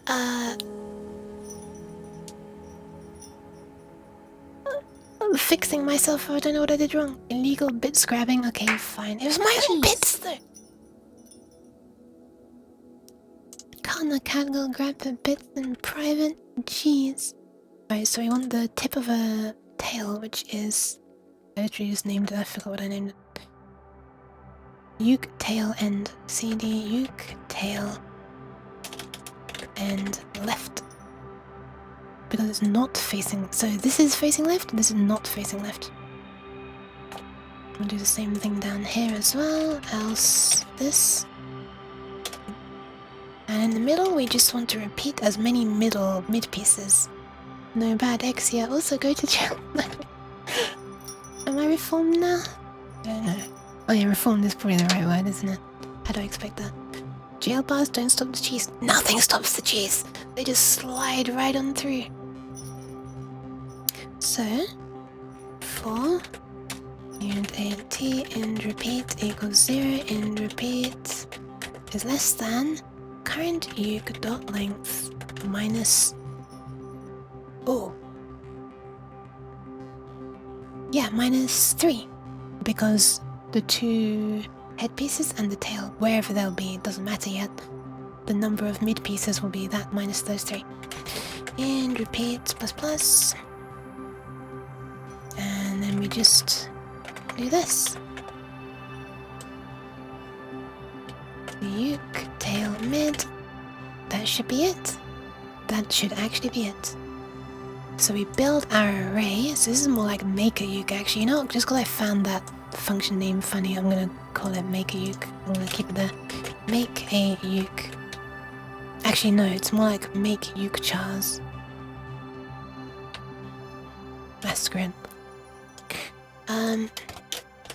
Build array of chars that make up the uke. And at that point, we can just draw it. So we call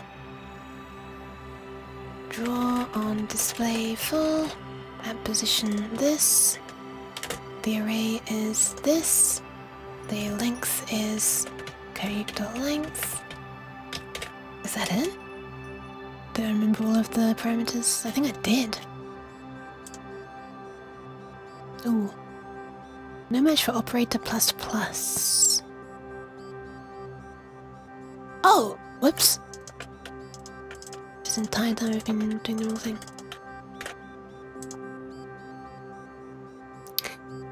L value required as increment operand. What?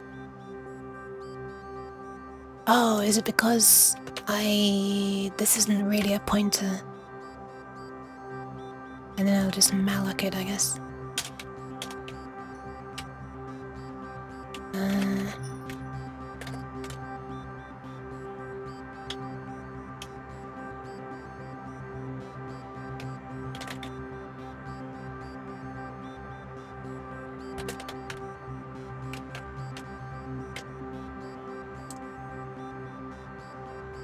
Is that how it works?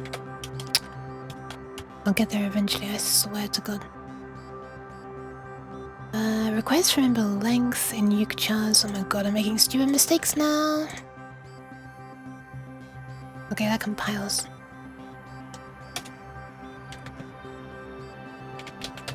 Oh, that's not gonna work anymore because we've incremented this.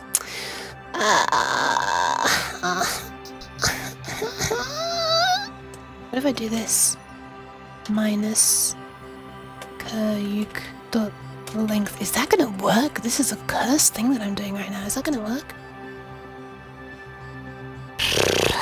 Well, I guess we'll find out pretty quickly because we'll burn through the 8 kilobytes of RAM in not a lot of time if this is... Actually, no, it will take a while, won't it? Is that gonna work? You've been to build a bear, but have you been to build a uke? I wonder.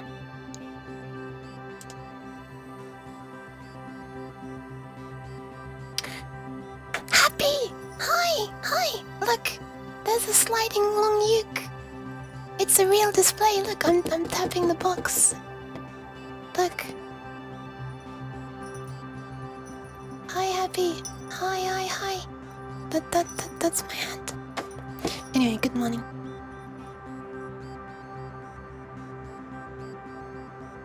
Hope you are not too half asleep. Well, I mean, you've just woken up, I guess it's finger reveal. No, I've got fingers! No! Don't look at my fingers. No. Can't believe it. It's been revealed that I don't have paws. You never could have guessed. You never could have guessed. High five. I feel like I'm Andrew Huang. Alright, let's upload it and see if it works.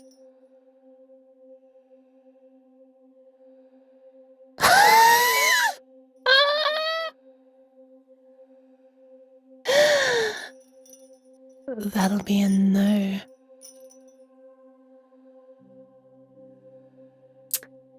Welp. Oh!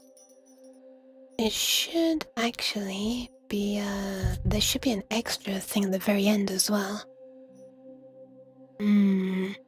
I should make this -4. Actually, no, screw it. I'll just clear the display, I guess, and then I'll do the thing. This might look flickery, though.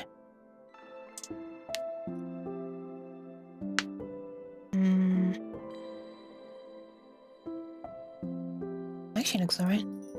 But that's not the correct thing scrolling. 1, 2, 3... How long is that? I can't tell. 1... let me take a screenshot. Easiest way. That is... Oh, I took a screenshot of Arduino instead of OBS. Oh my god, god, where's paint gone? Here it is. 1, 2, 3, 4, 5, 6, 7. Okay, nice. It is 7 characters at least. So, why is this looking so messed up, I wonder?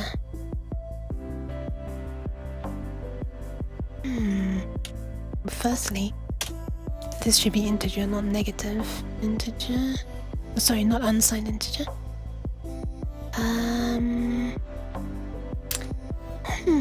Why is that looking so bad?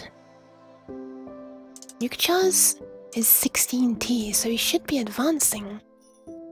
Right? We should be advancing by 2 bytes every time I do this. Right? Question mark?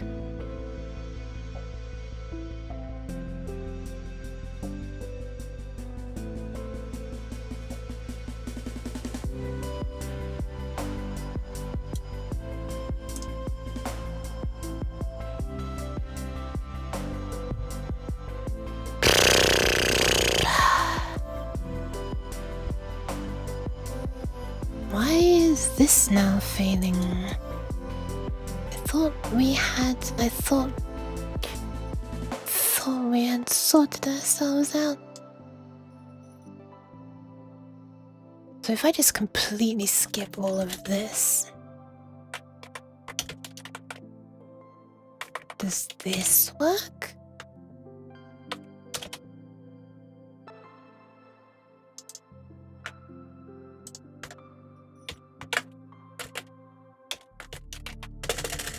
This will only work as long as I pass 7 there, of course.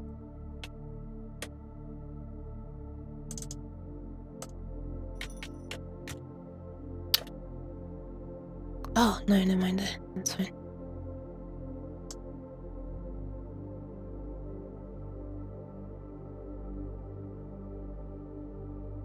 Oh.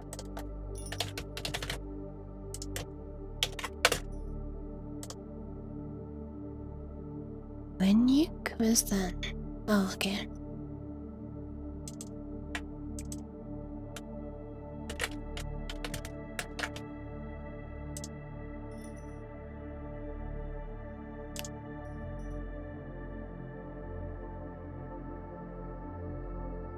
Okay, that's correct. So, something's not right with this.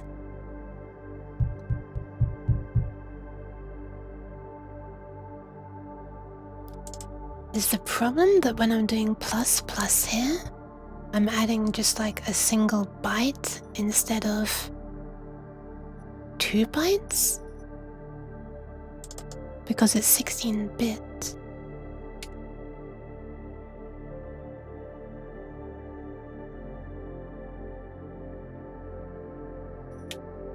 I don't know what the problem here is.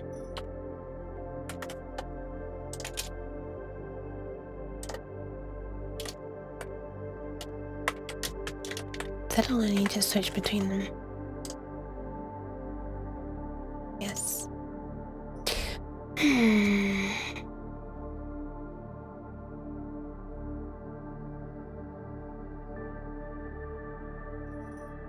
The length times size of this. We are allocating enough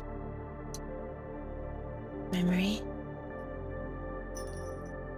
This is something separate. Guess we might as well put that separated. If I explicitly set all of these things,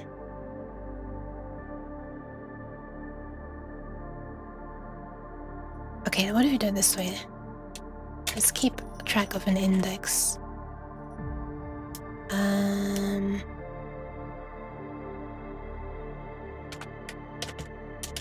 If this works, this is gonna look so nasty. So instead of doing that, we can define it this way.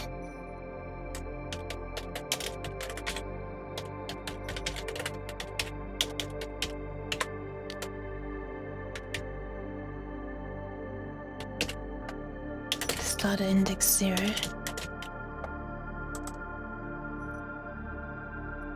Oh, wait, this shouldn't be that much more gross.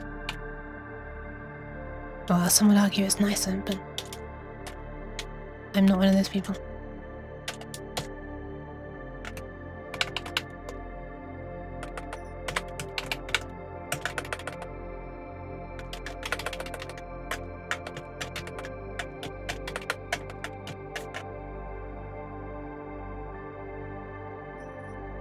Okay.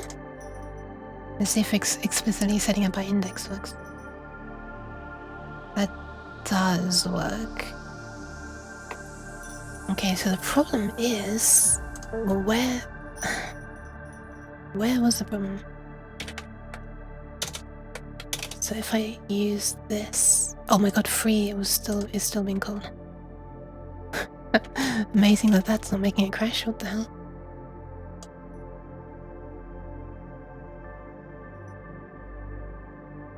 Oh, it's crashing. I saw it show a thing from him and then it disappeared.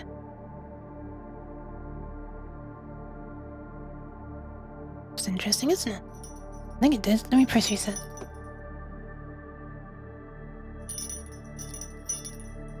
Yeah, it shows something from him and then crashes.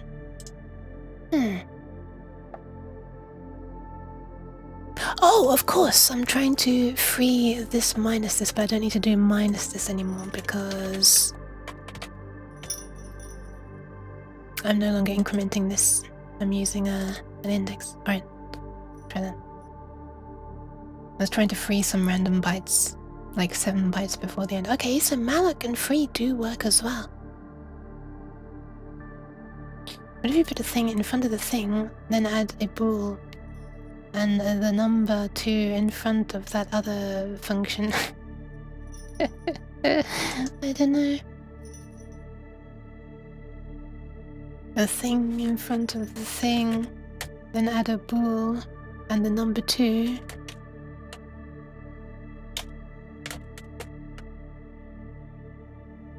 In front of that other function. Wait, I'm confused. Other function? Oh my god.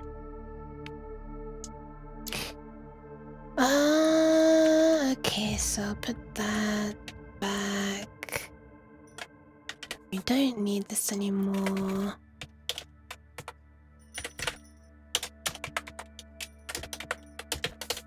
Welcome back, Sis! Okay, so we can do it this way, as much as I dislike accessing it by index every time. So that does work. So if we wanted, I should be able to use a should be able to now make a uke that's facing to the right. Are you ready? This is going to be a moonwalking uke, alright? She's still going to go from right to left, but she's going to be facing right. So it's like, yeah, moonwalking uke. If this works.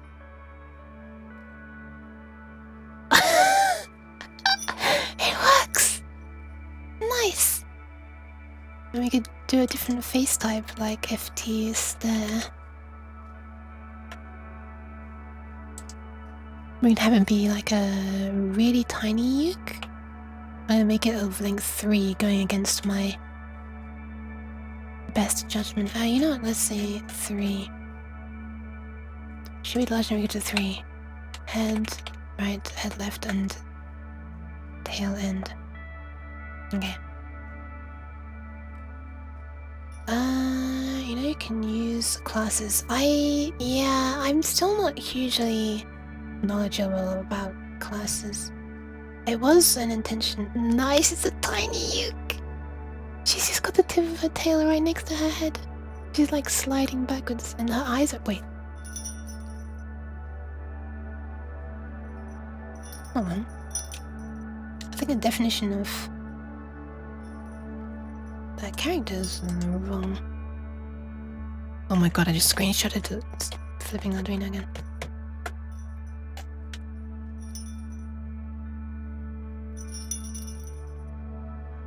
Oh no, I guess that is correct. Also, look at this amazing screenshot I took of myself. I was just trying to take a screenshot so I could look at this. But no, that is correct. Then the eye has to be there. That's the only place where there's a vertical thing. I guess you could put one there. And like you could put one there rather than there, I guess. Yeah, bitch! Ah! Is this a snake? It's a long uke!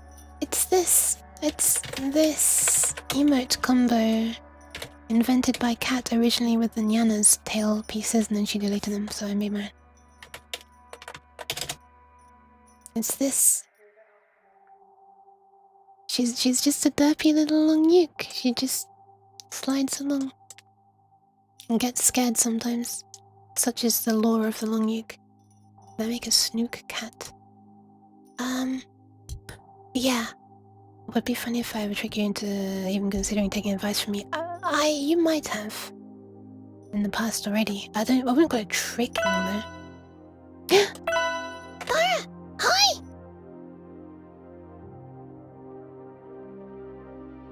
Thank you for the hydration and posture check. Dara, look, we can have a long uke of any size now. I could make one that's even longer. I could make one that's like longer than can fit on the display. But that's wasting RAM. But I could do it anyway. Let's do it! Sir. Length 16. And is facing to the left.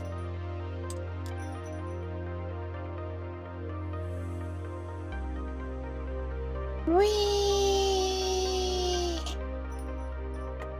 Oh no, 16 actually just fits, of course. I was thinking that was the length of the middle pieces, but it's the entire length. Thank you for the, Dude, it was unexpected.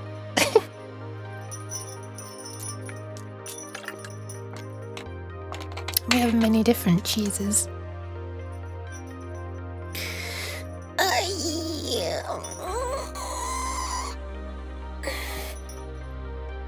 It ate some cheese and became longer? Yes. I wonder if I could have a head that faces right. I wonder if that would be possible to make it not look silly. Ah, Cheese. what? Right. Cheese. I guess we could have a head. But yeah, thank you for the posture check and hydration there. I guess we could have a head that just looks like. Yeah, bitch! Why? I guess we could have one that looks like this. Oh my god, sorry about all the flashbangs. Ah! Oh no, we can't! Right, there is no piece that goes up like that. Music is too loud, is it really? I'll bump it down anyway, I'm gonna be ending soon. It sounded okay in my own ears, but okay. Wait, actually the volume was up 2 decibels louder than I normally have it. The volume was up 2 decibels louder than I normally would. But whatever. I've turned it down now. Just to what it normally is, minus 21. It was on minus 19. Quick maths! Alright, I think that's it. Also, this track in particular is louder, I think. Anyway, would you like to see a really bright long nuke, even though it's probably gonna look the same because I can't turn off the goddamn auto exposure? Let's do maximum brightness.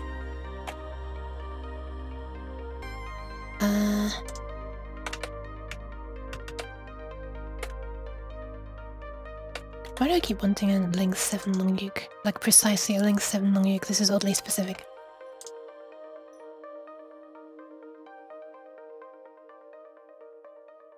Looks the same on the camera.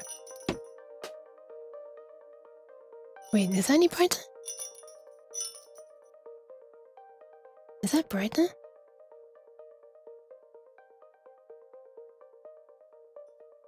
I'm not noticing a big difference. What if I set the brightness to 0, which is lowest? Do I see a difference now? Yeah, I do. Okay, that's not a big brightness range. It is dimmer. But it's, yeah, that's not a big difference at all. Okay, so I've taken the top of the box now, so you get to see some context on brightness. Now if I increase the brightness to 16, I guess you'll be able to tell by the background becoming darker. But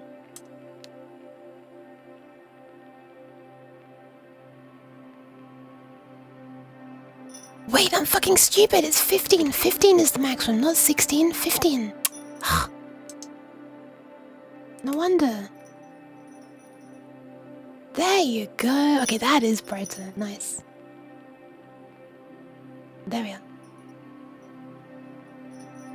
I am actually noticing it flickering as well because of the clear display thingy that I'm doing.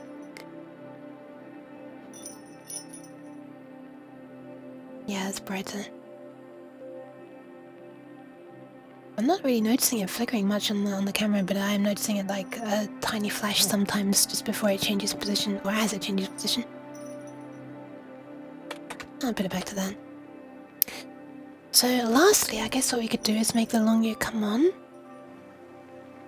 blink, and then slide away again, I guess.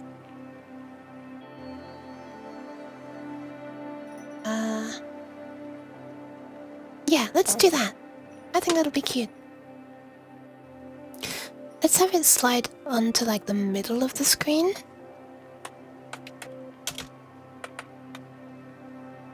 So what a weird way to animate this is. It'll slide on and then afterwards it'll slide off, so it'll go this way, large than, minus the uke, the length. Yeah, that'll be cute. We have it slide along much quicker. And we just have it slide out really quickly. And in the middle, it can like stop for a moment and then kind of blink and then maybe look happy. Let's make it wait for a second and then we'll just nicely we can just reuse the position uke because that'll still be the leftover position. Oh no, when if we define it up here it will be in there. There we are. And then we can change the blink. We make the uke dot face equals face type blink. Did I put a semicolon? What? Did I put a semicolon? Oh, I didn't. Thanks. -1 to make it even dimmer. The irony is that probably would have made it brighter because that would have made all bits be 1. So it would have made it bright. Well, actually, that would have corrupted the whole message. Winrest! Hi! Because it would have messed up the left side of this message here. This would have become a 1. Jeez! Changing the meaning of this to something that's probably invalid. Why? Hi, Patty. Wait. I should actually be trying to lick the cheese. Hope you're doing alright, Rin, West, and Patty, and... Oh my goodness. I'm like Rin, West, whack, am I right? Because you're whacking my head. Why is my hand stuck in the air? Stop this. Party parrot.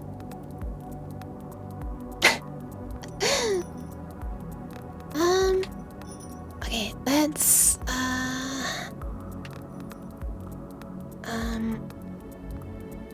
okay, we're gonna wait for like a second. Then we're gonna blink.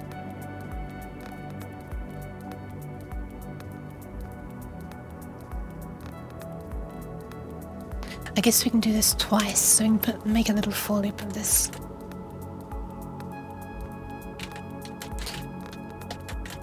We can do it twice.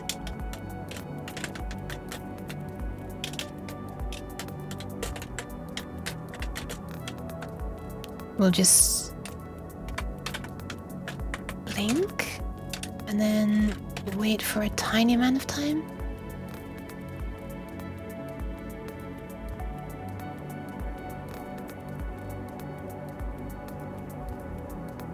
I'm not quite sure how long. And then go back to not blinking.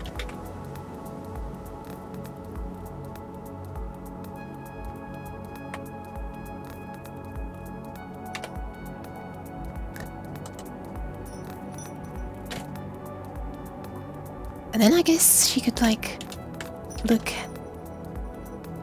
extra happy for a moment, and then she can leave. Slide away again.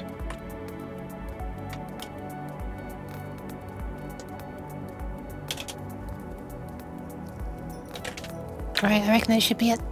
Should we try this? So what it should do is slide on, wait for a moment, do some blinks, 2 blinks, then look happy, and then slide off very quickly. Should we see if it works? Still got vertigo, so I can't watch anything much. Oh no! You only set the face from happy. Oh, true actually. That'd be kind of funny. She'd be sliding off without being able to see, and then she'd bonk into something. Don't know why I was thinking that would automatically reset. I'm very sorry to hear that, Renwest. Have you tried the... I'm sure you've tried those, like, you know, procedures where you're meant to stay in a position and blah blah blah blah. You've probably already done it. I'm very sorry to hear that though. I've never had it last as long as it's lasting for you. Alright, let's see if this works.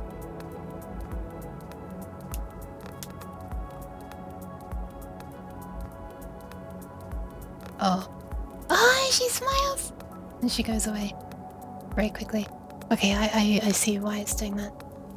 Oh, I'm not clearing either, so...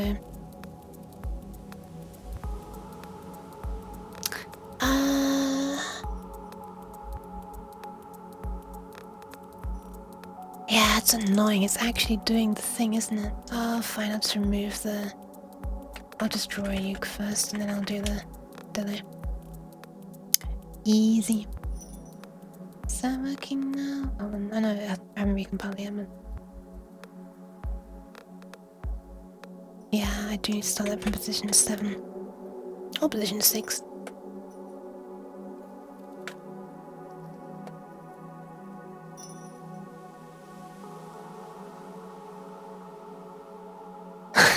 It's kind of funny how she backs up and to charge forward, watch.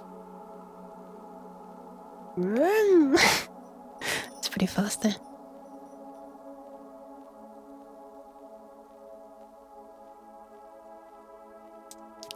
Isn't it kind of cute? I feel like it's kind of cute. And then at the end we could wait a moment for it to repeat.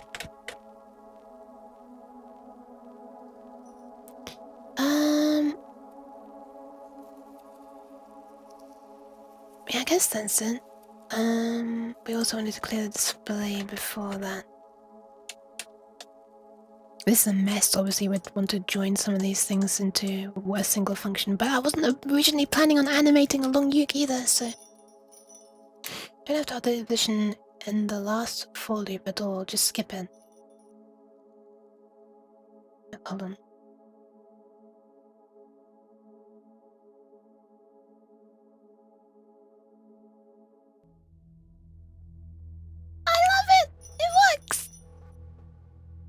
Wait, in the last for loop, don't update position. You have to update position in the last for loop. The last for loop. This one? Oh, you mean this? Yeah, that's a better way of doing it actually, so it just continues from the where the position currently is. That's actually a good call. You're welcome, Renrest. I wish I could offer you some kind of useful advice, but...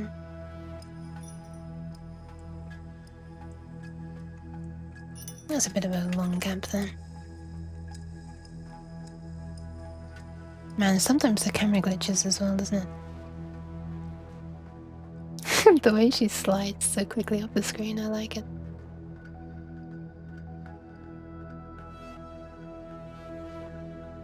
I feel like you can't actually even see the face reset when she's flying away because it's so fast. I'll put it back to stare and I'll redraw it. And wait for a moment.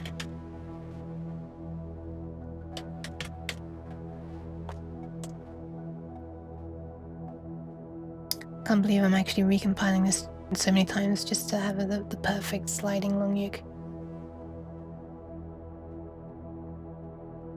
Yeah, that flashing camera is annoying sometimes.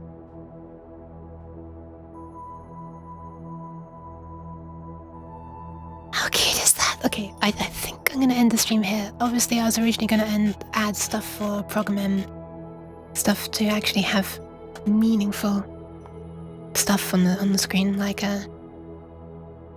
numbers and letters and stuff. It's a thing I can do another time.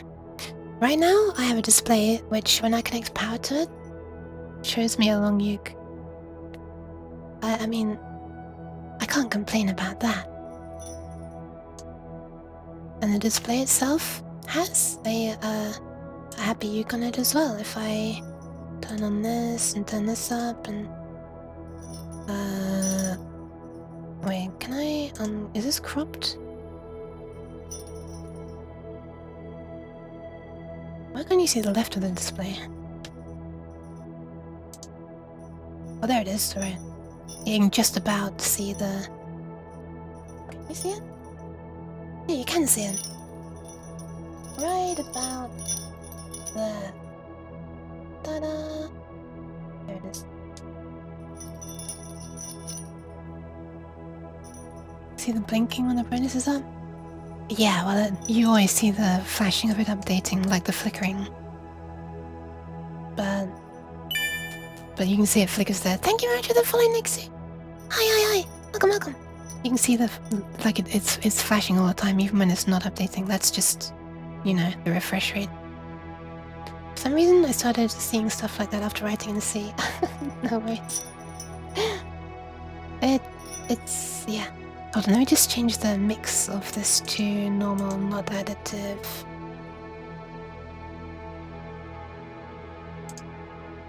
Boop.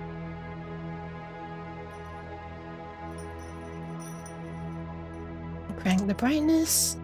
There you go. There in the bottom left is the hype long uke. Let me just stretch this. Wait, why is it not? Oh, it's the wrong one. Hold on. There.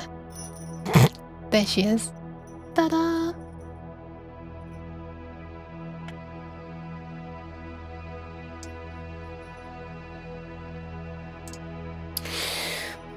Well, I have to say, a uke departs every 5 seconds from the uke station.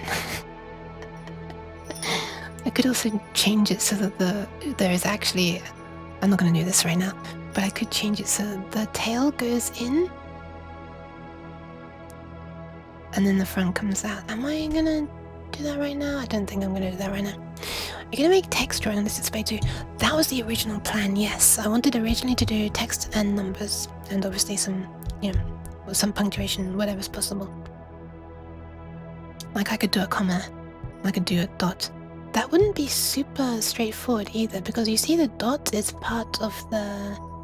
Like the dot is part of a character, you know? Wait, that's the wrong screenshot. That's the one. So dot's part of a character. So, but if you wanted a comma, which you could do like that, you would want to... Well, that would have to take up its own entire new separate character to the right, you know? Whereas a dot, you could make a letter, like T. Sorry for the flashbangs. Ah! And then do the dots, all on one character. So if you left a space afterwards, that would be dot space. Can't really do semicolon either. Does this look like an exclamation mark? Does that look like an exclamation mark? Yeah, it kinda does. Live split? Maybe. Well, I don't know how to get the times though. I don't know how to read timing information. I can do it with Trackmania. I can read the timing info from Trackmania already. So you should be able to get all of the... Well, A to Z, and then some capitals and lowercase will look the same, like W for example. Oh my god, I can't. Oh my god, I can't click. W would just look like this either way, I guess. I'm gonna do a really weird W like this as well. I wonder if you could differentiate between lowercase and uppercase with that. Don't know which one you'd say is lowercase and which one is uppercase though. Also wonder how to get a good K. That's something... Oh no, I don't know what that is. Is that Cyrillic? I don't know how to get a good K. Would that work? Yeah, I guess that would probably have to be how you do it. Or you could do this. Oh my god. I'm anti-flash banging you. I'm darkness banging you. Wait, that just sounds weird. And you get like asterisks and stuff. Oh my god.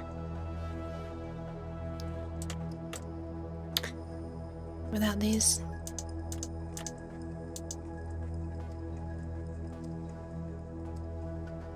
And all the digits as well. Can you get a question mark, I wonder? I wonder, question mark? Oh god. Oh god. You can't really, can you? You'd do that and then that, I guess, which is really weird. Maybe you can make it out of 2 displays side by side.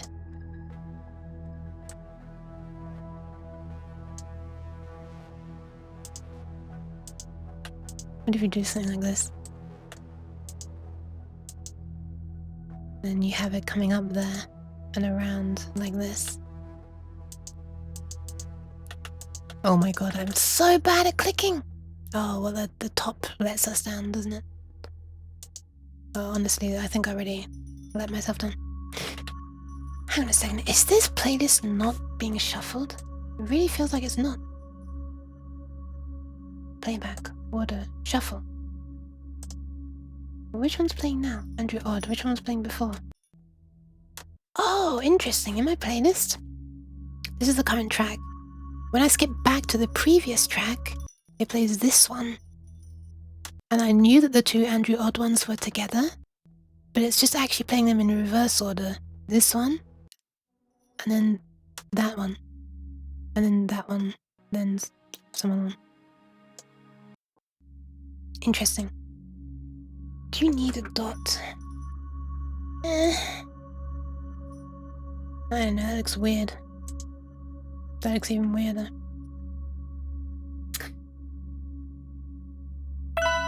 Well, thank you, Stu. I think I'll end it here for now. Ah, thank you for the pants as well. Let me turn it back on my main overlay thingy. There it is. Turn this one off.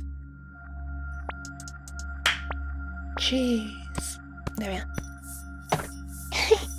Thank you for the pants. Let me lower myself. There we are. I guess I could position this there at the bottom of the chat. Oh wait, it's too wide. Jeez!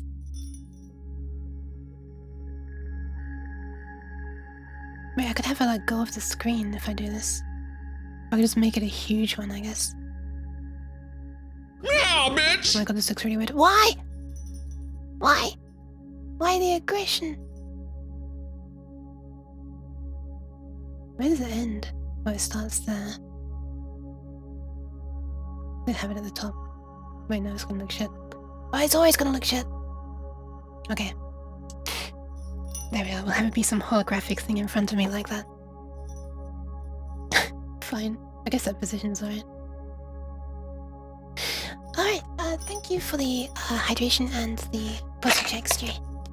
There you go. I just hydrated my bell for you. And the posture check. This is where tracking stops working. That's how you know it's a real stretch.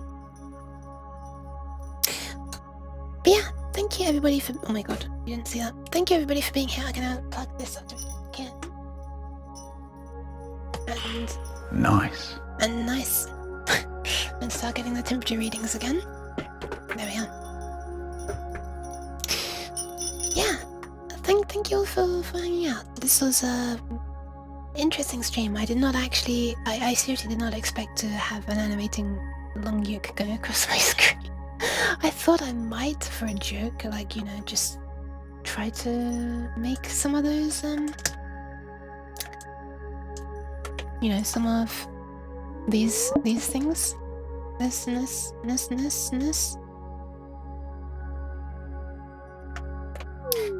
But, yeah, it turned into a whole thing.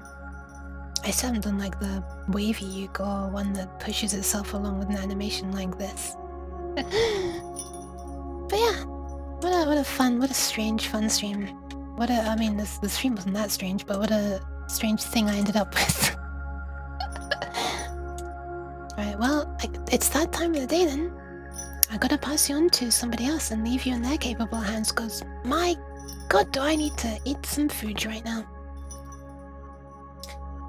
I can't believe you've done this. I actually can't believe I did it either. Well, I kinda can, but... Alright, who should I pass you on to? I think... the obvious answer would be El Clonk. Have I raided the Clonk recently? I'm not sure. Let me have a quick search, just see if anyone's doing electronic stuff. I doubt that a VTuber would be. Oh, someone is. 2 people are actually. Ah! Oh my god, Uwu to Owo is streaming. Who is a wait, there are 3 more channels, interesting. Who is a very entertaining person. Kind of a VTuber, or has like a PNG tuber kind of thing, but is doing stuff, you know, on a camera. Not with his face though. Making a piñata and a chat robot. Not too shabby. Let me pat your head.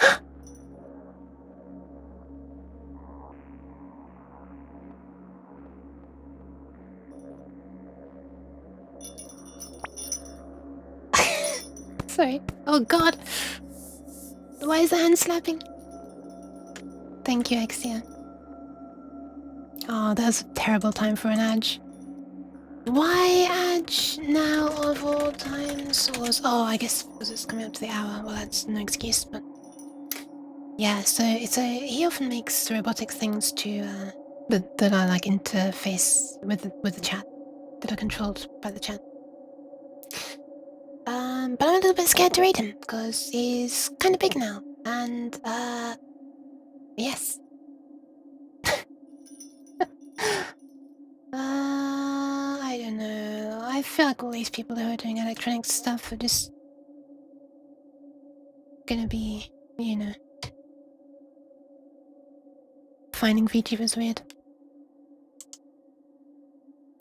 Although this person's less likely to. Apparently they're doing cosplay things.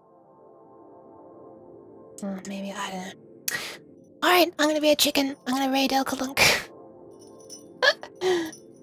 I should really get... I really do want to like try to push myself to raid more new people, but it's scary, especially when the only people streaming that are streaming like related things are not really VTubers.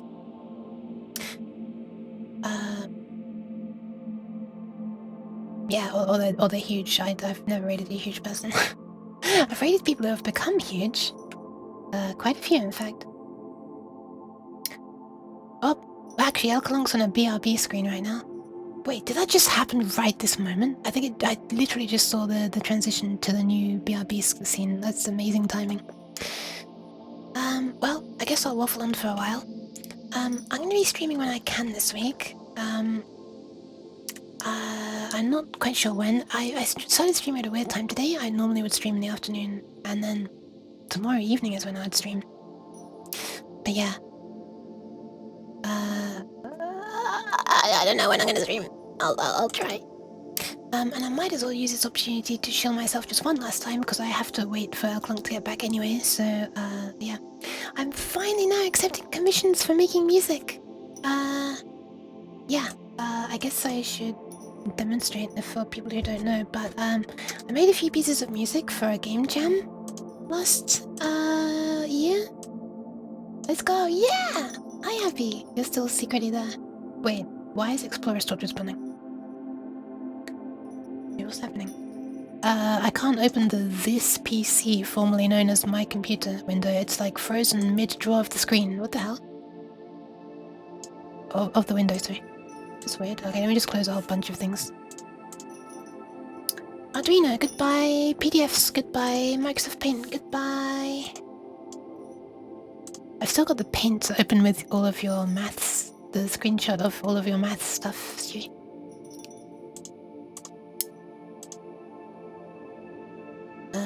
That's why I keep my computer always open.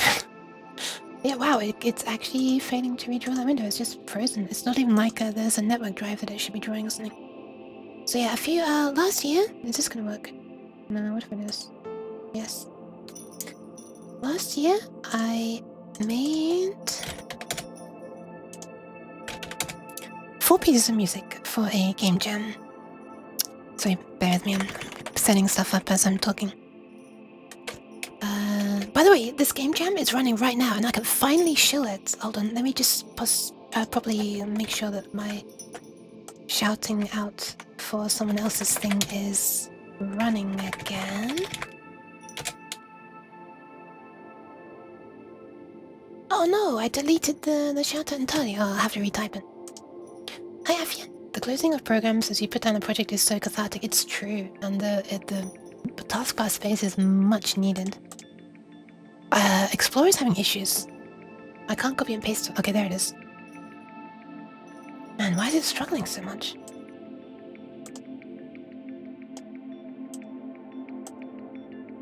This is weird. I know my computer's always struggles when I'm streaming while using VC Facement.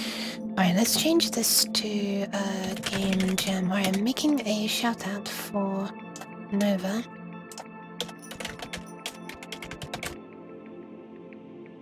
I wonder what my shout out last said.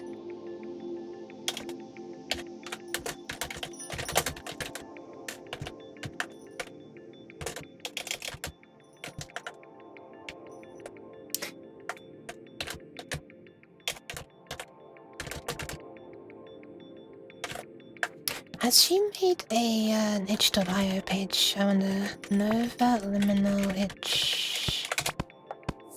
Ah! Stop! Kiri. Why? How do you see jams that someone's running? I can never find this. What if I search for chill vibes? Winter 2023 asset pack? Chill vibes 2 projects? No wait, that's the person. 2023, will this tell me the submission to chill vibes art jam? There it is. Why is it always so goddamn hard to find the actual thing? Chill vibes art jam. Here we are. I had to reverse engineer it. Right.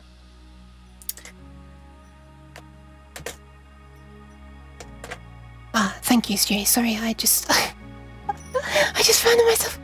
Okay, so ta-da! Oh, well, you can't see it on the screen anyway, but in the Twitch chat, you've just has just appeared a link that Stewie has. I just typed exclamation mark game jam, and Autoyuki said Nova Liminal is running an art/game jam now. So yeah, she's running. She did this last year, and she's done it years before, I think. Let's move you over here so I can look at you when I talk to you. She's running a game jam called Chill Vibes Game Jam. And during that month... Okay, let me just go in order. Firstly, it's Chill Vibes Art Jam. During that month/second... 2 months? Sorry? The 3rd one. During the month or 2... I'm being bothered by a dot. Look, there's a dot right there. Do you see it? That is not dirt on your screen. That is something from this camera feed. God damn it, now I've got dirt on myself, I can't unsee it. Thirst. I'm feeling very thirsty right now. No. Cheese. It is the 3rd one. Oh, okay. In that case, I think, yeah, she did one in the summer last year and then one in the winter. So what she does is she runs a so-called art jam, and during that time, anybody who wants to make 3D models or sprites, backgrounds, sounds, music, basically any like creating of any assets that could be used in any game that you might imagine, people can make and submit to the art jam. And then what happens is she runs a game jam for like about a month, I guess. After that, and anybody can make a game using assets that were submitted in the art jam. That's how it works. They will go into a big pool of resources, and then during the Chill Vibes game jam portion, people can use only the assets from there. Thank you for the pants unstable. And there's no rating, ranking, anything like that. Not a real theme apart from, you know, I think the main requirement is that you have a nice time participating if you do. It's basically, she just wants to make an excuse for people who might have been on the fence about thinking, I kind of want to make a thing, but I don't have the motivation. Now's your time. Now's your time. If that sounds like you can do a little thing. She just wants to get more people into like making fun stuff. The limitation is only using assets from the art jam. Yeah, so no real theme. Yeah, she wants it to be like safe for streaming on Twitch basically, because she encourages that people stream both the creation process if they want to and playing of everybody's games afterwards if you want to.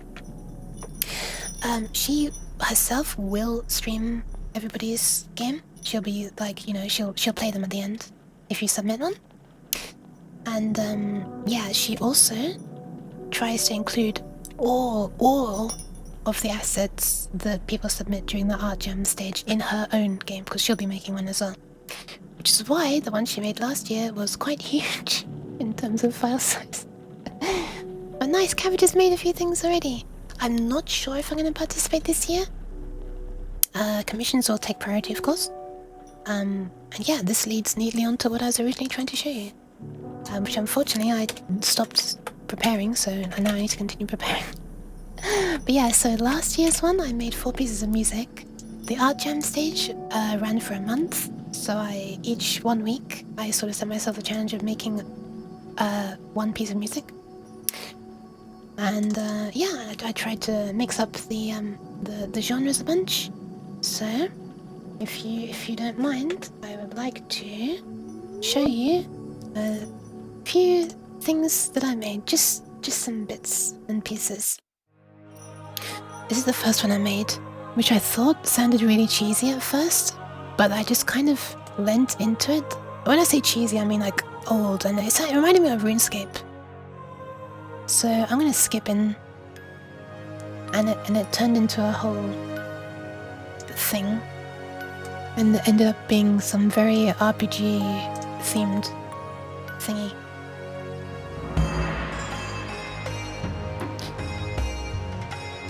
And I'd never done this percussion before, so I was quite happy about it. Oh, I saw Kreese, who was in here earlier, working on something just last night. I actually fell asleep on the stream.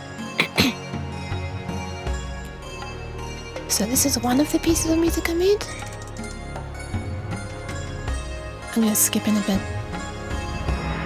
because there's a few different sections, kinda. We have a harpy section. I mean, not harpy. Isn't that some mythological bird creature? And if I skip, there's like a double bass kind of section. Thank you for the pats. Oh my god, the hand is really in a slapping mood today, isn't it? Wait, why are we not seeing all of the control changes? There we are. Now you can see the little bends at the bottom on this graph. I mean, it's a whole bunch of things, but mostly bends.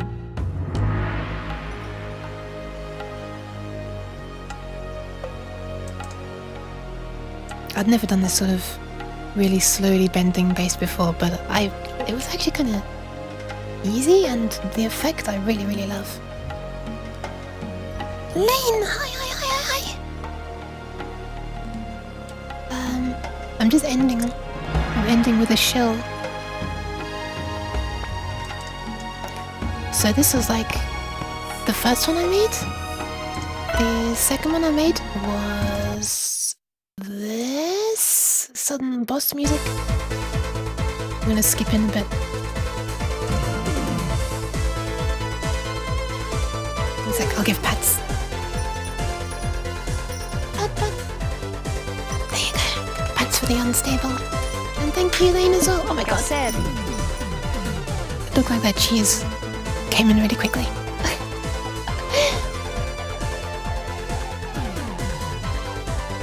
Why is there where you can change defaults on here, I wonder? for the view. So yeah, all of these I made loop as well. Let me skip in a bit. There's a secret, not really secret, but I changed things up here with a different chord progression, which is, I don't know, there are a bunch of firsts for me in here, like, but yeah. I always try to push myself to do the new stuff when I'm making music, I think, otherwise it's just boring. Wait, that's not true, it's not boring, but I don't know, I get an extra sense of satisfaction if I manage to do it, so. So yeah, then this loops at the end. Let's just fast forward.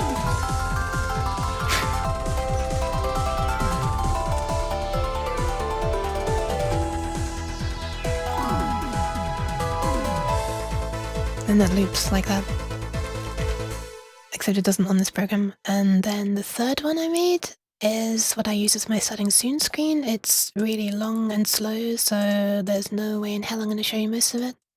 There's a lot of changing over time stuff on the graph though. This is like the most graph heavy thing I've probably ever made. A lot of stuff changes in the background over time. I'm going to skip in a bit because that's what I do. It feels so weird hearing this because it feels like I'm ending. It feels like I'm starting soon, even though I'm about to end.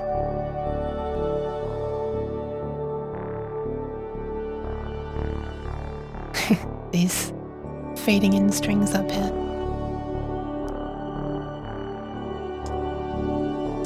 Alright, I'm skipping in. I'm skipping way further in.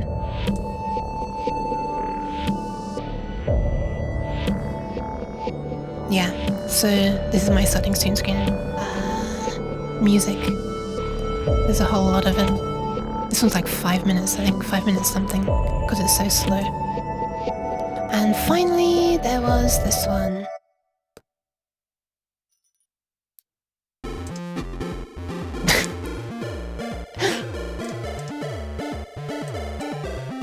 I'm just gonna skip in.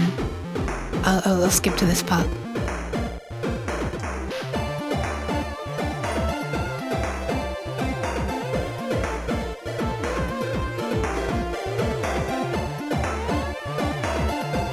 Man, this is like a colourful graph.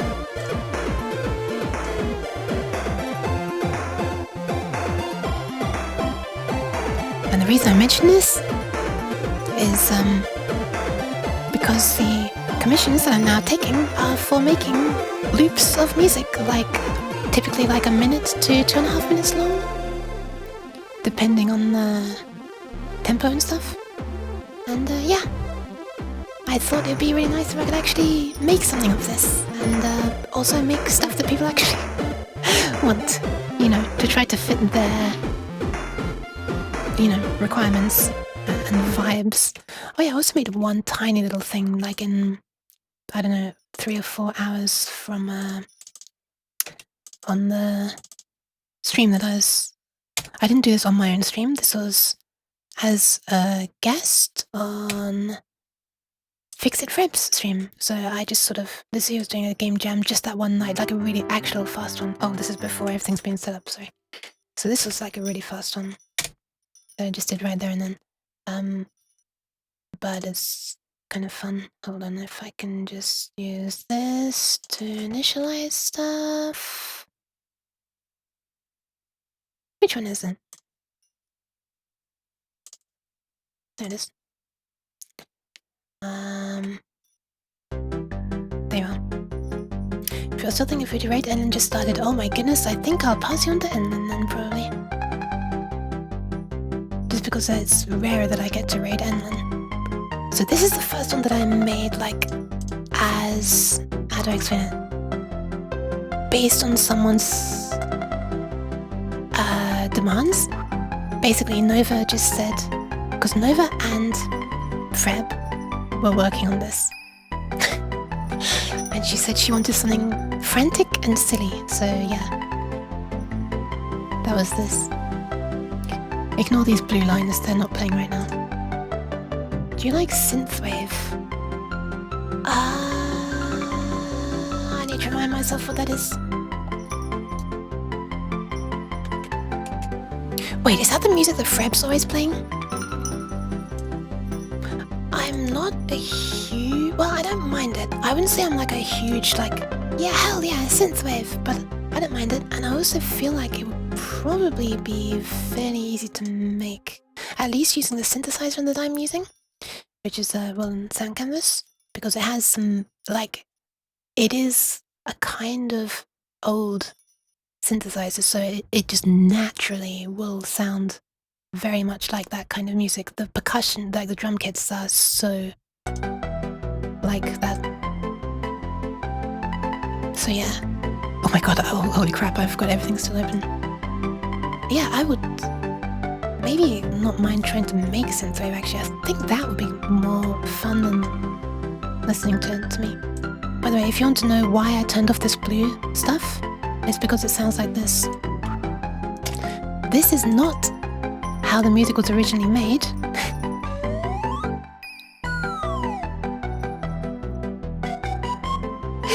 But Freb and I were left alone and the silliness multiplied and it turned into this.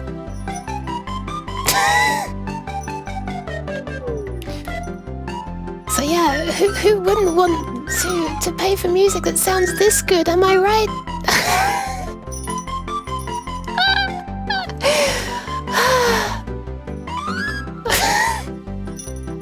Right, I'm passing on to Enlin right now.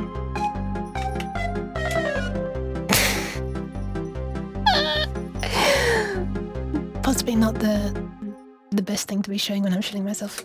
Anyway, I'm gonna pass you on to Enlin right now. But yeah, if everyone's interested, there's a link below, like in the about section of the Twitch video. I guess I'll have to start putting in my YouTube video descriptions as well. It's like on Ko-Fi, because Kat already used Ko-Fi. Kat, a good friend of mine who's an artist, visual artist, not like musical artist, already uses that and stuff, so she gave me some, Oh, interesting! Ko-Fi Streambot actually responds to that. I should probably make Auto Yuki respond to that. I forgot that I made the, I told the Ko-Fi bot to do that. Interesting. But yeah, that's it. Anyway, I'm gonna disappear now. I'm gonna stop shooting myself. I'm gonna pass you on to Enlin, underscore. Here she is. Ta-da! Look at this cutie, look at this cutie pretending to write code. I feel called out. I feel called out. Can't believe she'd say that about me. Okay. That's gonna be all. And yes, I may well, for future streams this week, end up actually, Kaseraki. I swear to God. Streaming, making some music. Because, yes, I was mentioned earlier, but yeah, Kenami, actually, super kindly, I was not expecting this at all, but, has commissioned a piece and said, that they don't mind me talking about it on stream, which is why I'm talking about it. I wouldn't just randomly talk about it normally, without permission. So yes. Stuff. That'll be all for now. And then is doing some coding stuff. Bye. Thank you very much for being here. That's all. Nyan. Pew.